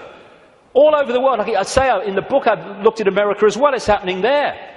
And what did Aldous Huxley, the Fabian prophet in Brave New World, talk about? The fact that children were going to be taken away from parents, parents were going to become no longer, not even relevant, they're no longer even part of society, and the state was going to take control and bring up all children. And that is where they're moving towards. And this guy, Ed Balls, my God, whoever named him was psychic. He was children's minister up to the last recent election, overseeing, taking more and more power away from parents, giving it to schools and authorities. And this guy is a former chairman of the executive of the Fabian Society and still a leading light in it. Coordinates to the cement. Now, this might be controversial. I don't give a damn, really, because, we've reached the point here where we've got to start saying what is and not running away from it. What I'm about to say now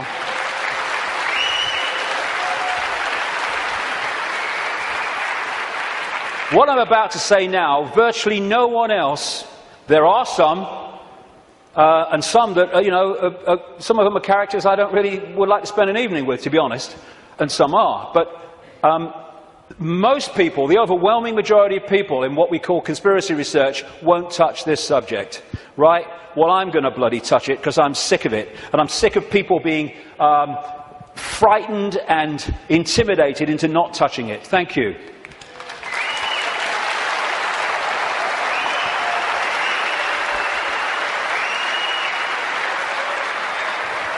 Right.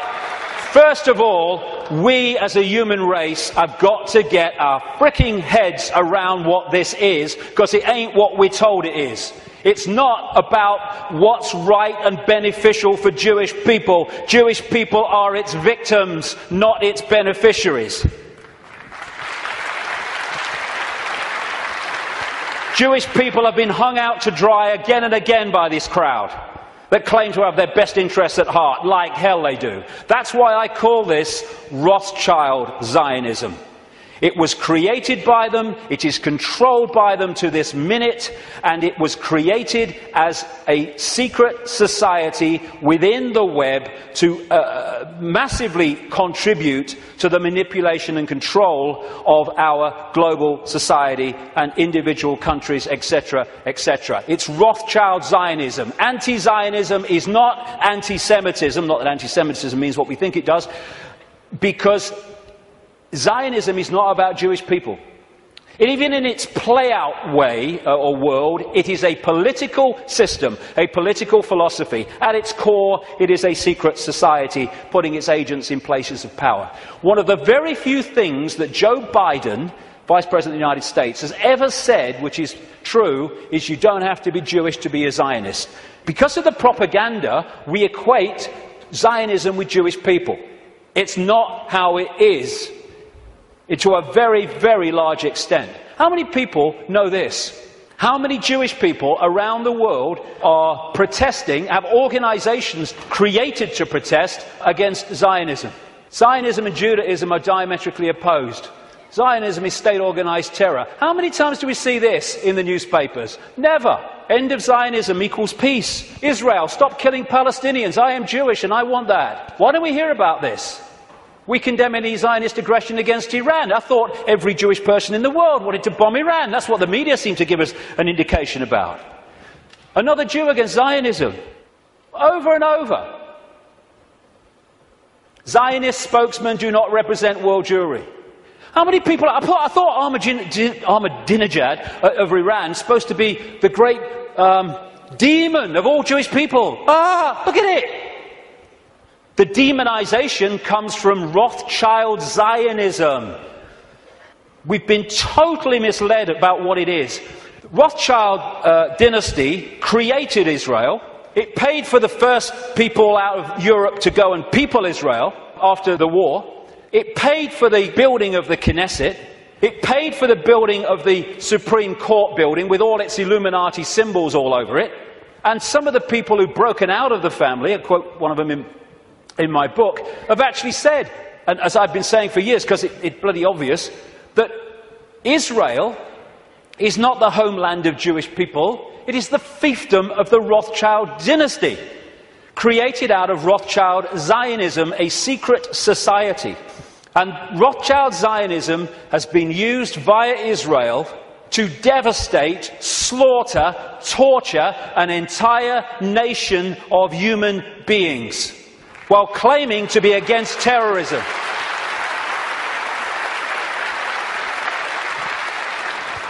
This is the dictionary definition of genocide: the systematic and widespread extermination or attempted extermination of an entire national, racial, religious or ethnic group.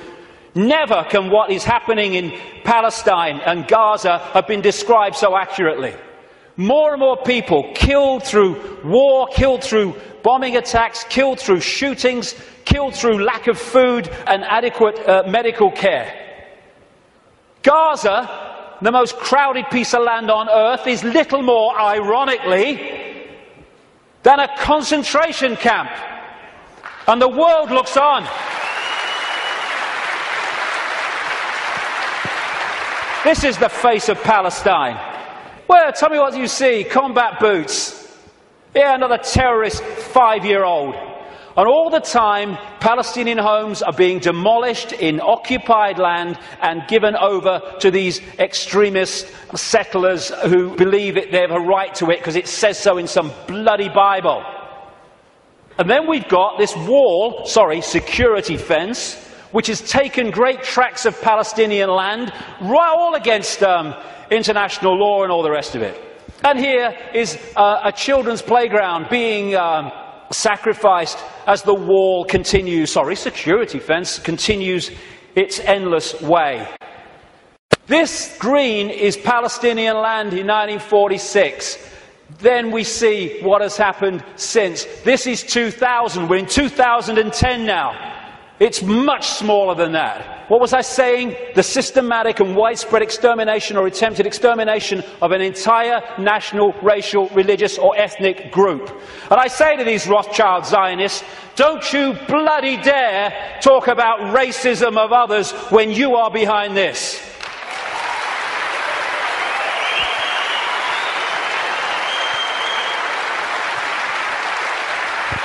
Israel is an apartheid society, not just between Israelis and Palestinians, but through Israeli society. It's incredibly apartheid. The way they treat the black Jews from Ethiopia is absolutely grotesque. As is spokesman doing that, then talking about other people's racism. We've got to go for that. I mean, and people, Jewish people, have seen it. They can see what it is. There's some fantastic Jewish people in Israel who are resisting this. Young people who go to jail because they won't serve in the army because of what the army's doing to the Palestinians. Magnificent people who never get talked about in the mainstream media hardly.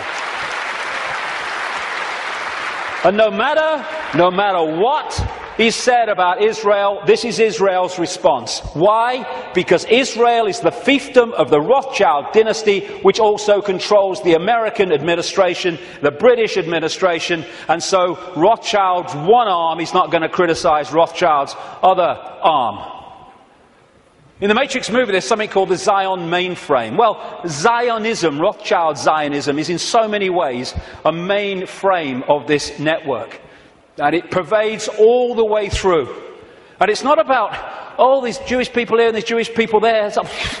It's Rothschild Zionists who are there, and they answer to the Rothschild dynasty. Therefore, they play out the agenda of the web in a coordinated way.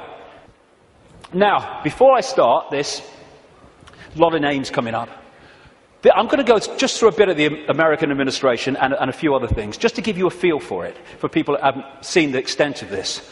Before I start, one fact. Jewish people in America are less than 2% of the population. A significant number of them will not be Rothschild Zionists, and therefore the ratio of Rothschild Zionists is even smaller, significantly smaller than the 2%. Okay. Obama's immediate handler is a guy called Rahm Emanuel. He has served in the Israeli army. He's the White House Chief of Staff. He does whatever he says. His father, Emanuel's father, was a terrorist in the Irgun terrorist group that bombed Israel into existence in 1948. And this is the relationship between Rahm Emanuel, he's the kind of Peter Mandelson of America, and Obama. Hey, you want a Nobel Peace Prize? I can sort it, son. I can sort it, son. No problem. All pictures like that, by the way, are by a guy called David Dees, who's a political artist, brilliant, American, works out of Sweden. Uses images so powerfully to tell 1,000 words as they go. This guy is the second handler in the White House. His name's David Axelrod, Rothschild Zionist, and he was the man who orchestrated the entire election campaigns of Obama against Hillary Clinton and then against John McCain. The main funder and orchestrator of the funding, in terms of individuals, of Obama was a guy called George Soros, Rothschild Zionist, who manipulates countries and uses his networks and funding to create coups in countries where they want to change the regime change. And he bets on currencies like he bet on the pound years ago and makes a fortune out of the demise of the economy of other countries because he has no empathy. Henry Kissinger, massive Rothschild Zionist, has served that dynasty's agenda for 40 years, if not 50 years. And he's now an advisor to Obama, even though he's officially a Republican. The American economy, the American economic team, is led by Timothy Geithner, Treasury Secretary, Rothschild Zionist, and Larry Summers, Rothschild Zionist. The entire Obama budget is run by the budget director, Peter Orszag, Rothschild Zionist. This man was advising the Russian treasury when the Russian governments were giving state assets away to Rothschild Zionist oligarchs, including Roman Abramovich, the owner of Chelsea Football Club, by the way. It's very easy to become a billionaire when a state says, have these assets worth billions of pounds. Thank you very much. It's a piece of cake. You could buy a football club if you want. And this man's company was also advising the Icelandic central bank in the run-up to the Icelandic crash. The Federal Reserve in America, which controls the American economy in so many ways, it's a privately owned, not government-owned central bank, and it's privately owned by the Rothschilds and the affiliates of the Rothschilds, is Bernard Bernanke, Rothschild Zionist. He replaced Alan Greenspan, Rothschild Zionist, who was head of the Federal Reserve from Reagan Bush right up into the Boy Bush administration, and he systematically took away the checks and balances which allowed the mayhem of 2008 to unfold. We keep hearing about Goldman Sachs and all the mayhem that it's created, both in the crash of 2008 and the crash of the economy in Greece, fundamentally involved Goldman Sachs. Goldman Sachs is a fiefdom of the Rothschilds, headed by Lord Blankfein, Rothschild Zionist. The World Bank, headed by a Rothschild Zionist. The IMF, International Monetary Fund, headed by a Rothschild Zionist. European Central Bank, headed by a Rothschild Zionist. A stream of so-called czars, as they call them in America, controlling different policies and areas, policy areas of the Obama administration, Rothschild Zionists, including Cass Sunstein, who has actually written a paper saying people who have conspiracy theories should either be banned from expressing them or taxed for expressing them. Taxed! Climate change policy in the Obama administration is controlled by Carol Brown, a Rothschild Zionist, and Todd Steen, Rothschild Zionist. Major area of policy. The American administration is utterly awash with Rothschild Zionists, and that is not by accident. It's because they're agents of the dynasty or agents of the control system. It's not about race. Mossad is not the intelligence agency of Israel. It's the intelligence agency of the Rothschilds, and that's why it turns up all over the world in false flag set-up terrorist events and assassinations and all that stuff, because it's not carrying out the policy of Israel, it's carrying out the policy of the Rothschilds that control Israel. Now let's look at 9/11. The World Trade Center lease was purchased just a few weeks before 9/11 by Larry Silverstein, Rothschild Zionist, and Frank Lowy, Rothschild Zionist, and the deal was done with this guy called Eisenberg, Louis Eisenberg, Rothschild Zionist, the head of the New York Port Authority. The head of the CIA, who investigated what happened on 9/11, George Tenet, Rothschild Zionist.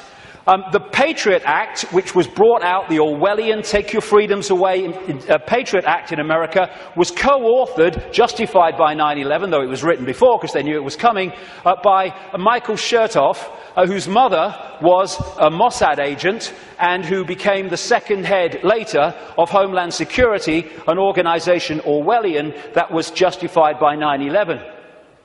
At the time of 9/11, in the run-up to it, and then the war on terror and all that stuff, the Pentagon was dominated by Paul Wolfowitz, Rothschild Zionist, Dov Zakheim, the comptroller, who managed to lose trillions of dollars and still got away with it. And by the way, when one announcement was made of how much he'd lost or had gone missing in the Pentagon, they announced it on September the 10th, 2001. I wonder if they realized that because of that it would never see the light of day. Dov Zakheim, Rothschild Zionist, and people like Douglas Feith, Rothschild Zionist in the Pentagon. Now, as I've said earlier, the Bush administration was dominated and controlled by what became known as the neocons, the neoconservatives, which were a Rothschild Zionist organization, led by people like Richard Pearl, Rothschild Zionist, William Crystal, Rothschild Zionist, John Bolton, Rothschild Zionist, in belief in nothing, if nothing else. And then the 9/11 Commission report, which was the official report investigating 9/11. They wanted Kissinger to head it first until the public didn't take that seriously and he had to step down. But that report, which agreed that the official story of 9/11 was true, was written and overseen by Philip Zelikow, Rothschild Zionist.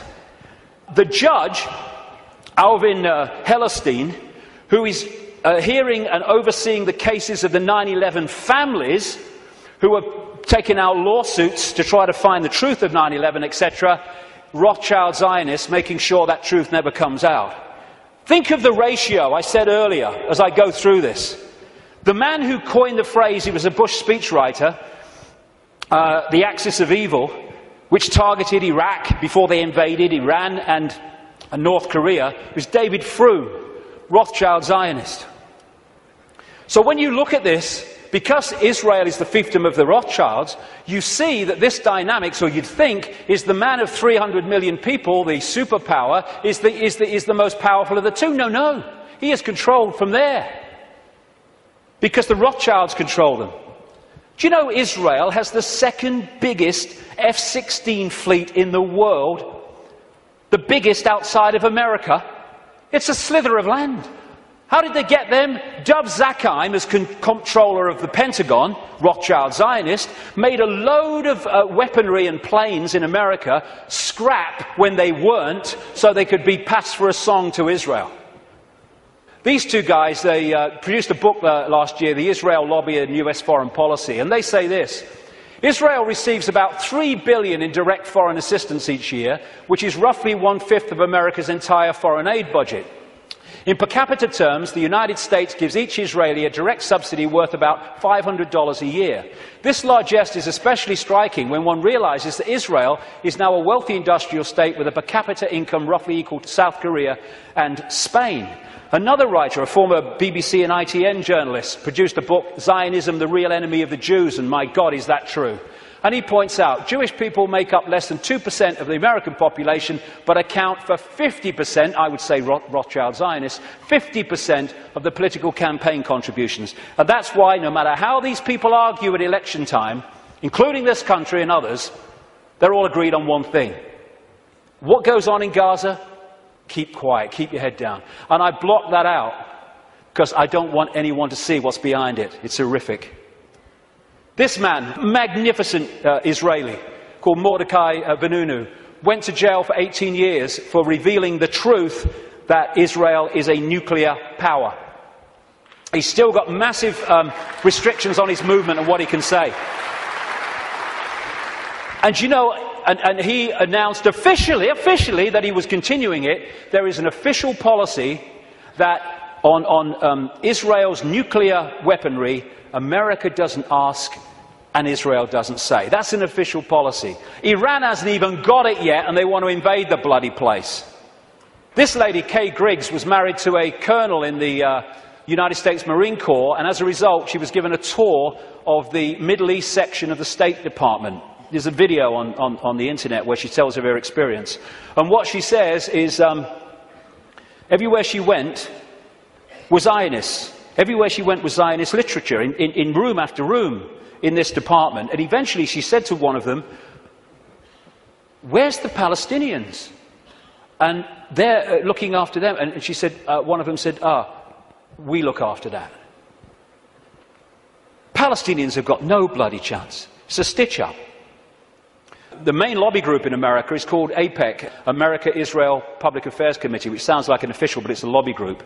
It's headed by a guy called Lee Rosenberg, who is a very close friend of him and comes from the same political cesspit that we call Chicago. So when this question is asked, Americans, do you dare to say Israeli terrorism? No, no, because of the way it's controlled, like I say. The Rothschild Zionists control the media and Hollywood. Don't take my word for it. Los Angeles Times columnist Joel Steen, Rothschild Zionist, wrote an article proclaiming that Americans who don't think Jews, I would say Rothschild Zionists, control Hollywood, are just plain dumb. I had to scour the trades to come up with 6 Gentiles in high positions at entertainment companies, but lo and behold, even one of that 6, AMC President Charles Collier, turns out to be a Jew. As a proud Jew, I want America to know of our accomplishment. Yes, we control Hollywood. Leading Israeli paper columnist said, the Jews, Rothschild Zionists I would say again, the Jews do control the American media. This is very clear, and claiming otherwise is an insult to common knowledge. And what do the media do? They keep the truth from us and keep us diverted from what's really going on. It's an elephant in the bloody living room, and people are terrified of going there because they're terrified of being called racist and anti-Semitic and all that. They'll call you anti-Semitic. I don't give a shit. I don't give a shit.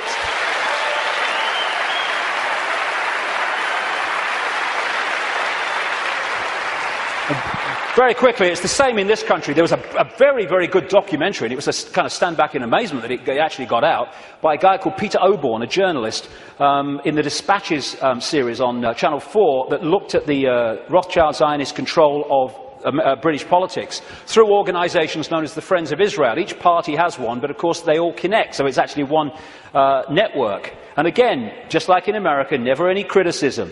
The British government, under Tony Blair and much of it under Gordon Brown to the end, was controlled by Peter Mandelson, Rothschild Zionist. Note the hands. Rothschild Zionist. He even flaunts it, this guy. Goes on holiday with them.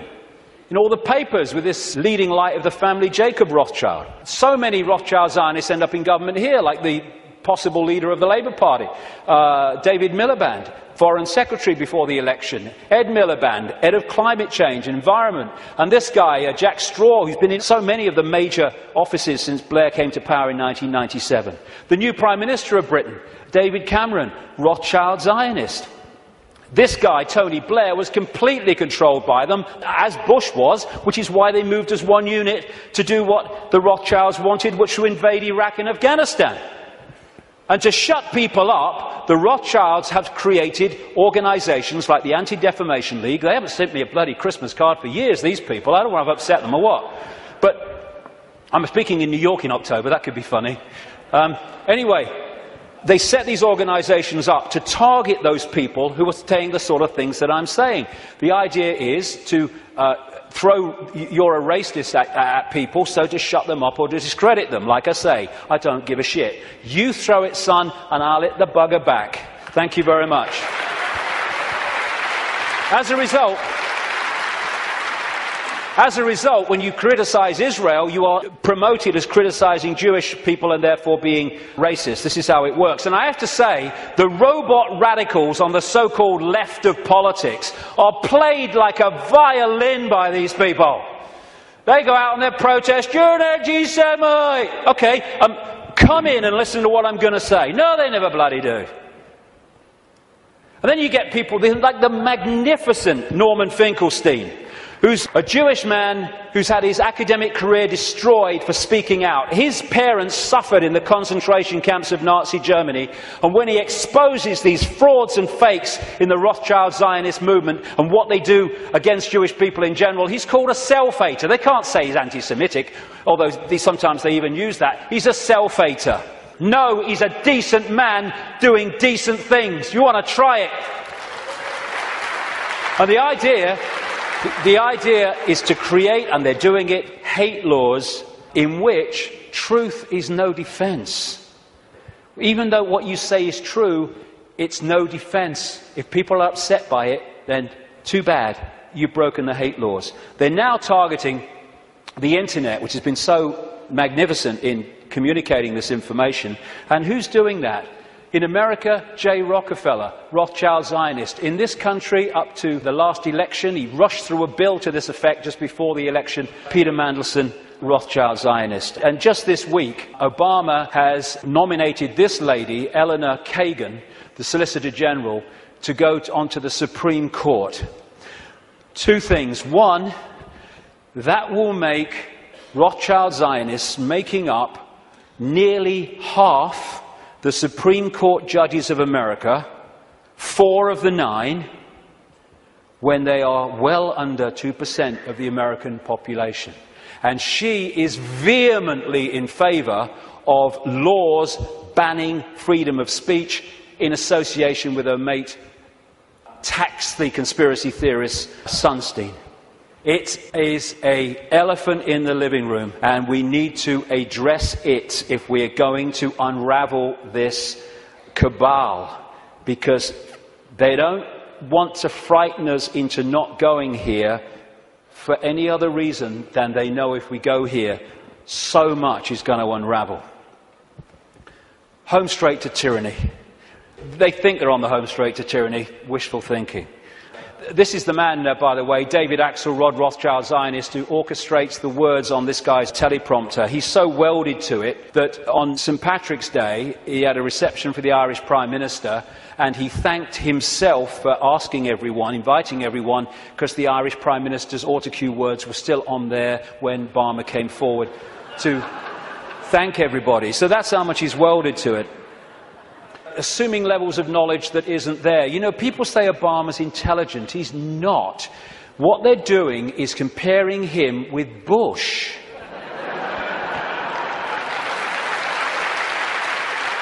And slow horses look fast when they're running past trees.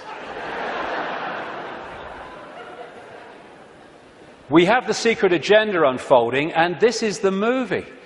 Bush is in the movie, now Obama's in the movie, but it's the same movie. And he's just there to change and Pied Piper the people, although his honeymoon period was encouragingly short. He's another Tony Blair. Will you lie first, Tony, or shall I? Oh, after you, Barack. Tony Blair. If there's ever a half-truth in a Blair speech, it's a typing error. The big change man. Biggest contributors came from Wall Street, Goldman Sachs. His background is full of sleazy businessmen like Tony Rezko, who went to prison for fraud, who was a major funder of his political career. Why? Because he's one of the gang. Controlled by Soros, controlled by Brzezinski. Brzezinski's interesting. Brzezinski has been, like I say, his mentor since the 1980s. And this is what Brzezinski said in a book in 1970. The technotronic era, that which we're in now, involves the gradual appearance of a more controlled society. Such a society would be dominated by an elite unrestrained by traditional values. Soon it will be possible to assert almost continuous surveillance on every citizen to maintain up-to-date complete files containing even the most personal information about the citizen. These files will be subject to instantaneous retrieval by the authorities. This is the man who massively is behind Mr. Change, and he was also the co-founder, co-creator of an organisation called the Trilateral Commission, which locks into this network, which I've been writing about for years, a network around a secret society in Britain called the Round Table, including the Bilderberg Group, the Club of Rome, their environmental manipulation arm, and the Trilateral Commission as well. And interestingly, this is very relevant to current events. In his books and his statements, Brzezinski, who's very much, like I say, running the foreign policy of Obama with people like Kissinger, he talks about an area of the world called Eurasia, which is basically from Europe across to China. Now, this is the most significant part of Eurasia on this map. What Brzezinski says, control Eurasia, you control the world, not least because of the massive oil and gas reserves around the Caspian Sea. So we're in a process of the cabal wanting to take over Eurasia, and particularly this area. Now look, the number of countries that have been invaded, had regime change, or are now being targeted. First of all, the Ukraine. They use things to get the people going, like a colour revolution or a flower revolution. So this was the Orange Revolution. It was funded and orchestrated by the networks of George Soros, and it put their man in there. They had the Rose Revolution in Georgia, where they put their guy in there. They tried to get a green revolution after the last election in Iran, but it didn't stick. They have Iraq, they've taken that over. If they take Syria, then they're all the way through to Israel. They're in Afghanistan. They're now undermining Pakistan and bombing Pakistan more and more. In Kyrgyzstan, we had the Tulip Revolution. We just had another one recently, putting their people into power. We've had the terrorism starting to unfold in India. And they are targeting these areas because they not only want to take it over, they want to trigger a war involving China and Russia. The Third World War that their documents have talked about for a long time. And they're ticking them off. And if you take that map of Eurasia and keep it in your pocket, you'll tick them off as the news stories unfold. Oh, a revolution here. Oh, a coup here. And what they're doing, this is not America doing this. This is not America doing this. This is the cabal doing this through America. The idea is to destroy America, to use America to destroy America. Why? Because when you want a world government dictatorship, you cannot have any superpowers that have the military and financial might to say no to what you're saying must happen. Because the world government intends to have a world army, a world central bank, and a world currency, eventually. And they'll manipulate the financial situation to bring that about, or try to. So what they need to do to take the superpower America out is they need to destroy it militarily, and they need to destroy it financially. And that's what they're doing. They're using it on their foreign excursions, and they're undermining its economy to destroy America. And it is going down the pan so fast. And this guy is being used as the front man. Nice smile. Oh, he's a nice man. That's what's really happening. Behind the smile. Just hand it on. It wasn't change. There we go. Here's the ball. Make sure you keep the drugs running in Afghanistan, you know. Drop some my way. And what we saw was a presidential problem reaction solution. Bush was brought in to create problems, financial problems, overseas wars problems, and this guy was brought in as the solution to the problems. And as Adolf Hitler said, the great masses of the people will more easily fall victims to the big lie than the small one. So, I am someone to believe in. Hope, which is always in the future, never in the now. And so it never actually comes to fruition, but we can hope it does. And then you had change you can believe in. And none of these trite phrases like change were ever described in detail about what they actually meant. And what they created was a massive mind control coup on vast tracts of American people, because they made Obama a blank screen, an empty suit on which people could project what they felt hope and change was, their version of it, onto him. And once he became president, of course, everything was changed. Make the lie big, make it simple, keep saying it, and eventually they will believe it. I love you, you love me, I will get you stuff for free. Oh, yay, Obama, you're such a star. I love this one. The wolf found that shepherd's clothing worked better. The peace president, first thing he did was agree the bombing of Pakistan. Same guy, all this going on with this spent uranium, depleted uranium. What does he do? Continues the bombing, increases the troops. Fraud, another puppet. Golden rule, big time. Ignore the words and watch the actions, because they're never the same. And just to show you nothing's changed, there we go. Good old Bono. Nothing's changed, we're fine. So, we have this projected agenda, and we're now at the point where they're trying to introduce finally that structure. World government, world central bank, world army, world currency eventually, and alongside it, of course, the Orwellian state that I've been writing about for the best part of 20 years, and increasingly so many others have too over the years, and it's unfolding as daily experience. More and more control. Now, number plate imagery, where they can follow people all over the country. This stuff called Speed Spike, where they can follow cars and their speeds from satellite wherever they go over vast distances. Then they've got this stuff they're bringing in, problem, reaction, solution, because some puppet stooge kid set his pants on fire and now we must have this stuff. You know, I don't care about them seeing my body, serves them right, but it's going to bathe us all in bloody radiation. And of course, people who do care about their body being seen, it's going to, again, break them down. This is what it's about. It's a psychological warfare on the people. We're seeing police becoming more like soldiers. There are some good policemen, there are some sensible policemen, but my God, there's some morons. And they're giving them tasers as well. Bloody hell, 55,000 volts. And what is that about? People say, oh, it's terrible, it's bad for them, isn't it, that these people are dying from being hit by the taser. No, it's what they want. Because when people die of being hit by the taser, that means anything you say, officer, I'll do. It's what they want. It's part of the control system.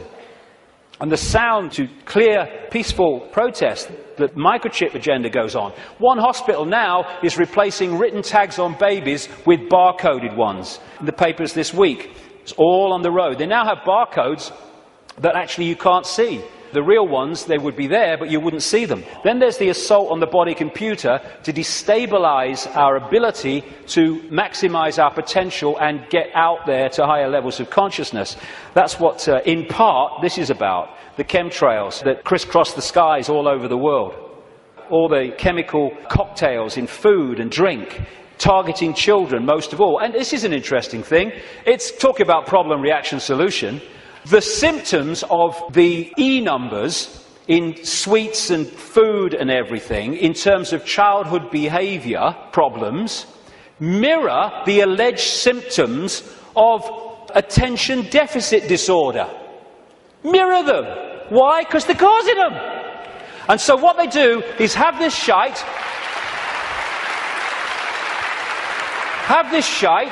This will chemically imbalance the brain. It will create behaviour problems and attention problems, and then we'll give you fricking Ritalin to dose you in mind-changing drugs to meet the problem that we are causing here.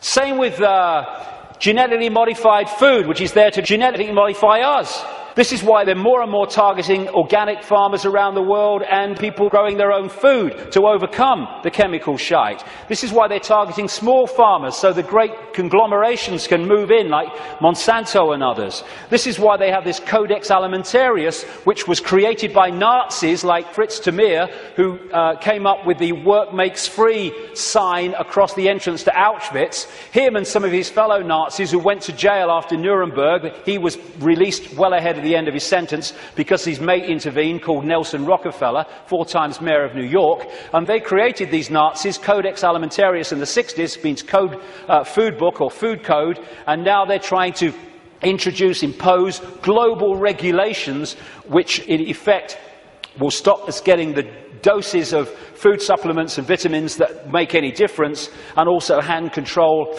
over to the pharmaceutical cartel for it. Same with the attempt to get us vaccinated with all this shite through the Rothschild-created and controlled World Health Organization.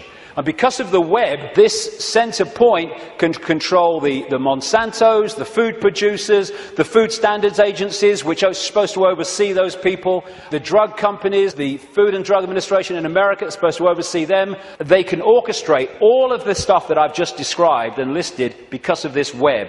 And the overall thing is a war on the human immune system. They're trying to undermine the human immune system in every way, shape or form because they want a massive cull of the world population because they cannot cope with the numbers. And like I say, I was reading, when I was researching the book, I saw incredible figures. But my goodness, in the last week, I've seen extraordinary figures in terms of the increase in drugs, mind-altering drugs given to children. It is fantastic.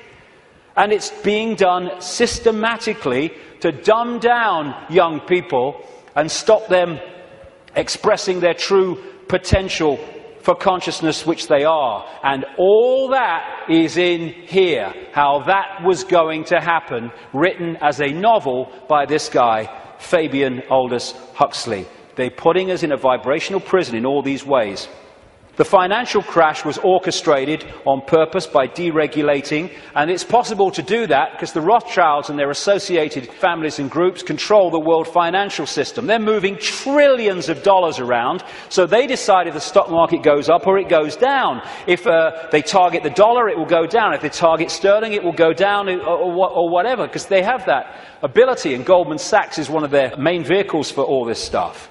And they can control the world financial system because, once again, they control the banks, they control the Federal Reserve System in America, they control the Bank of England, and they control governments and they control the reporting of it. And this is the plan. Stage 1, crash the global economy, September 2008. Stage 2, governments throw fantastic amounts of money, credit, money that doesn't exist, but we pay interest on it, at the perpetrators until their financial barrels are empty. Stage 3, and they'll bring this when they feel it's going to have maximum impact, they're going to crash the economy again on an unprecedented scale when governments have no means to respond. That's the idea. Why? Well, the last section will kind of pull all this together, because there's something going on which they want to stop.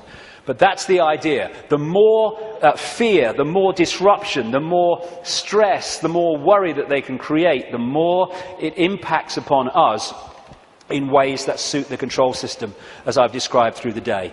And then there's this major element of their plan in the next few years, is introduce massive taxation and control and imposition as a result of something that doesn't exist, thanks to this guy. If this guy's involved, it's a scam. End of story. End of story. Here you go.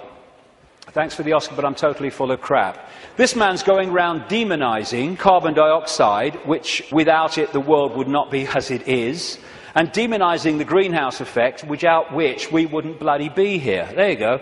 That's what he's doing. And he's orchestrating all these people. And it's so kind that David de Rothschild has produced this book to help us, Global Warming Survival Handbook. Survival. Now, let's get some sanity into this.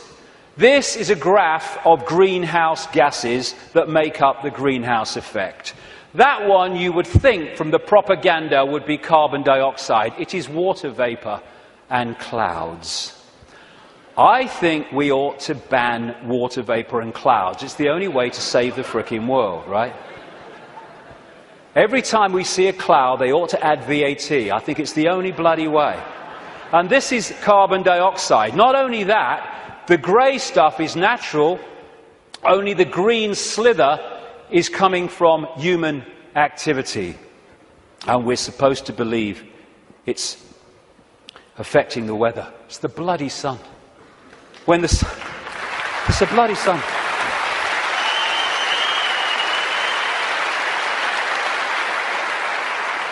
When the sun is in an active phase, it gets warmer. When it's in a non-active phase, it gets cooler, which is why over the last 10, 11 years, when the sun's been in a non-active phase, it's got cooler year on year. And one of these groups in this network with Brzezinski's Trilateral Commission is the Club of Rome. It was created in the 60s to orchestrate the use of the environment to push the agenda. Aurelio Pecci, the founder of the Club of Rome, quoted it in their own publication in 1991.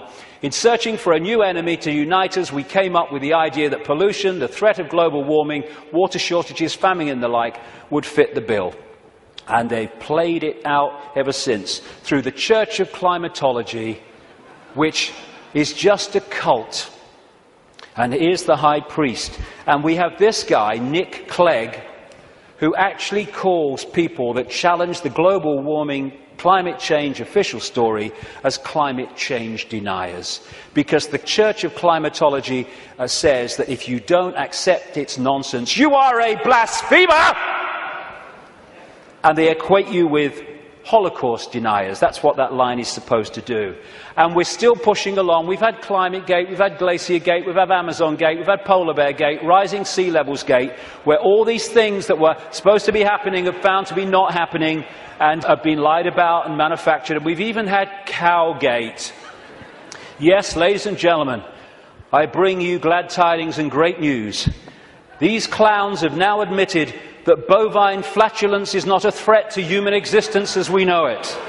I can't tell you how happy I am.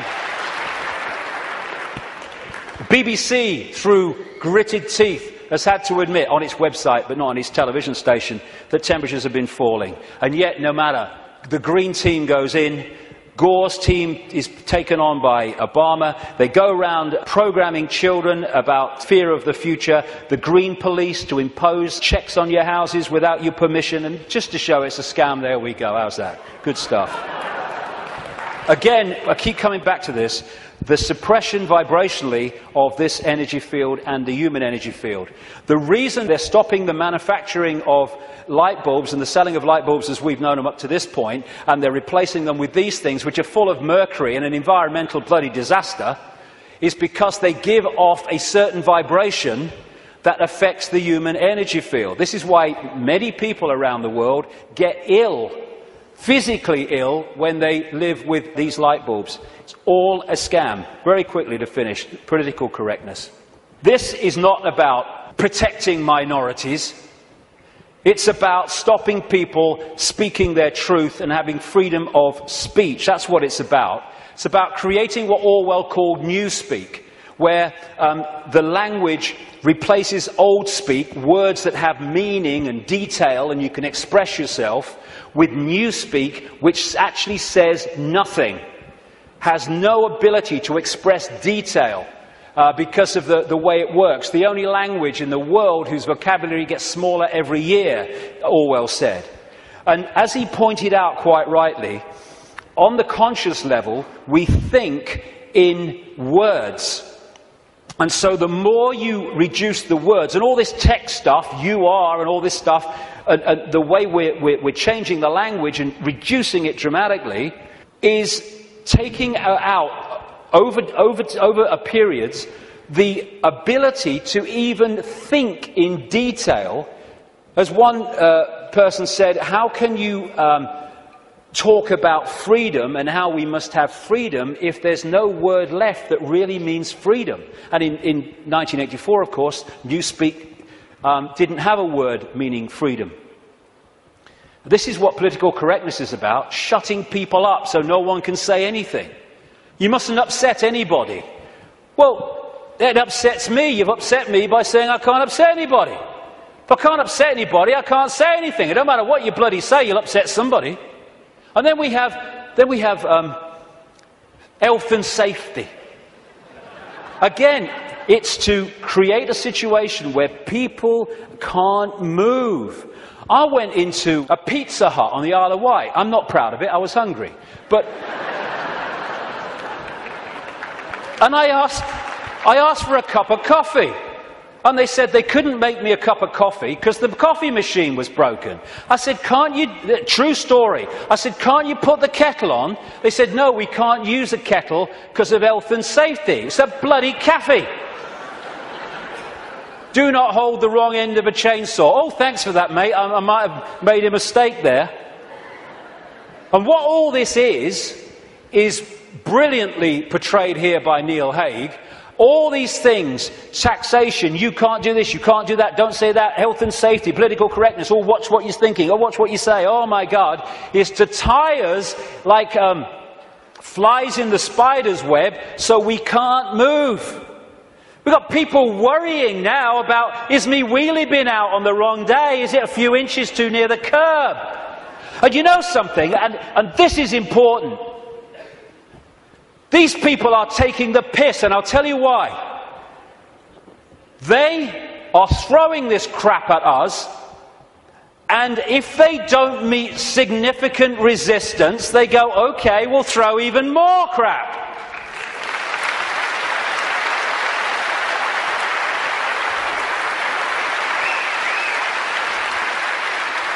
I'll get into this in the last section, but we need to draw a bloody line here. Not only say here and no bloody further, but we're going here and drawing it. Because otherwise they'll just keep doing it.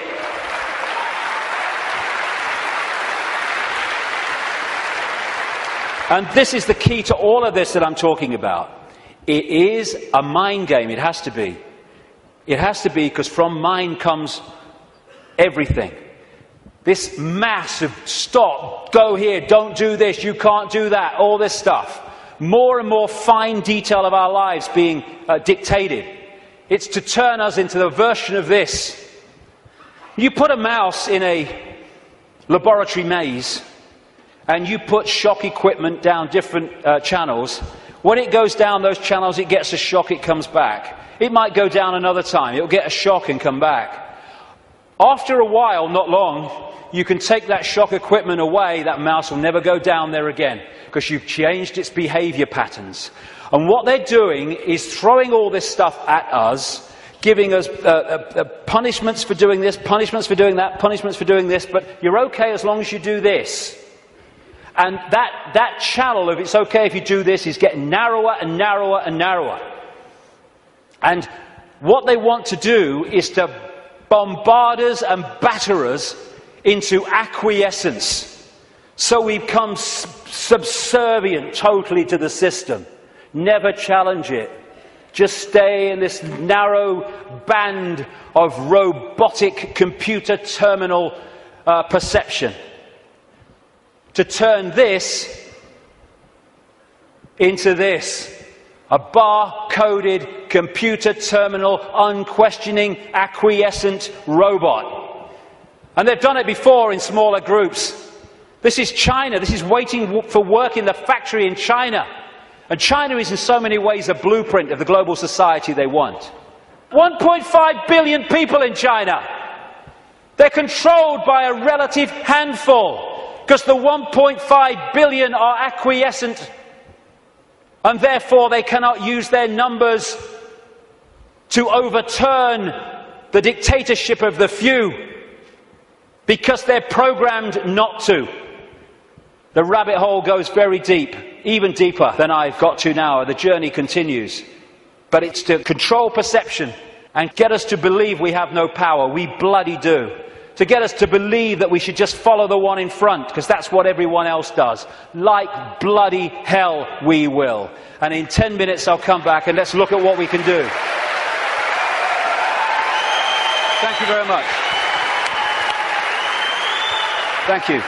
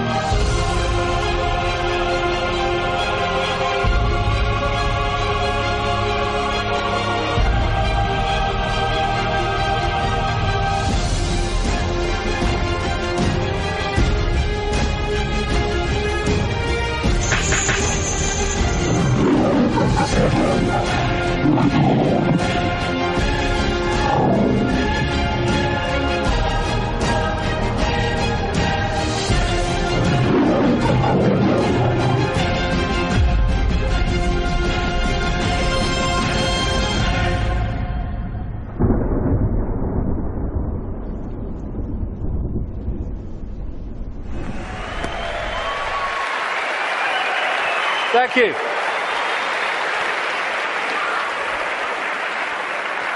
I've changed my smelly shirt for, I think, a very appropriate colour for this last section, actually. Smelt like a wrestler's jockstrap out there, I tell you. Okay, so where now? Well, this section is about the control system coming down. Because we're in a period where a dramatic shift in human awareness and human consciousness is in the process of taking shape. Some people call it the shift, sometimes I call it the vibrational quickening, but what I've been calling it for 20 years, because I came across this in the very earliest days after I met that psychic, that first psychic, I called it the truth vibrations. The first book I ever wrote after that awakening started, because it's ongoing, was called Truth Vibrations, or the Truth Vibrations, because I came across this awareness. There seemed no evidence at the time, my goodness, that there was a vibrational change in the process of coming. I understand it more now, mind, and we'll get into it, but I had no idea then. And what it was going to do was act like a spiritual alarm clock, and it was going to wake people up. It was going to wake people up from this slumber, this coma that we've been in for so long. And also, my goodness me, as this truth proved to be true 20 years on, that it was going to bring to the surface all that had remained hidden. That the truth was not only coming out, it couldn't be stopped from coming out because this vibrational change was bringing it to the surface. Like I say, 20 years ago, awakening, new consciousness, what? Truth coming out? Oh, you must be joking. 20 years on, my goodness, look at it.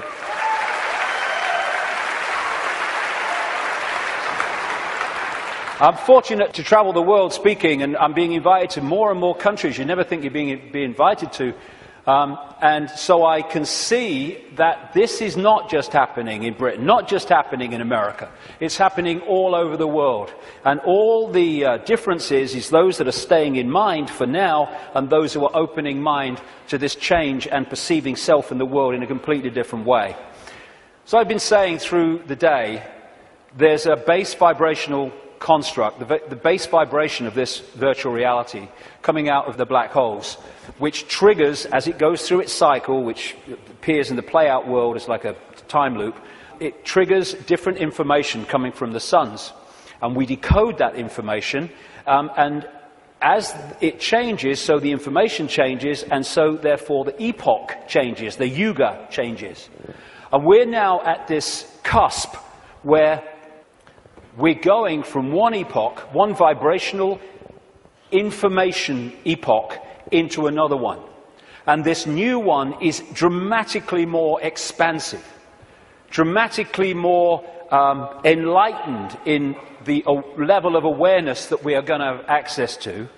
And the control system, which is a manifestation of this epoch, cannot survive this epoch, and that's why it's doomed. And we're now in the cusp of that change from one kind of world experience into another one. It's just another stage on the circuit of experience. And so, while for a few years yet, it's not going to seem like the control system's going down, because it's going to be throwing everything at us, because it's going to be desperate, there is no way that our children, young people and grandchildren are going to live out their lives, as appears to be the case now, in an Orwellian fascist global state. No way.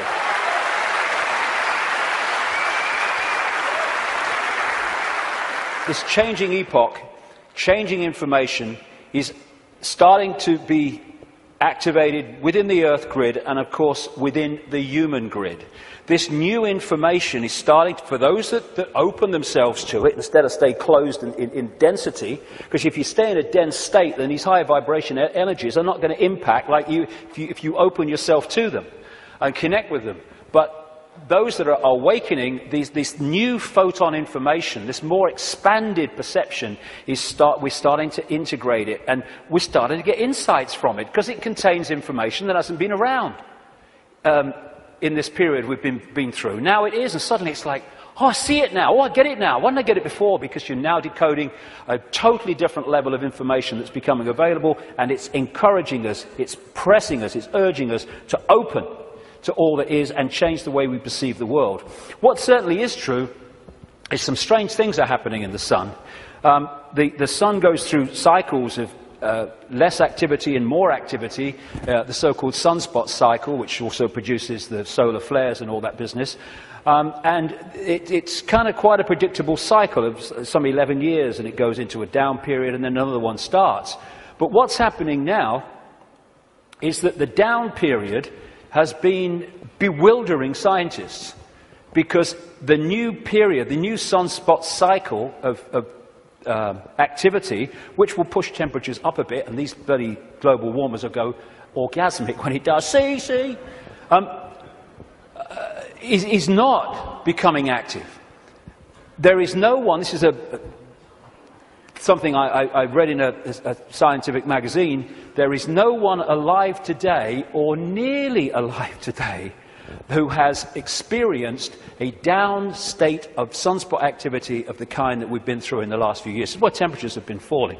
This one is the so-called near solar minimum in January 2005 of sunspot activity, and this was the sun yesterday in terms of sunspot activity.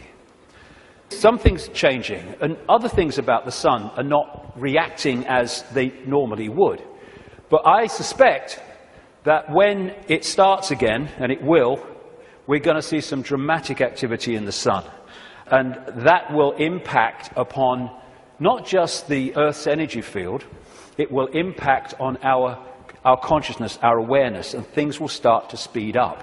Because this new information construct coming out of the sun is symbolized by Neil Haig and myself as a lion.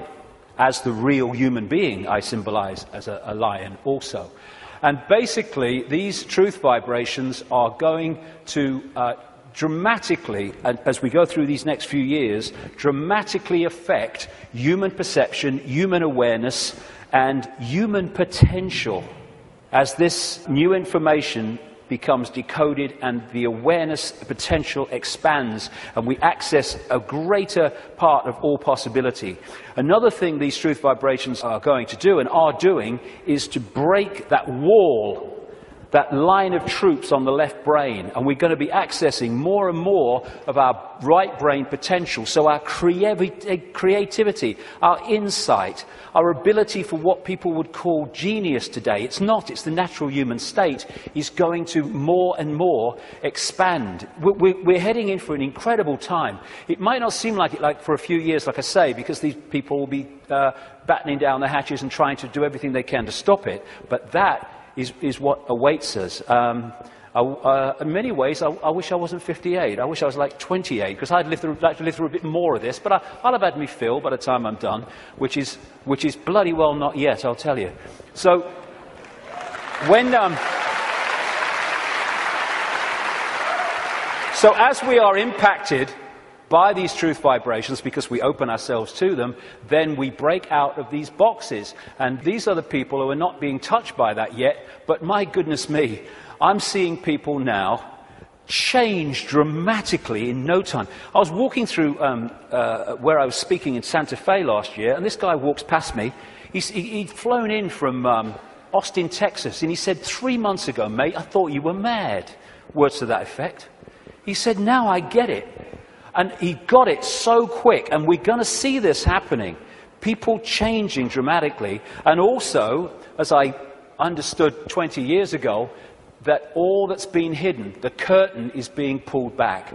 And we're in for some shocks. I mean, of course, what we've talked about today is shocking to most people who have seen the world in another way, but the shocks are going to go on, because what's been going on in this world behind the scenes is nothing like what we think it is. And these truth vibrations, this energetic change, this new epoch of enlightenment and expansion, and people call love and harmony and respect, connection, is going into these dark places, these structures that are held together by low vibrational density. and breaking them up. Not, like a war. It's a new epoch coming. And as the new epoch comes, the energetic change is going to break up the denser structure of society and belief. And like I say, if these guys think, as they do, because they're accessing here, not here, because of their mental and emotional state, that it's a done deal, well, they're in for a bit of a shock. Because, when you've got a dam of water, it can take a long, long time before the cracks appear. But from the cracks appearing to collapse can be a very, very short time. And already, if you look from this perspective, the cracks are appearing.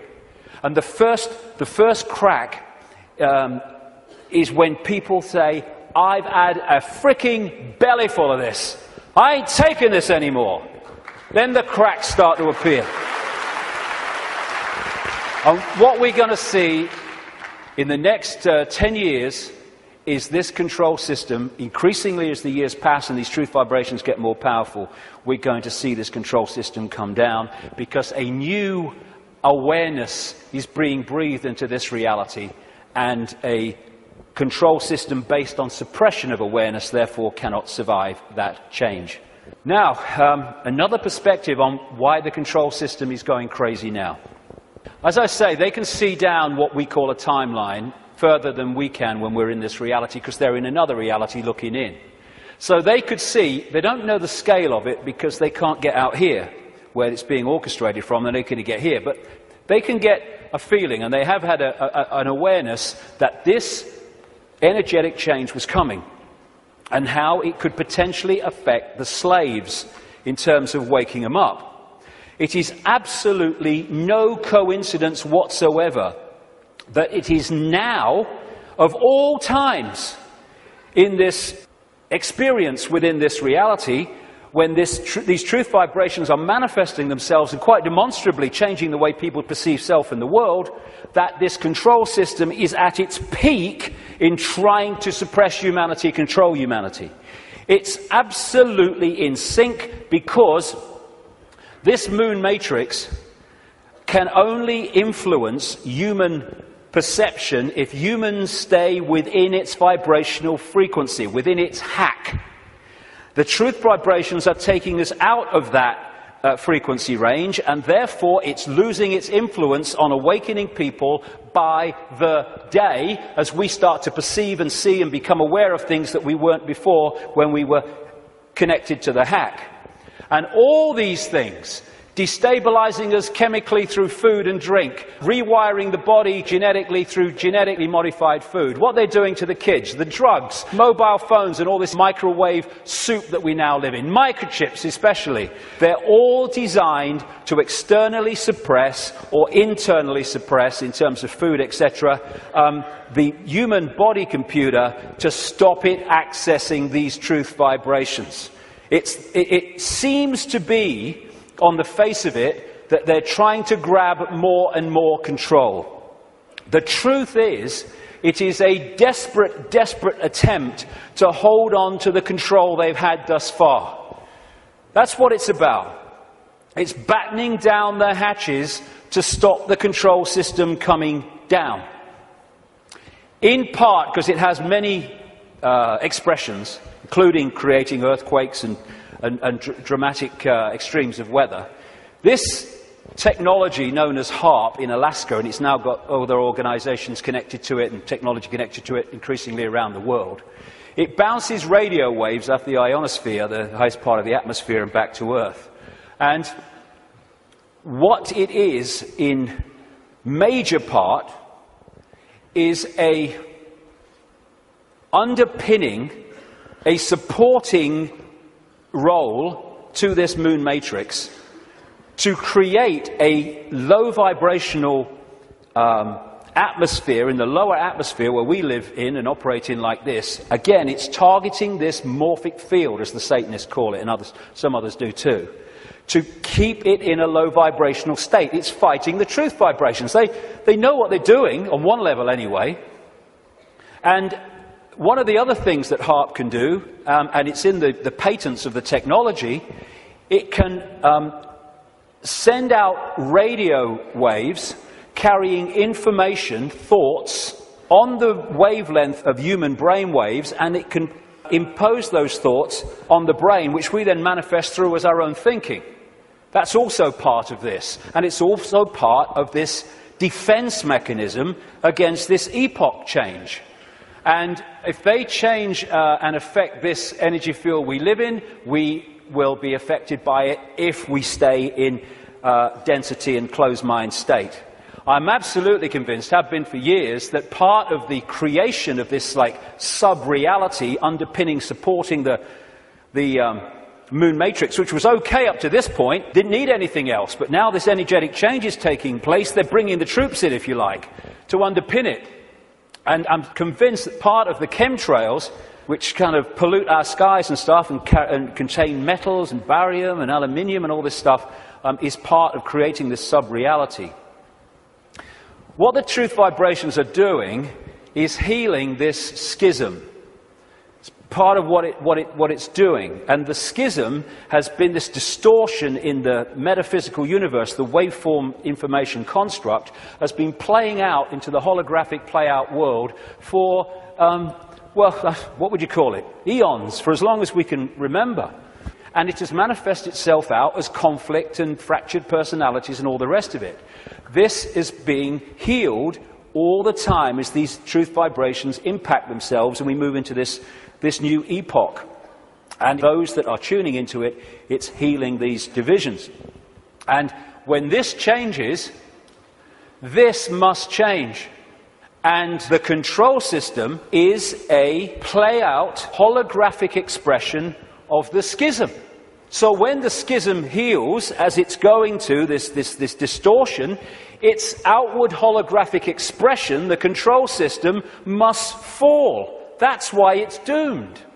It cannot survive this energetic change because it is a manifestation of the distortion that is now being healed. The pieces are being put back in that have been taken out.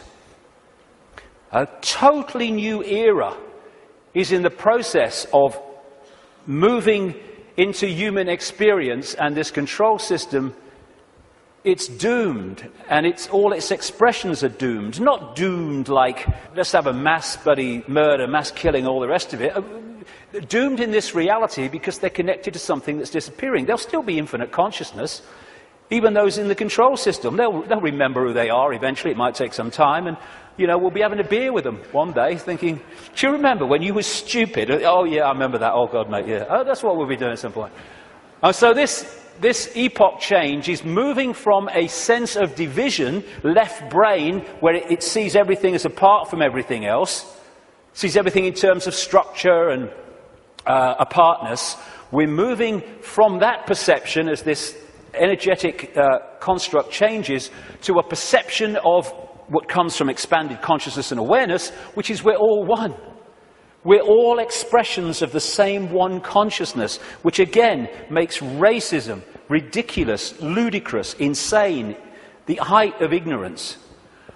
And as the schism, the distortion is healed, so other expressions of the distortion will become what we call history. The police state, the energetic wars, once we're really in to this expanded awareness, the very idea of going to war. We have laws because of the distortion, because of the epoch we've been going through. We don't need laws in the state of awareness that we're going into, and our children and grandchildren will go even more into. You don't need to say we have a law against murder when murdering someone would never even enter your psyche. You don't need environmental protection laws when harming the planet because you know the planet and you are one anyway would never occur to you. You don't need these things. Laws are there to suppress overwhelmingly, but also expressions of laws are to try to mitigate for the distortion that manifests itself in distorted behavior. The idea of anyone going hungry in a world of plenty in the epoch we're entering, we never even conceive it. You mean they used to let people starve? That's this mentality that we're moving out of. And we're at the cusp now of this change, which is a very interesting place to be. We're going back to that. We're going back to being connected to what we really are. And of course 2012 is much talked about and will be more talked about as we get closer to it. I have a different view on that. You know, I should be saying, given I've been writing about these truth vibrations for 20 years, I should be saying, see, 2012 told you, yeah. No, I'm not saying that actually. I think 2012 is a diversion. By 2012, yes, things will have moved on. Things will be changing. Amazing things will be taking place. There'll be big challenges, and there'll also be big, wonderful things starting to manifest by 2012 compared with now. But there'll be more so in 2013, more so in 2014, more so in 2015. This is an ongoing process as we move through the cusp out of one era, epoch, energetically, information, into another one. And so by the time it reaches where it's the natural state and the old epoch has gone altogether, you know, it's going to be down the road. But every year, every month, things are going to be moving on energetically. And there'll be things in 2012, and maybe a very good chance that manufactured things will happen in 2012 to focus attention as part of the diversion of the control system.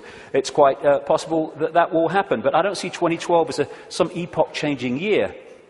But there comes a point, and I don't think it's too far away at all, where the tipping point comes in this energetic change, where the irresistible force, which is the truth vibrations, then start to become the dominating state of awareness and perception in this reality. And then we're really moving. And I don't see that as too far away. Like I say, it takes a long time for a dam to crack, but not from then to it collapsing. So we're actually living in like a river of energy that's getting faster and faster in terms of its vibration, the quickening.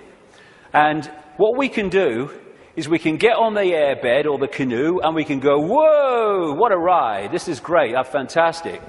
Or we can stand there and try to hold on to the world as it was, in which case we're going to be expending more and more energy trying to hold our status quo, and eventually we won't be able to hold it, and we'll get, symbolically anyway, washed away. And as these truth vibrations manifest themselves and our awareness starts to expand, we're going to be accessing levels of realities that have been denied us up to this point. People talk about the sixth sense. That's nothing compared with what people are going to have as we move into this new era. It's going to be extraordinary. We're going to remember the fantastic people and potential that humans once were, when they were aware of who they were, and the world in our heads, in other words, the world we experience, is going to dramatically change. We're heading for a new dawn. Now, this is a phrase the control system uses for their new era, a new dawn, a new day. Well, it is a new dawn and a new day, but ain't the one they think's coming. We've been through this process in the last epoch, and now we're going back the other way. And as a result, this control system must fall, and we are emerging from the abyss, the suppression, and all the rest of it to be who we really are. And that must change everything.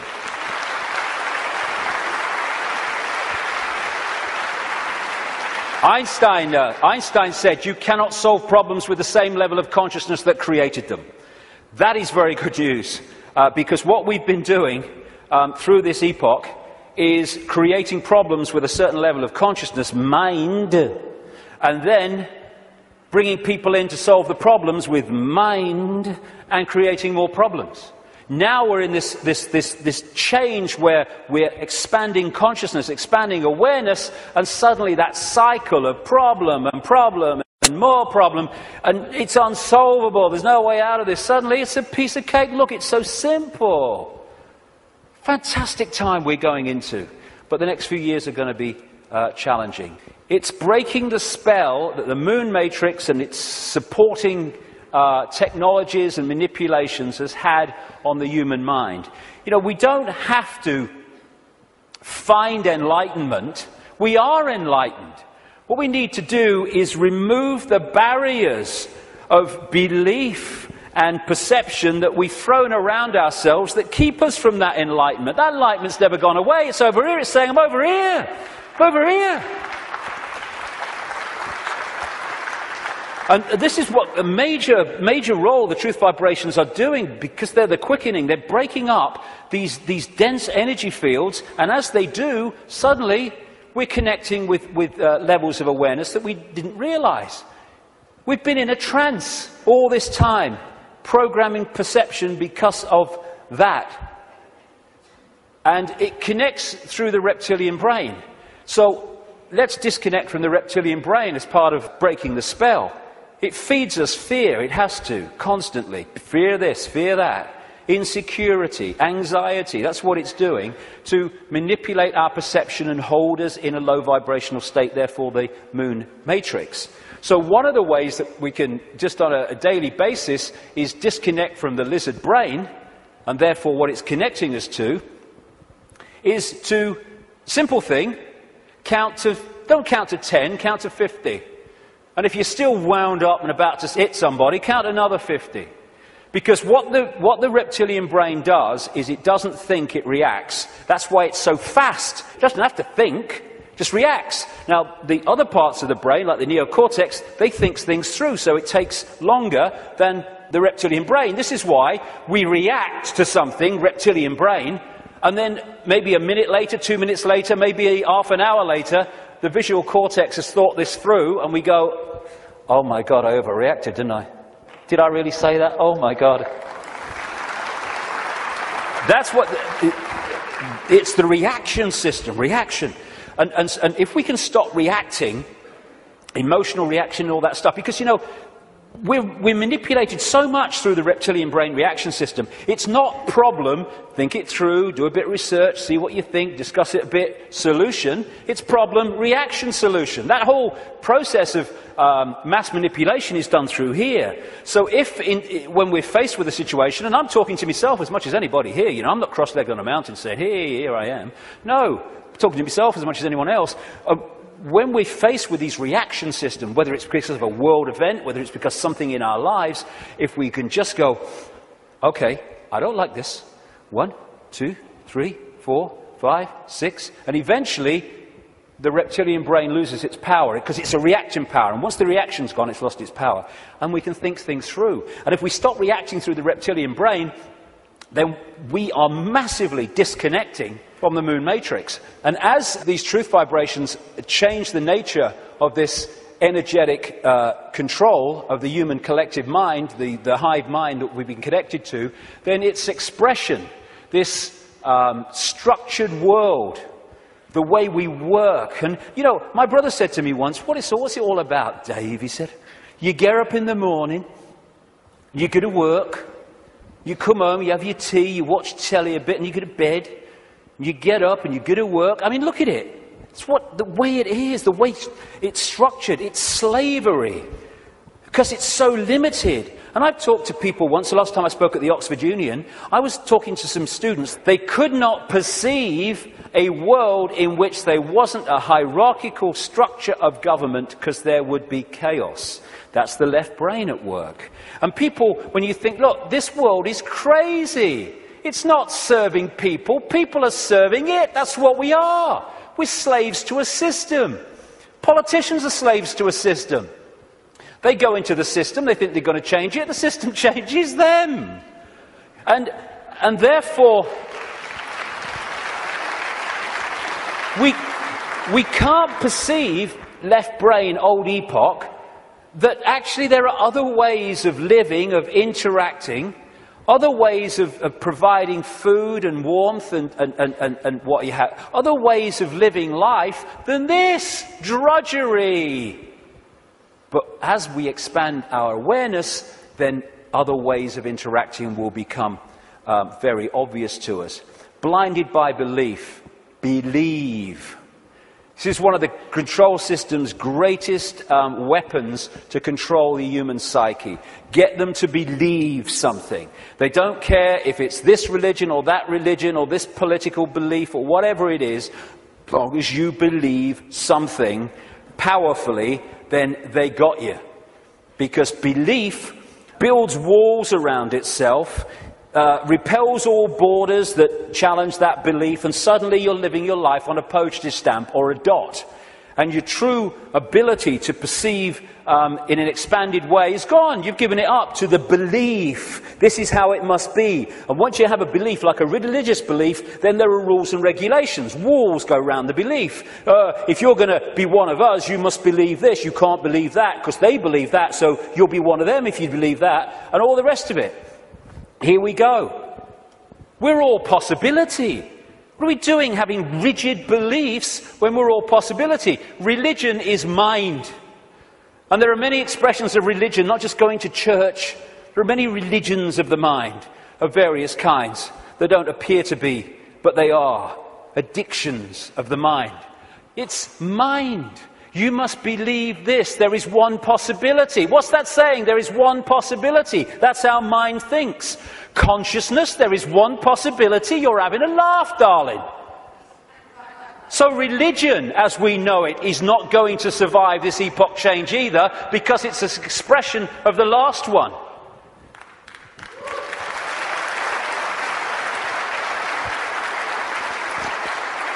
These are people in a hypnotist stage show who've been told that they are religious believers.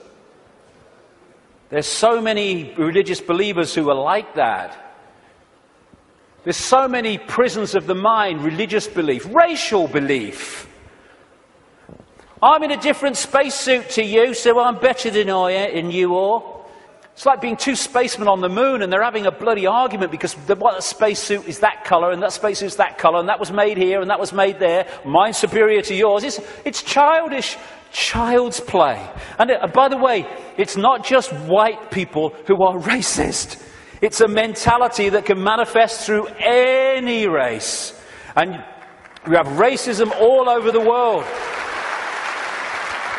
It's not a racial belief, racism. It is a mental mind state. And anyone that thinks they're superior to anyone else because of their body computer state or colour or whatever is controlled completely by mind and ignorance, political belief, self-identity belief. I am Joe Public, I'm little me. All these things will go and have to go if we're going to open up to the truth vibrations, because they are all about limitation, all about little me. And as researchers have shown, when we have rigid beliefs, the brain fires off the neurons in a specific network. And what that does is filter reality, decode reality, in line with the way those neurons are firing. Therefore, it continually edits its reality and creates self-fulfilling prophecies, if you like, that it keeps seeing the world according to its belief. Despite receiving information that challenges the belief, it just filters that information in line to protect its belief. And then when you change your belief system, as has been shown in research, the neurons start firing in a different way, and you start seeing the world in a different way. If we can get to a point where we open our minds without belief, we come from a state of knowing, all-knowing consciousness rather than belief from mind, then we open up the range of perception and understanding and awareness well beyond anything you can access if your brain is firing off in this symbolic way, limited by rigid belief, whatever belief that may be. When we open our mind to consciousness, everything changes. And to do that, I would suggest we need a blank sheet of paper. You know, it's not about learning anything new. We're all knowing if we can access that level of ourselves. It's unlearning the programming that has kept us from that level of awareness that we truly are. And therefore, because we're dealing with all possibility at the core of our being, that's what we are, we need a blank sheet of paper. All preconceived idea needs to go. All preconceived belief needs to go. And let information, intuitive knowing, decide what we think about things and feel about things rather than preconceived idea. It's not possible becomes, well, let's see if it's possible on the basis of the evidence, the basis of the information, the basis of how I feel. And then suddenly we're not saying, no, that's possible, I'm going to shut that out by reflex action. We're going to look at it. And when you do look at it, as I know from experience, what seems to be crazy to start with starts to take on very profound dimensions. Because we're all possibility. And if we're saying only this is possible, only that's not possible, we're not operating at the core of our being, which is all possibility. We are editing things. We are limiting ourselves. We are entering the realm of mind. And it's a time to choose, in many ways, between the head, the intellect, not that he doesn't have the part to play, it does, it being the governor, and the heart, knowing, intuition. What changed my life more than anything else was 20 years ago when I decided that if I was ever had a decision between going with my intuitive knowing, which we feel here, funnily enough, in the kind of heart chakra area, and my mind, I was going to go with my head, I was going to go with my intuition. And it changed my life and has allowed me to follow this path, because I can tell you over the last 20 years, there have been many times in the early days, not for a long time, but in the early days, when my head was going, you're going to say what? You're going to do what? You must be joking. And not in my lifetime. But I thought, no, I feel to do it, I feel to do it. I went with it. And as a result, you follow this, this energetic path through intuitive knowing that's been laid out. And what happens, because intuition, knowing, is coming from another level of awareness beyond five-sense reality, it means that to five-sense reality, general world, some of the things you do when you follow your intuition are seen as, I think I'm possibly an example of this, are seen as crazy and mad and lunatic and dangerous and all that stuff. And what happens then when you do that and you get that reaction is that the head kicks in, the mind, which wants to protect its preeminence that it's had up to this point, puts its arms together and says, see what happens when you don't listen to me, see the trouble you've got into? And it's like, yeah, okay, and you come back into mind. But if you stick with it, and you take what comes as a result of expressing your uniqueness and expressing your intuitive knowing, then eventually things happen, good things, great things sometimes, that happen not despite what you did and the reaction you got, but because of it. And then the mind, the intellect, looks at this and says, well, hold on a second. It might get you into trouble, but eventually it works out. And what happens then is your head and your heart, your knowing, your intuition come together. And the war stops. We become whole again, where mind serves consciousness instead of serving itself. And it's years and years, I say this honestly, since my intuition and my head have had a problem. It's an incredible feeling, because it's like, when you start out, it's like, I feel to do this, you're not doing that, no. And then after a while, when this sync takes place, it's like, I feel to do this, and the head goes, okay.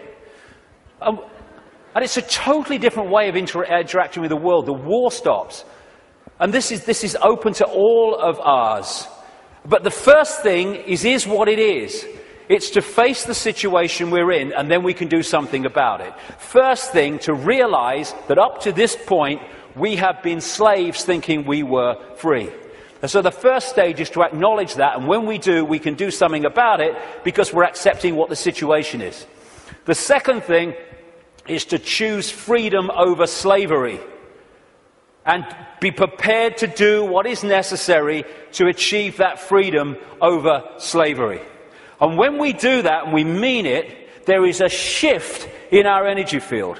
As that shift takes place, what I call magnetic attraction, it's the energy field of the human body is an expression vibrationally of our state of being, mentally, emotionally, what we might call spiritually.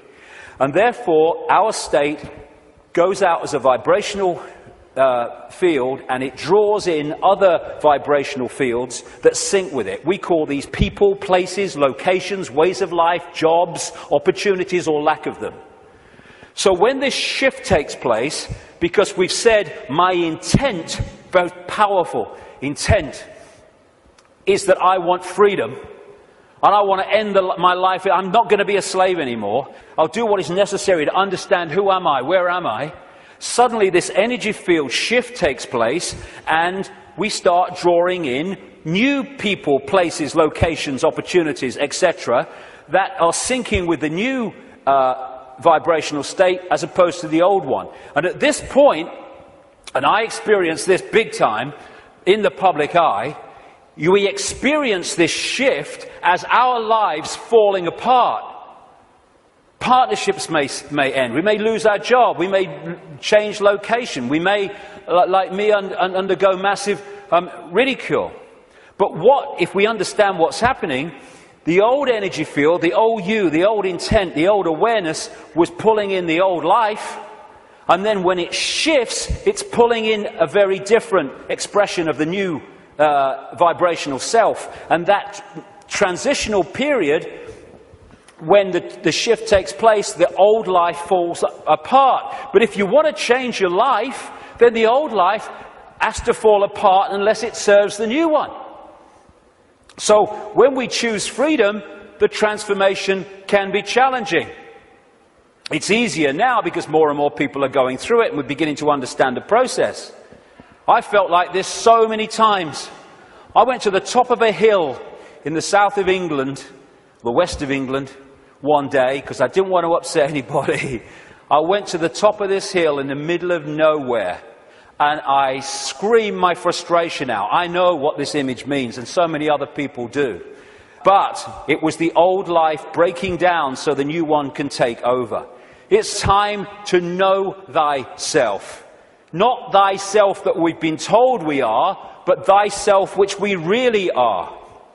This self. Everything from the beginning, my birth, my ancestors, my children, my wife, everything comes together simultaneously. I saw everything about me, about everyone who was around me. I saw everything they were thinking now, what they thought then, what was happening before, what was happening now. There is no time, there is no sequence of events, no such thing as limitation of distance, of period of time, of place. I could be anywhere I wanted to simultaneously. That's who we are. And that's what the control system has tried to keep from us.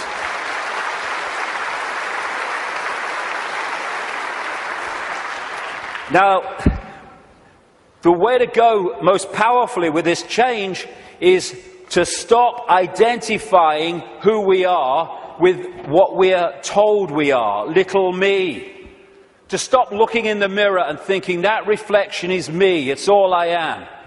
And looking at ourselves under the microscope, that's who I am.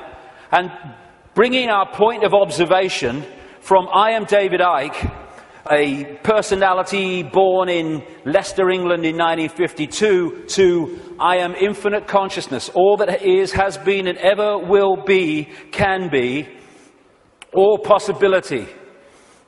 Infinite love, having an experience through this lens into this reality that they call David Icke. And again, once we take this observation from that observation, there is a fantastic shift in our energy field. And we break up these densities that are holding us in mental and emotional servitude. Everything starts to change when we move our sense of self-identity. That's why the control system wants us in there. It can't cope with this. We have to be in there. Little me. And this is the fork in the road. Are we going to live our lives as consciousness or mind? As all there is or little me? Because that will decide the kind of world we're going to live in. Escaping the box, and it is a box, it's a vibrational box. Getting out of this thing called cognitive dissonance, where we lie to ourselves. Cognitive dissonance is, for people who haven't come across it, it's a very powerful controlling mechanism whereby we have a belief about self or the world or a situation and we're sticking with it. And when we face information or experience which challenges the belief, then cognitive dissonance is that uneasy state when you see that your belief system is under threat from this information or this experience. If this is real, then the belief can't be. And what you do then is you go about these incredible stories we tell to ourselves to convince ourselves that this can't be true, to protect the belief system. Cognitive dissonance can be a good thing if that dissonance leads you to look at your belief in the light of this experience or this new information, and then move the belief in the light of that. Then cognitive dissonance is a good thing. What most people do is try to hold the belief system in the face of this. And there's no greater example than the Skeptics Society. You ever come across them, the Skeptics Society? Bloody hell, they are cognitive dissonance.com, they are. I tell you. I've debated with some of them on television programs and stuff, and one of them, his bum kept bouncing on the seat. He had what they call Vitus dance, is it? My mother used to call it, where you can't stop moving, because he was in such cognitive dissonance, because the information he was hearing was so at odds with his belief system, he was kind of going crazy. And so you get people who come up with these amazing bloody stories to try to explain away why something is not challenging their belief system. So again, part of that blank sheet of paper is letting cognitive dissonance serve us. I'm going to look at my belief system instead of holding on till our knuckles turn white. Also, trying to avoid looking at the truth, because if we don't, we ain't going to change anything. Go beyond being in denial of what is happening in our lives and in the world, and start looking at it as it really is. It is what it is, because unless we look at things in that light, instead of trying to find wishful thinking reasons why actually it's not really like that, we're not going to change anything, because we're going to be in denial that anything needs changing. It is what it is, and we need to face it. And it's important to stress this. This control system, this reptilian control system, and in all its facets, is not all-powerful, and it's not omnipotent. It's actually bloody stupid. You know, there's such a difference between being clever and being wise. It's very clever to build an atomic bomb, but it's not wise to do so. There is a difference between the two. And these people are very clever, but they're stupid. And cleverness without wisdom is the most destructive force on earth, which is why that's what they are. They have only managed to control humanity because they put us in a smaller box than they're in.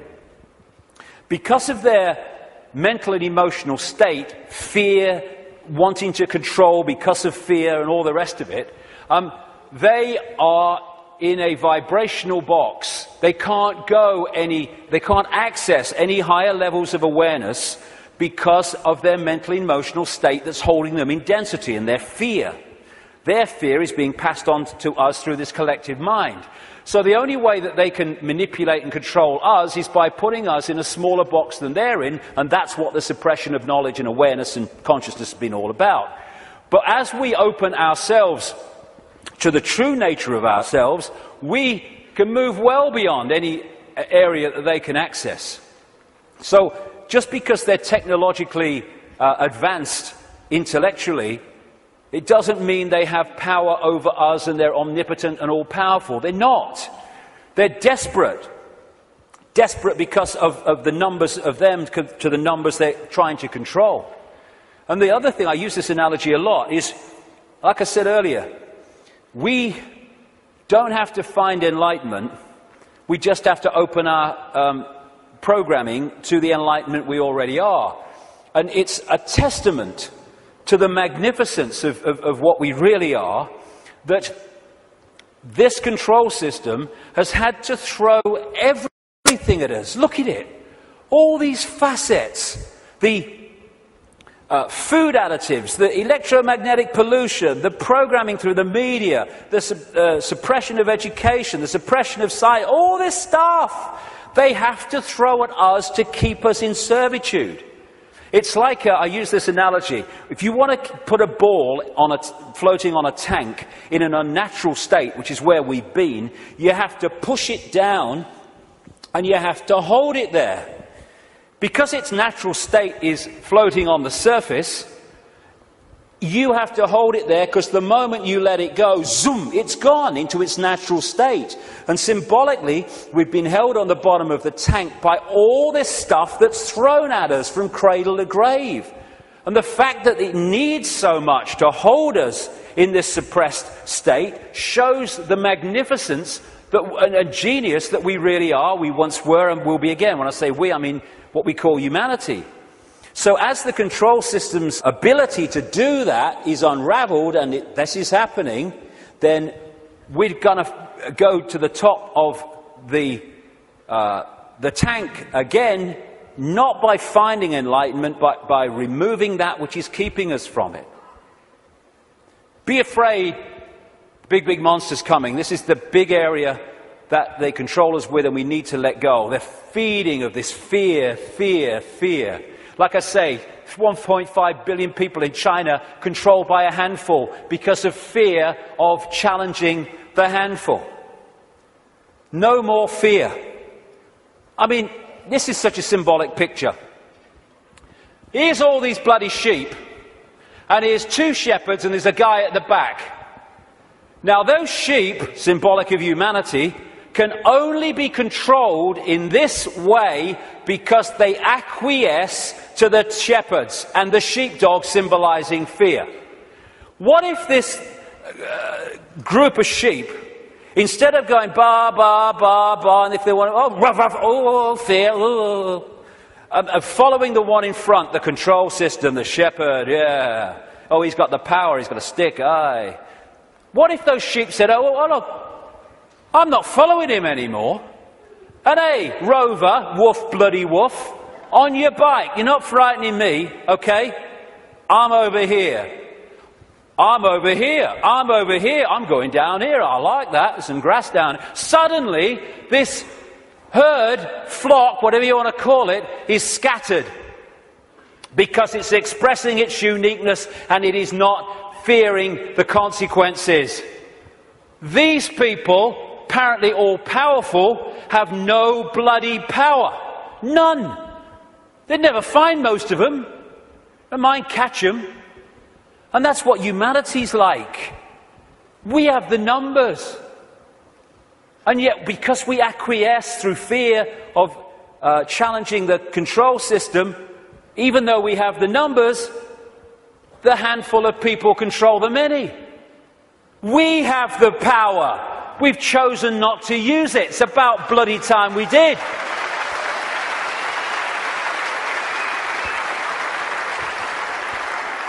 God, the answers are there in front of our eyes. The definition of insanity is doing the same thing over and over again and expecting different results, Albert Einstein. Absolutely it is. So it's pretty certain that if things are going to change in terms of control and suppression and all this stuff, then we've got to stop doing the same thing over and over again, and that is acquiescing to the control system. We're all possibility. What are we doing? Thinking that we just do the same thing over and over again? That's one possibility. Let's express our uniqueness and respect each other's right to express our uniqueness.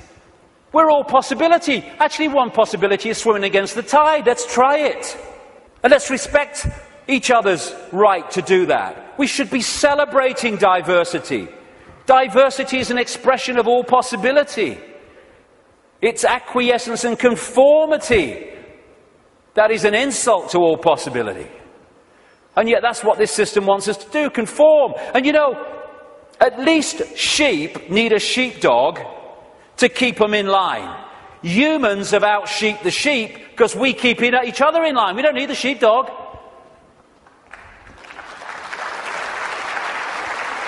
We have sheepdogs called parents and teachers and politicians and peer pressure. When we're thinking of expressing our uniqueness, we're not thinking, oh, what will George Bush think or what will Barack Obama think? No. We're thinking, what will my mother think? What will my father think? What will the neighbours think? What will my mates think? What will the people at work think? In other words, what will other people who have chosen to live in this sheep pen think of me getting out of it? It's like sitting in a cell and you find a way out through the door, and instead of another prison warder coming along to stop you getting out, the other prisoners jump on you. That's what we do. If we are going to be what we really can be, and we're going to respect our right to be different, we have to respect others' right to be different as well. Because when we respect other people's right to be different and express their uniqueness, then we're setting them free and we're helping to set society free.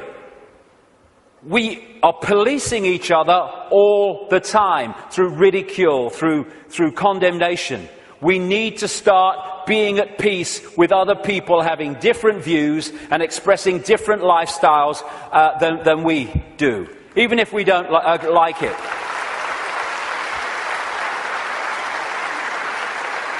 This breaks up this sheep policing the sheep.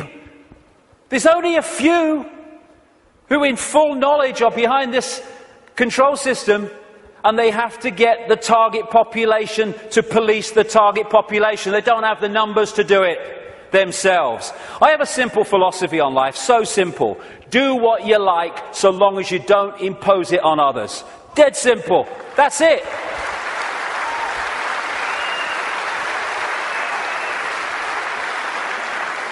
And I've heard people say to me, that would be anarchy. What about people murdering each other? Well, I think that murder could just about constitute imposing your will on another person.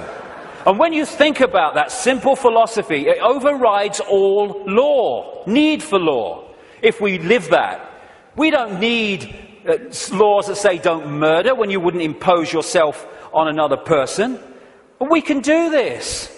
You know, if Henry Kissinger wants to sacrifice George Bush, be my guest as long as you both agreed. Because when you leave the body, you'll feel right prats and you might learn something in your eternity. I get interested when they want to impose things on other people that don't want those things imposed upon them. That's what the control system's trying to do. That's why I'm interested. But express ourselves as long as we're all agreed. And we don't impose it on other people. We have this either or. Someone wants kind of a rave or something, and some people don't want to be affected by all the noise and disruption. And so we say, they can have it, they can't have it. It's either or. Any society that was conscious would say, okay, we can sort this out, okay? They don't want the noise, fair enough, understand that. They want to have a party, a rave, a good time. Okay, now, let's find a place where they can have what they want that don't disrupt anyone else's life. So they can have their experience that they want and no one else is affected. Everyone's a bloody winner. This is either or. Someone must win, so someone must lose, so someone could win. Old epoch consciousness. Winner, winner, win, win. That's the new consciousness. I stand up on my desk to remind myself that we must constantly look at things in a different way. You see, the world looks very different from up here.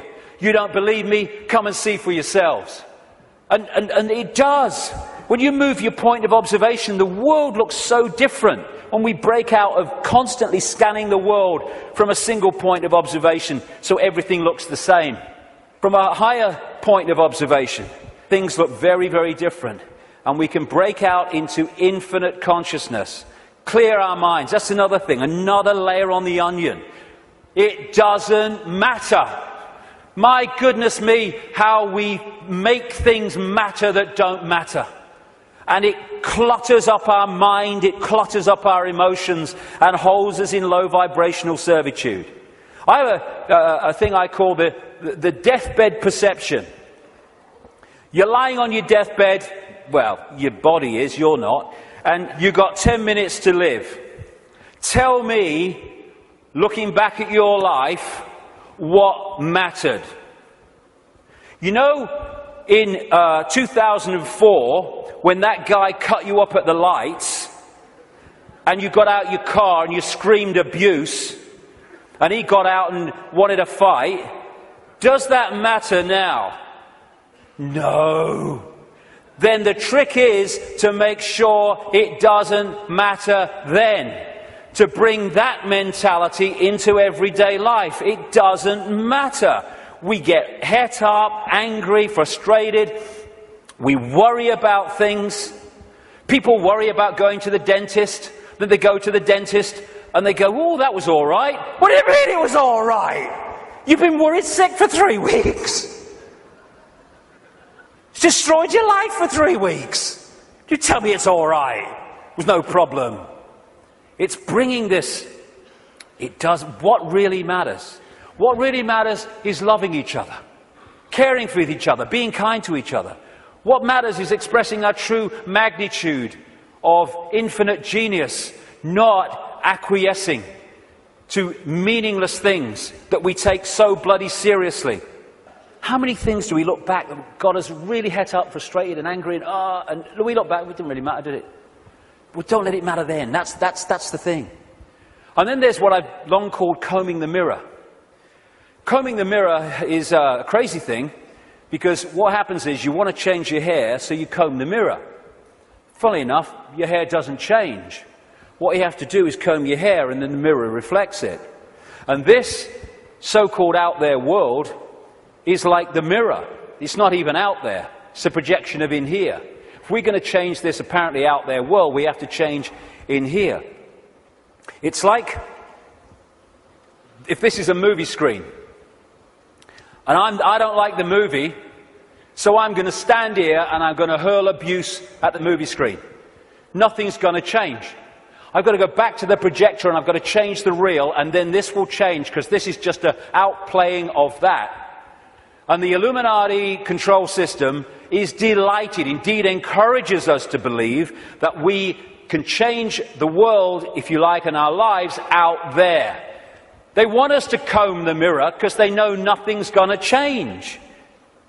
This is where things change, and we connect with this at what we call the subconscious mind. And it's in the subconscious mind that we interact with this waveform construct. The conscious mind experiences the play-out holographic world, the decoded world. So this is where we have to change things. Because by the time it hits this screen, this holographic decoded world, it's like the movie on the screen. It's a done deal. You ain't got to change that now. You ain't got to change this now. We have to change it before we decode it into experience holographic reality. There are some people I've been reading, they say 98% of human decisions are made by the subconscious mind, the unconscious mind. I would go further. I'd say 100% of human decisions are made by the unconscious mind. What the conscious mind does is experience them. But the conscious mind can interact and work as one with the unconscious mind if it starts to understand the way reality works. How do we understand what's going on in the unconscious mind so therefore we can play a part in changing that? By what I call the language of life. The play-out holographic world of experience is a mirror of the information construct. In other words, our unconscious mind in many senses. And the way it plays out, the language of life, as I call it, tells us what's going on in the unconscious.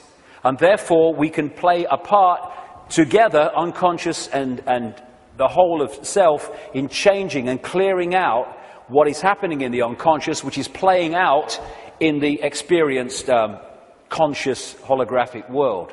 For instance, do things keep recurring in our lives over and over and over again? You'll never guess it's only happened again. Well, why is that happening to you over and over again and not happening to him at all? What is it within you that's manifesting this? What is it telling you? What is the language of life telling you by what you're now continually experiencing? Why don't things work in your life, but they work in this person's life? What is that telling you? What is it about you that's making it not work? What is it about them that's making it work?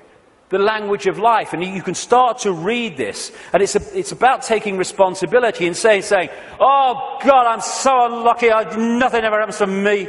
It's like taking responsibility, power. Why is this happening to me? What is it about me that means this is happening to me and not to them? It's the language of life. He's talking to us. For instance, one of the things that totally bloody controls human experience is a desire for outcomes. We're all possibility. If we live as all possibility, our true self, then we're flowing. We're flowing with life. We haven't got an outcome because we're all possibility. We flow where we want to go and we flow where life takes us. Once you have an outcome, I want this, then you have pinned yourself to one possibility. And if that possibility doesn't happen, then you're in a state of disappointment. Even though you're all possibility and you can flow anywhere you like. I'm this what I want to be. And it's like a door. And people go through life and they're going, bang, bang. I want to be this. This is my outcome. Bang. And the door's going and life's going, ain't opening. Ain't opening. Bang, bang. Frustration. Anger. Why me? And it gets more, okay, now we're going to put this across the door. And they still go, bang, bang. This is my outcome. And then all the time this is going on, over here there's a door swinging open saying, hey, come through me, no problem. Oh no, I want to be this, bang. And we go through life and the door doesn't open and that one's saying, over here. But because we have an outcome, it means it controls our life. And like I said earlier, and suppresses our life. I don't have an outcome. I don't have an outcome. When I get up in the day, I don't have an outcome. I don't have an outcome in my life. I just go where it takes me. Outcomes are limitations, preconceived ideas. Now, intent is a very, very powerful force for change. This is my intent. That energy goes out there, and through what I call vibrational magnetism, it draws towards us what we need to do to achieve that intent. Not when there's an R in the month and every now and again, every time. So when we have this intent, I want to be truly free. I want to be the true magnitude of how I am. I want to know what's going on in the world. I want to understand this. What happens is that intent, if you mean it, it's not just words, otherwise it's no power at all, then that intent will start drawing to you people, places, experiences which let you achieve that intent. And often they are very challenging and your whole life, your old life starts to break down as a result of this. A lot of people go, if that's transforming, no thanks. And we go back to the old life. But intent, if we mean it, is the first stage of transforming our lives from what they are to what they could be. The thing about intent, however, that it's the need to sync the intent with what the language of life is telling us. Because if you sync the intent with that door that ain't meant to open, then you can have a very powerful experience called frustration. Because the intent then is not going to open the door because it ain't meant to open because it ain't your journey. I have this thing, flow equals go, stuck equals chuck. Or at least look again at what you're trying to do and how you're trying to do it. It might be how you're trying to do it that's not stopping it flowing. But in the end, life is not meant to be a bitch and then you die. It's not meant to be a series of frustrations and barriers. It's meant to flow. That's what we are. And if it's not flowing, then the language of life is saying something about us. Why isn't it flowing? And interestingly, I've experienced this so many times. I know other people have too. Once you acknowledge what the experience you're having is, maybe one you don't like, is saying about you, you acknowledge it, you bring it to the conscious, boom, there's an energy shift and the problem disappears. The pain in the arse in your life goes out. Because you've acknowledged it, you've read the language of life, and therefore you don't need to experience that anymore and come to that understanding because you have, and it's gone. Taking responsibility is a very, very fundamental part of this transformation. Carl Jung, the Swiss psychiatrist, said, people will do anything, no matter how absurd, in order to avoid facing their own soul. And not taking responsibility is the absolute epitome of giving your power away. When we say it's all your fault that I'm in this situation, whether it's collectively or individually, what we're saying is, I don't have power over my life, you do.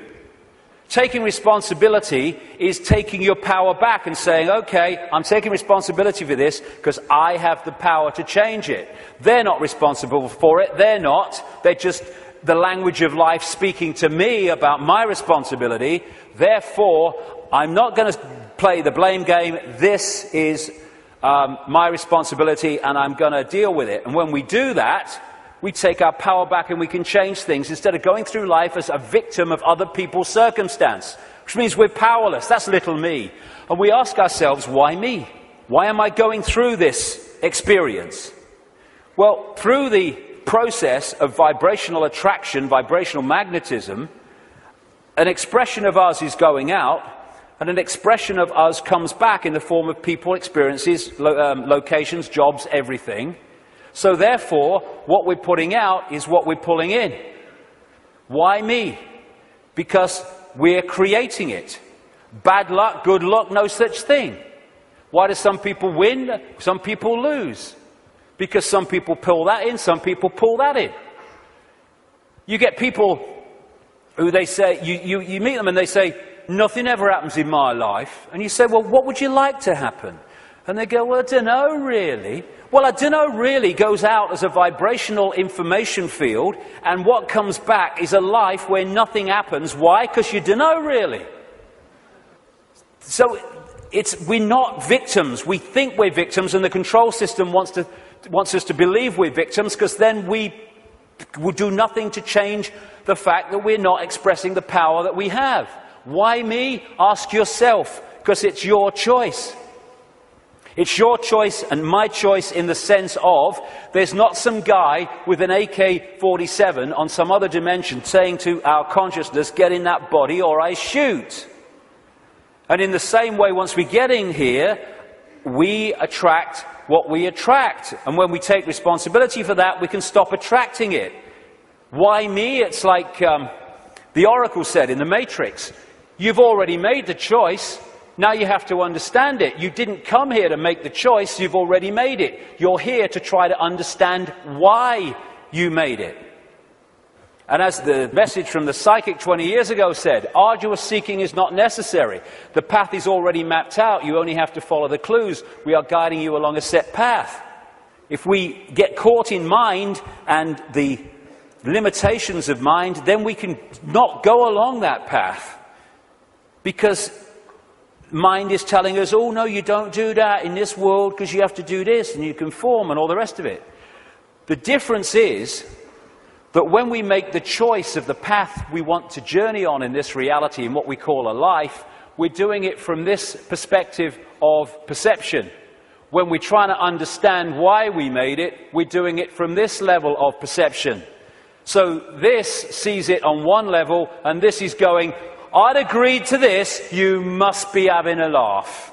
Never. Well, this is seeing it in a different light. And it's the same collectively. Why us? Why are we here at this time now as this cusp of change is going on? Same thing. You've already made the choice, now you have to understand it. You didn't come here to make the choice, you already made it. Now you have to try to understand why we made it. Instead of complaining at the situation we're in, and again, this made the choice, this is trying to understand it. Once you break out of this into this, you then start to understand it. Because you see what we're experiencing from a totally different perspective.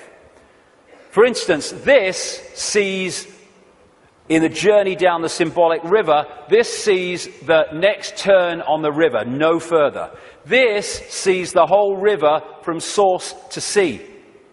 So this is seeing an experience in the moment that this is having in a completely different way to how this is seeing it. For instance, you're going down the river on a canoe, it springs a leak. You paddle across to the bank and you sit there and you're angry and you're frustrated. Why me? Why am I so unlucky? And then some guy comes across and says, hey mate, you were so bloody lucky. There's a bloody waterfall around that next turn. And we can even override that through intuition. When we intuitively access this, we intuitively know, no, I'm going to stop for the day here. I'm not going to go any further today. And this might be saying, oh, we can go further. I'm not going any further. And so many things we can be protected from by following our intuition. Why are we here collectively? We're here to break the spell. We're here to break the spell on the human collective mind. What a great thing. What a great thing to play a part in. To break this spell and to stop this human experience becoming this. And in the next few years, like I say, they're going to throw everything in desperation, like the cornered rat, trying to hold on to a control system that's falling. This is where we're going to need to have this perspective of I am consciousness, I'm having an experience. Because that will make it so much easier as we go through this transformation and challenge. Because if we're in this world and of it, those people are going to find the next few years very, very difficult. Because they will not have a perspective of what's going on, except everything's going crazy, and my God, what's going to happen next? This is a great line from a song. Freedom's just another word for nothing left to lose. Isn't it amazing how when you no longer have anything to lose, the butterfly emerges? Because it's fear of loss that keeps us in servitude so much. And when you've got nothing left to lose, suddenly all that's left is freedom. And that is going to be a very powerful experience that a lot of people are going to have in this next period of challenge as this cusp moves on. Just when the caterpillar thought life was over, it became a butterfly. It's amazing that when you're in, so many people have told the story that it was in their lowest moment of despair that boom, something emerged and transformed them. Nothing left to lose, freedom. Okay, I'm waking up, so what do I do? Well, I would suggest that we all stop making bloody excuses. You know, we can all come to the conclusion that there's this control system and it's doing this, and what about the children, and what about the grandchildren, what's going on? And then the list of excuses why we actually can't do something today. Well, there's a game on, and I've got to do this, and I've got to do that. Nothing is more important than focusing on what is happening, because everything comes from that. What can we do? We can refuse under any circumstances, no matter what the frickin' laws and the pressure and the imposition, we can refuse not to have the right to express our freedom of expression. Refuse under any circumstances to shut up.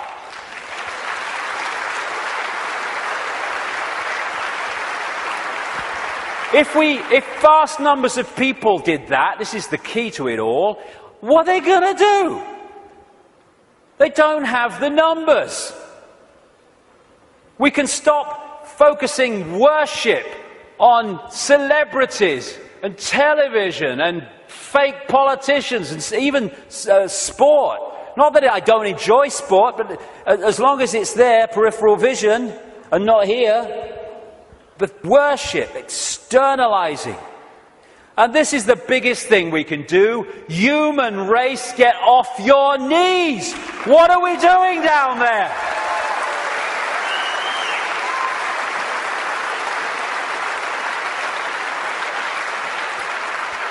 What are you doing? You're all that here's as it been and ever can be. Where have you bloody knees for? Well, I'm only little me. No! If we get off our knees, the control system's over. Martin Luther King said, a man can't ride your back unless it's bent. And then there's the people in dark suits and uniforms. Hey, you got children and grandchildren and families as well. What are you doing serving a control system that wishes to impose a fascist state on your families?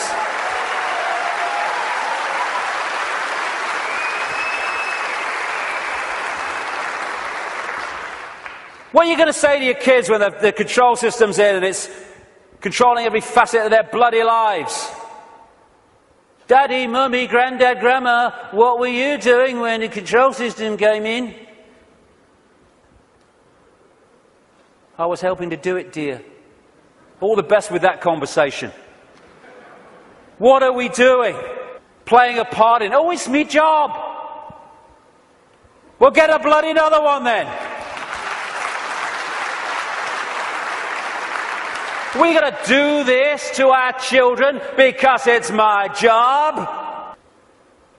What can we do? We can cease to serve the control system in uniform with a gun in our hands. We can do that.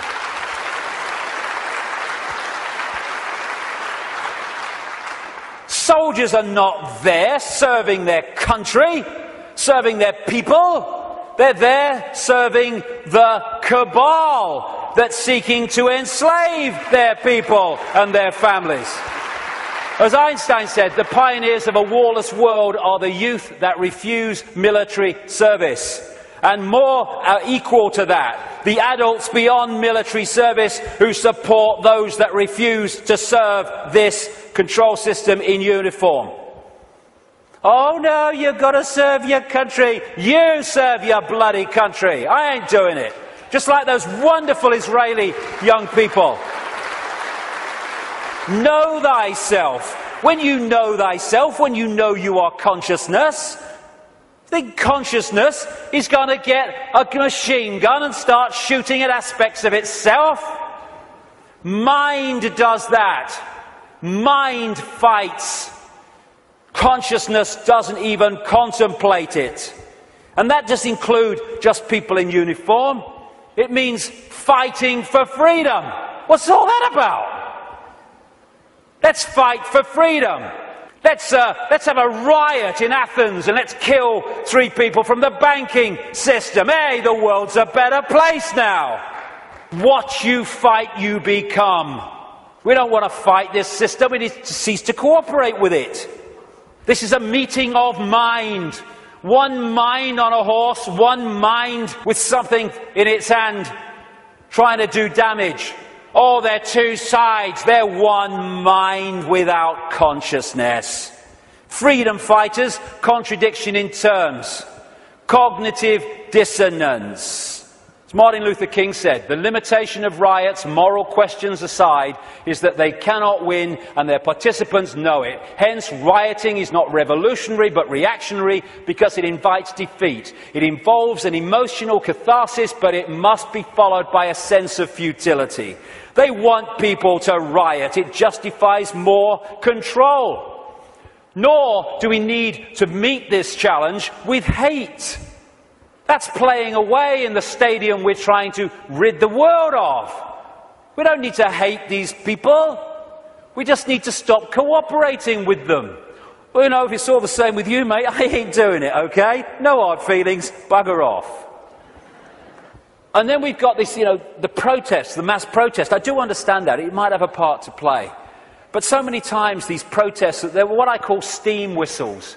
People go out in big protests with the banners and they kind of feel good about themselves and they go down the pub and say, at least we made our feelings felt. And then what happens? Bugger all. How many people marched in London against the invasion of Iraq, and what happened? Iraq was invaded. Protesting has such limitation. They don't care if we protest and walk through the streets and shout slogans and wave banners. They care if we come together, irrespective of colour, creed, gender, sexuality, any of it.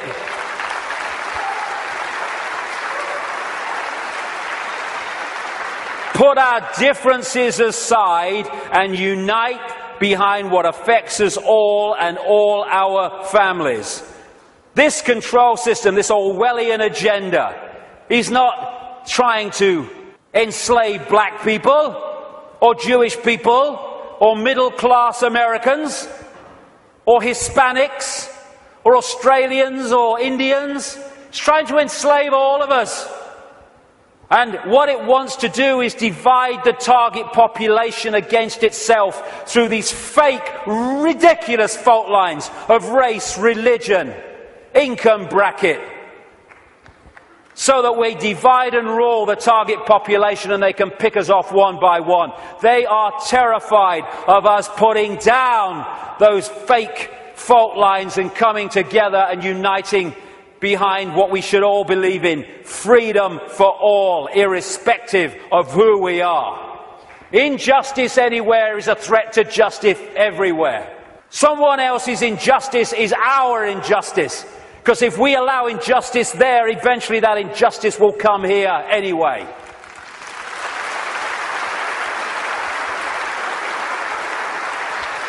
In the end, we will remember not the words of our enemies, but the silence of our friends. Silence is consent. Can you hear us now? Silence is consent. Because while we're silent on these impositions, the impositions just keep going on and on and on. By our silence, we are acquiescing, even agreeing to them being imposed.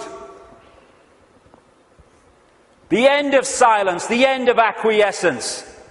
If we want to be free, then don't run and hide. Because you can put your head in the sand and ignorance is bliss, but only for a while. You can put your head in the sand because there's a tornado coming. But the tornado's still coming, your bum's in the air. If you lift it out the sand, take responsibility and face it, you can take avoiding action. Ignorance is bliss with a head in the sand, and then, bang, your ass is spinning up in the clouds. Strength does not come from physical capacity, it comes from an indomitable will. Mahatma Gandhi. Isn't it amazing how true that is? How you can see soldiers in uniform involved in truly extraordinary levels of physical courage and what we call heroism. And yet those same people are terrified of saying boo to another guy in uniform who's got more stripes on his arm than he has. Isn't it amazing? Where physical strength can come so easily and moral strength not. That's to do with the moon matrix and the way that our perception is manipulated. Turkish proverb, a lion sleeps in the heart of every brave man, every brave woman. And it's not really bravery. When you let go of fear, you don't need bravery, you don't need courage. Courage is overcoming fear. When you let go of fear, because I'm all that is, has been and ever will be. What's the worst that can happen to me? I leave this physical body of limitation and I become all that is, has been and ever will be in full awareness that that is what I am. My God, I'm terrified that that might happen. I don't know how I'm going to cope with the terror of thinking that might happen. Know thyself. Again, recurring theme. Know thyself. We are consciousness. What is there to fear? Death? There is no death. Just putting the telescope down. We can meet this with fear. Oh my God, the police state! Or we can treat it with the emotion it deserves.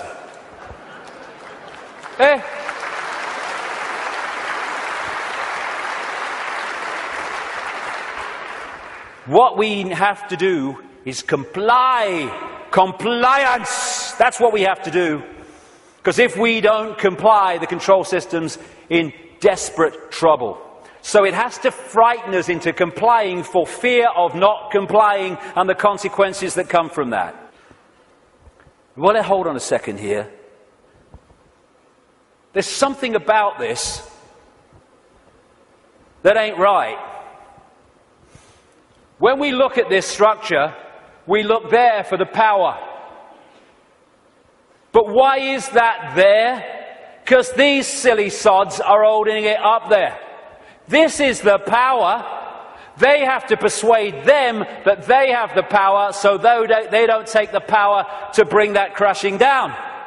Fear of bringing it down through fear of not complying. Once we step out of the pyramid and refuse to cooperate with it, no violence necessary, by the way, then the pyramid starts to collapse because we're holding it together. It's a house of cards. That's all it is. Oh, it's the control system. It's a house of cards. Simple thing. People are being fined ridiculous amounts of money for putting their wheelie bins out on the wrong day or too many inches from the bloody curb. And people go, I don't know, what's the world coming to? It's the big brother state, innit? And then what you going to do? What time's that game show on, honey?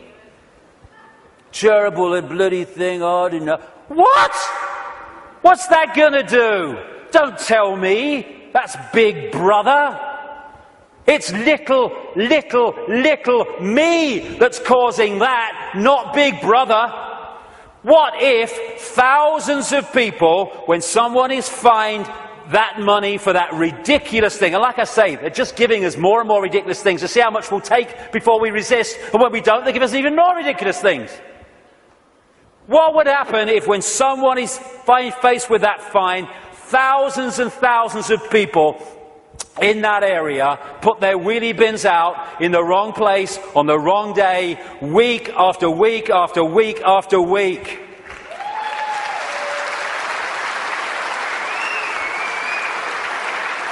The system couldn't cope. We have the numbers. And I see this, your vote is your voice, be heard. Bollocks it is. How can the vote be your voice when the people you're given the choice of voting for that have any chance of forming a government are standing on the same postage stamp of political policy and perception? There's no choice. We've reached a point now where the vote becomes a voice when we refuse to vote. We refuse to play the game anymore.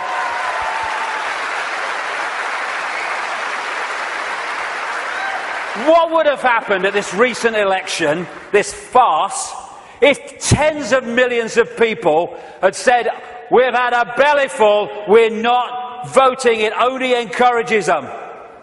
We are not voting because we're going to make a statement that we know this system is rigged and we're having it no more. What would have happened in these days that have passed since that election? The whole focus of the media and everything would have been, bloody hell, what's going on?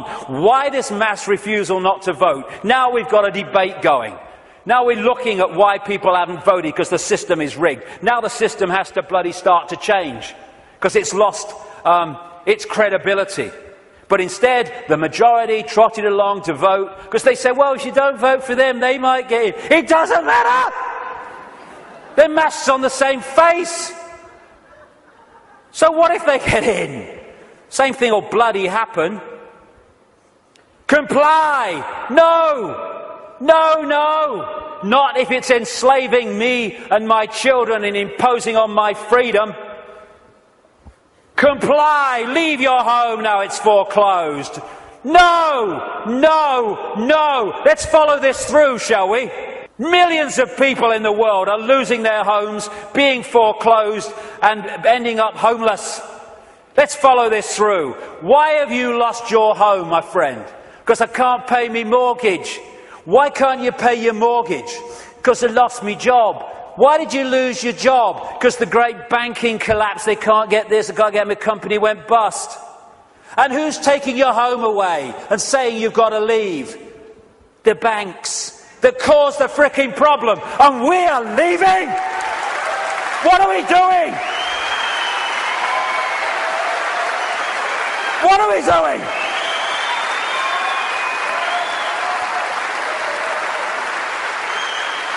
No, we won't leave when the banks have caused the problem and now they're telling us to leave to take the assets. No, we won't. And people who are not being foreclosed need to support those that are. We're all in this together.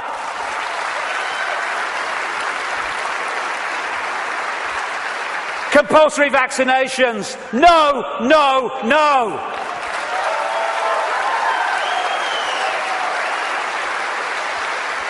You must do what we say. We have changed the law.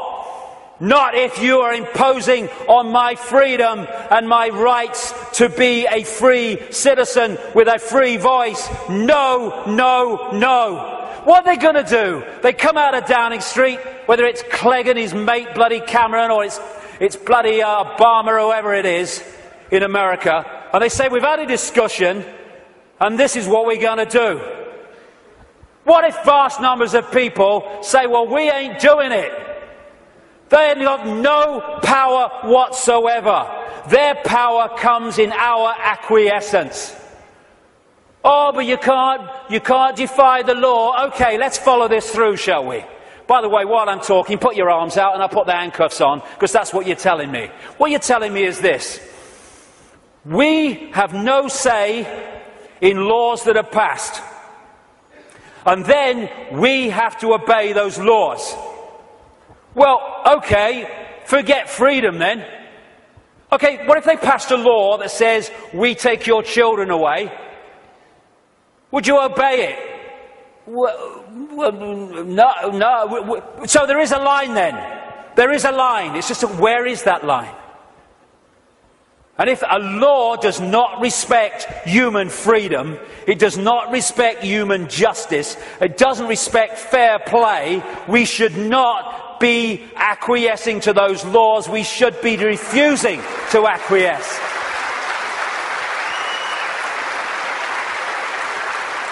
What we need is not compliance, we need a non-comply dance. Where we beat to a different drum and we dance to a different drum. Where we refuse to acquiesce to this control system that seeks to enslave us even more than it already has.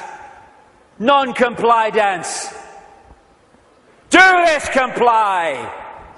No. No. But we need to do it en masse.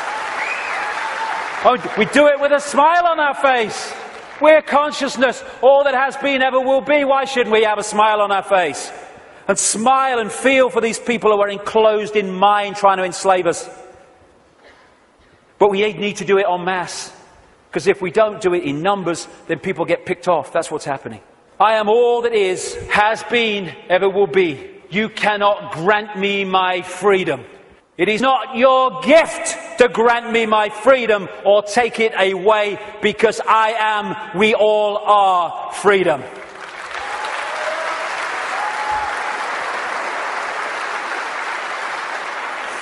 Put another way,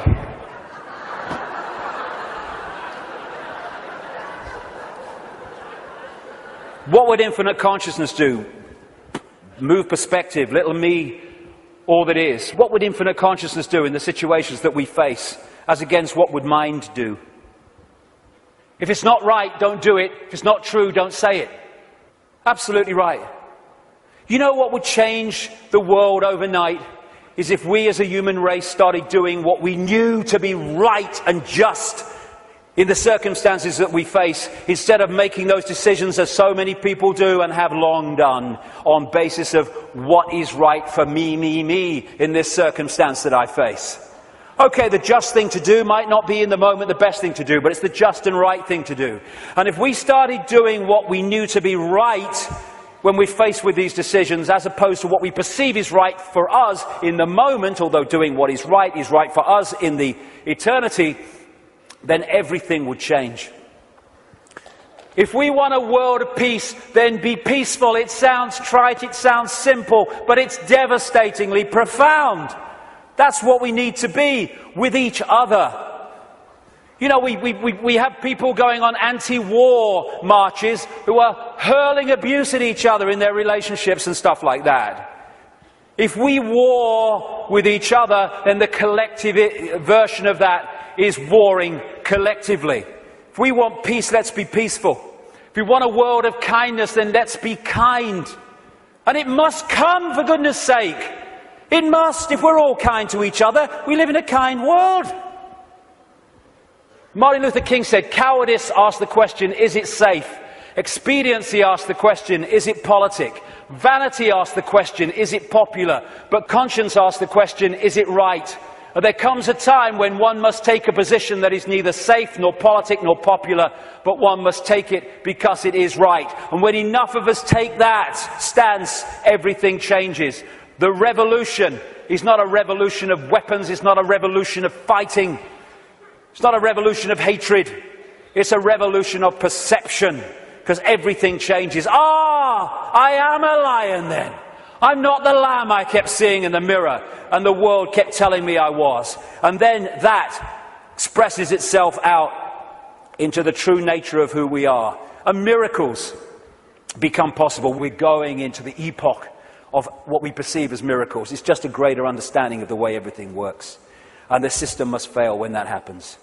We're being offered, the truth vibrations are offering us in this time, the chance to open the key to our minds, the key to our hearts, which have long been closed by so many people, the key to the freedom on a level that we cannot comprehend, because until we expand our consciousness, we cannot be aware of the true nature of what freedom is. It's not even what we perceive in this world. Enough. Enough of this suppression. Enough of this slavery. Enough of this enslavement of the few by the many. As the poet Shelley said, rise like lions after slumber in unvanquishable number. Shake your chains to earth like dew, which in sleep had fallen on you. Ye are many, they are few. Enough! It's time to fly. It's time to fly. Thank you very much. Thank you. Thank you for coming. Thank you. Let's get on with it. Thank you. Thank you for coming. Thank you for coming. Thank you.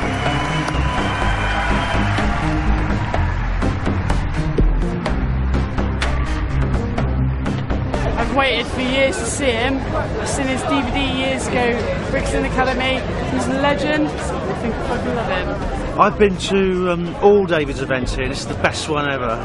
It's the most original, the most passionate, and it really is the greatest.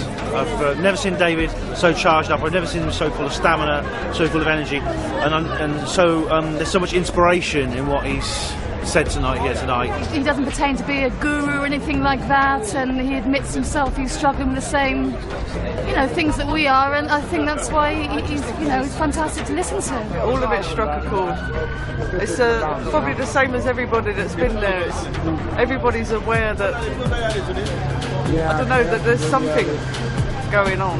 You get what I mean? And it's worth travelling 600 miles. It was worth, yeah, definitely. I think the freedom aspect obviously is a really important part of it, because and knowing and actually everyone coming together. But I mean, I've been following David Icke for a couple of years now. Just kind of openly up to say. What I thought stood out for me is that there was a lot of detail that David Icke gave that's not out in the public. It's not open knowledge. Some of his talk was a little controversial, I thought, but it was still on point of what he was saying. Everything seemed to lead up to one big crescendo at the end, which pointed every direction, no matter what field, race, color, creed you were from. It all pointed in one direction. So unification is the bottom line. I liked the way he ended it today. It was particularly good for me. He was much more, like you said earlier, he was much more animated today, much more kind of really like get up off your knees, do something, make decisions about things in your life, more ethical decisions. I think that was great. That's just cool for me. But it's great. David Icke, live him. The main thing is that we've all got to unite together and fight for freedom and democracy and justice, and fight against the big boys who are starting to rule the world. That we have to fight the New World Order, the Rothschilds, and all the people who try to dominate us in the name of evil. We've got to stick together and fight for our freedom and our democracy. Stop all that we treasure. We watch it disappear for your moment's pleasure. We live in constant fear. You promised us justice. We got war instead. Now you must trust us before this planet's dead. Stop. Doing nothing.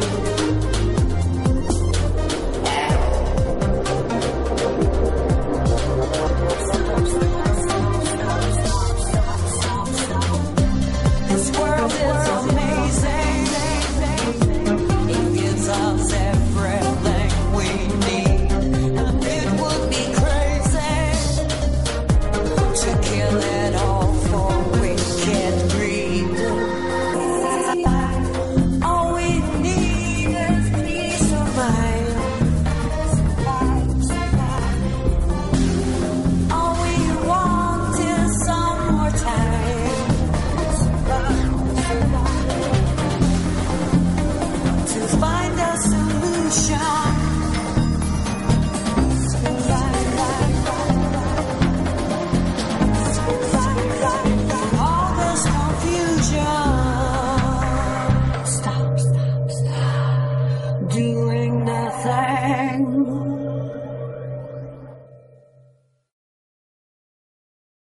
For the past 20 years, David Icke has written books and travelled the world, sharing with anyone who will listen the truth of the world as he sees it.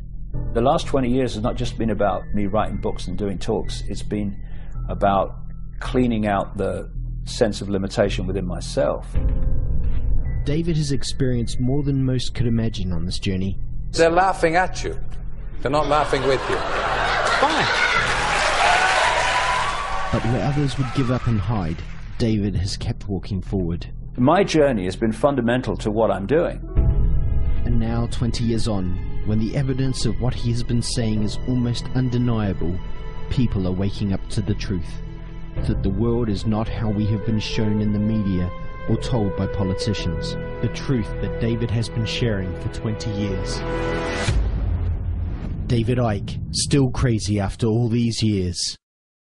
Well, I was born in a place called Leicester in the English East Midlands in 1952. We were skint, and you didn't do anything with your life because no one around us was doing anything. They were working and just trying to survive. The idea that great things happened to me never entered my mind. But great things were destined for David, and looking back, it's clear that every step on the journey has been part of a greater plan. I became a footballer because it taught me to focus, to use discipline to create an outcome. I lost that career at 19 in very tragic, from my point of view at the time, and very painful circumstances, and therefore played professional football for over a year with rheumatoid arthritis in agony, because that activated within me a will not to give in and not to go under and not to fall apart under pressure and under stress.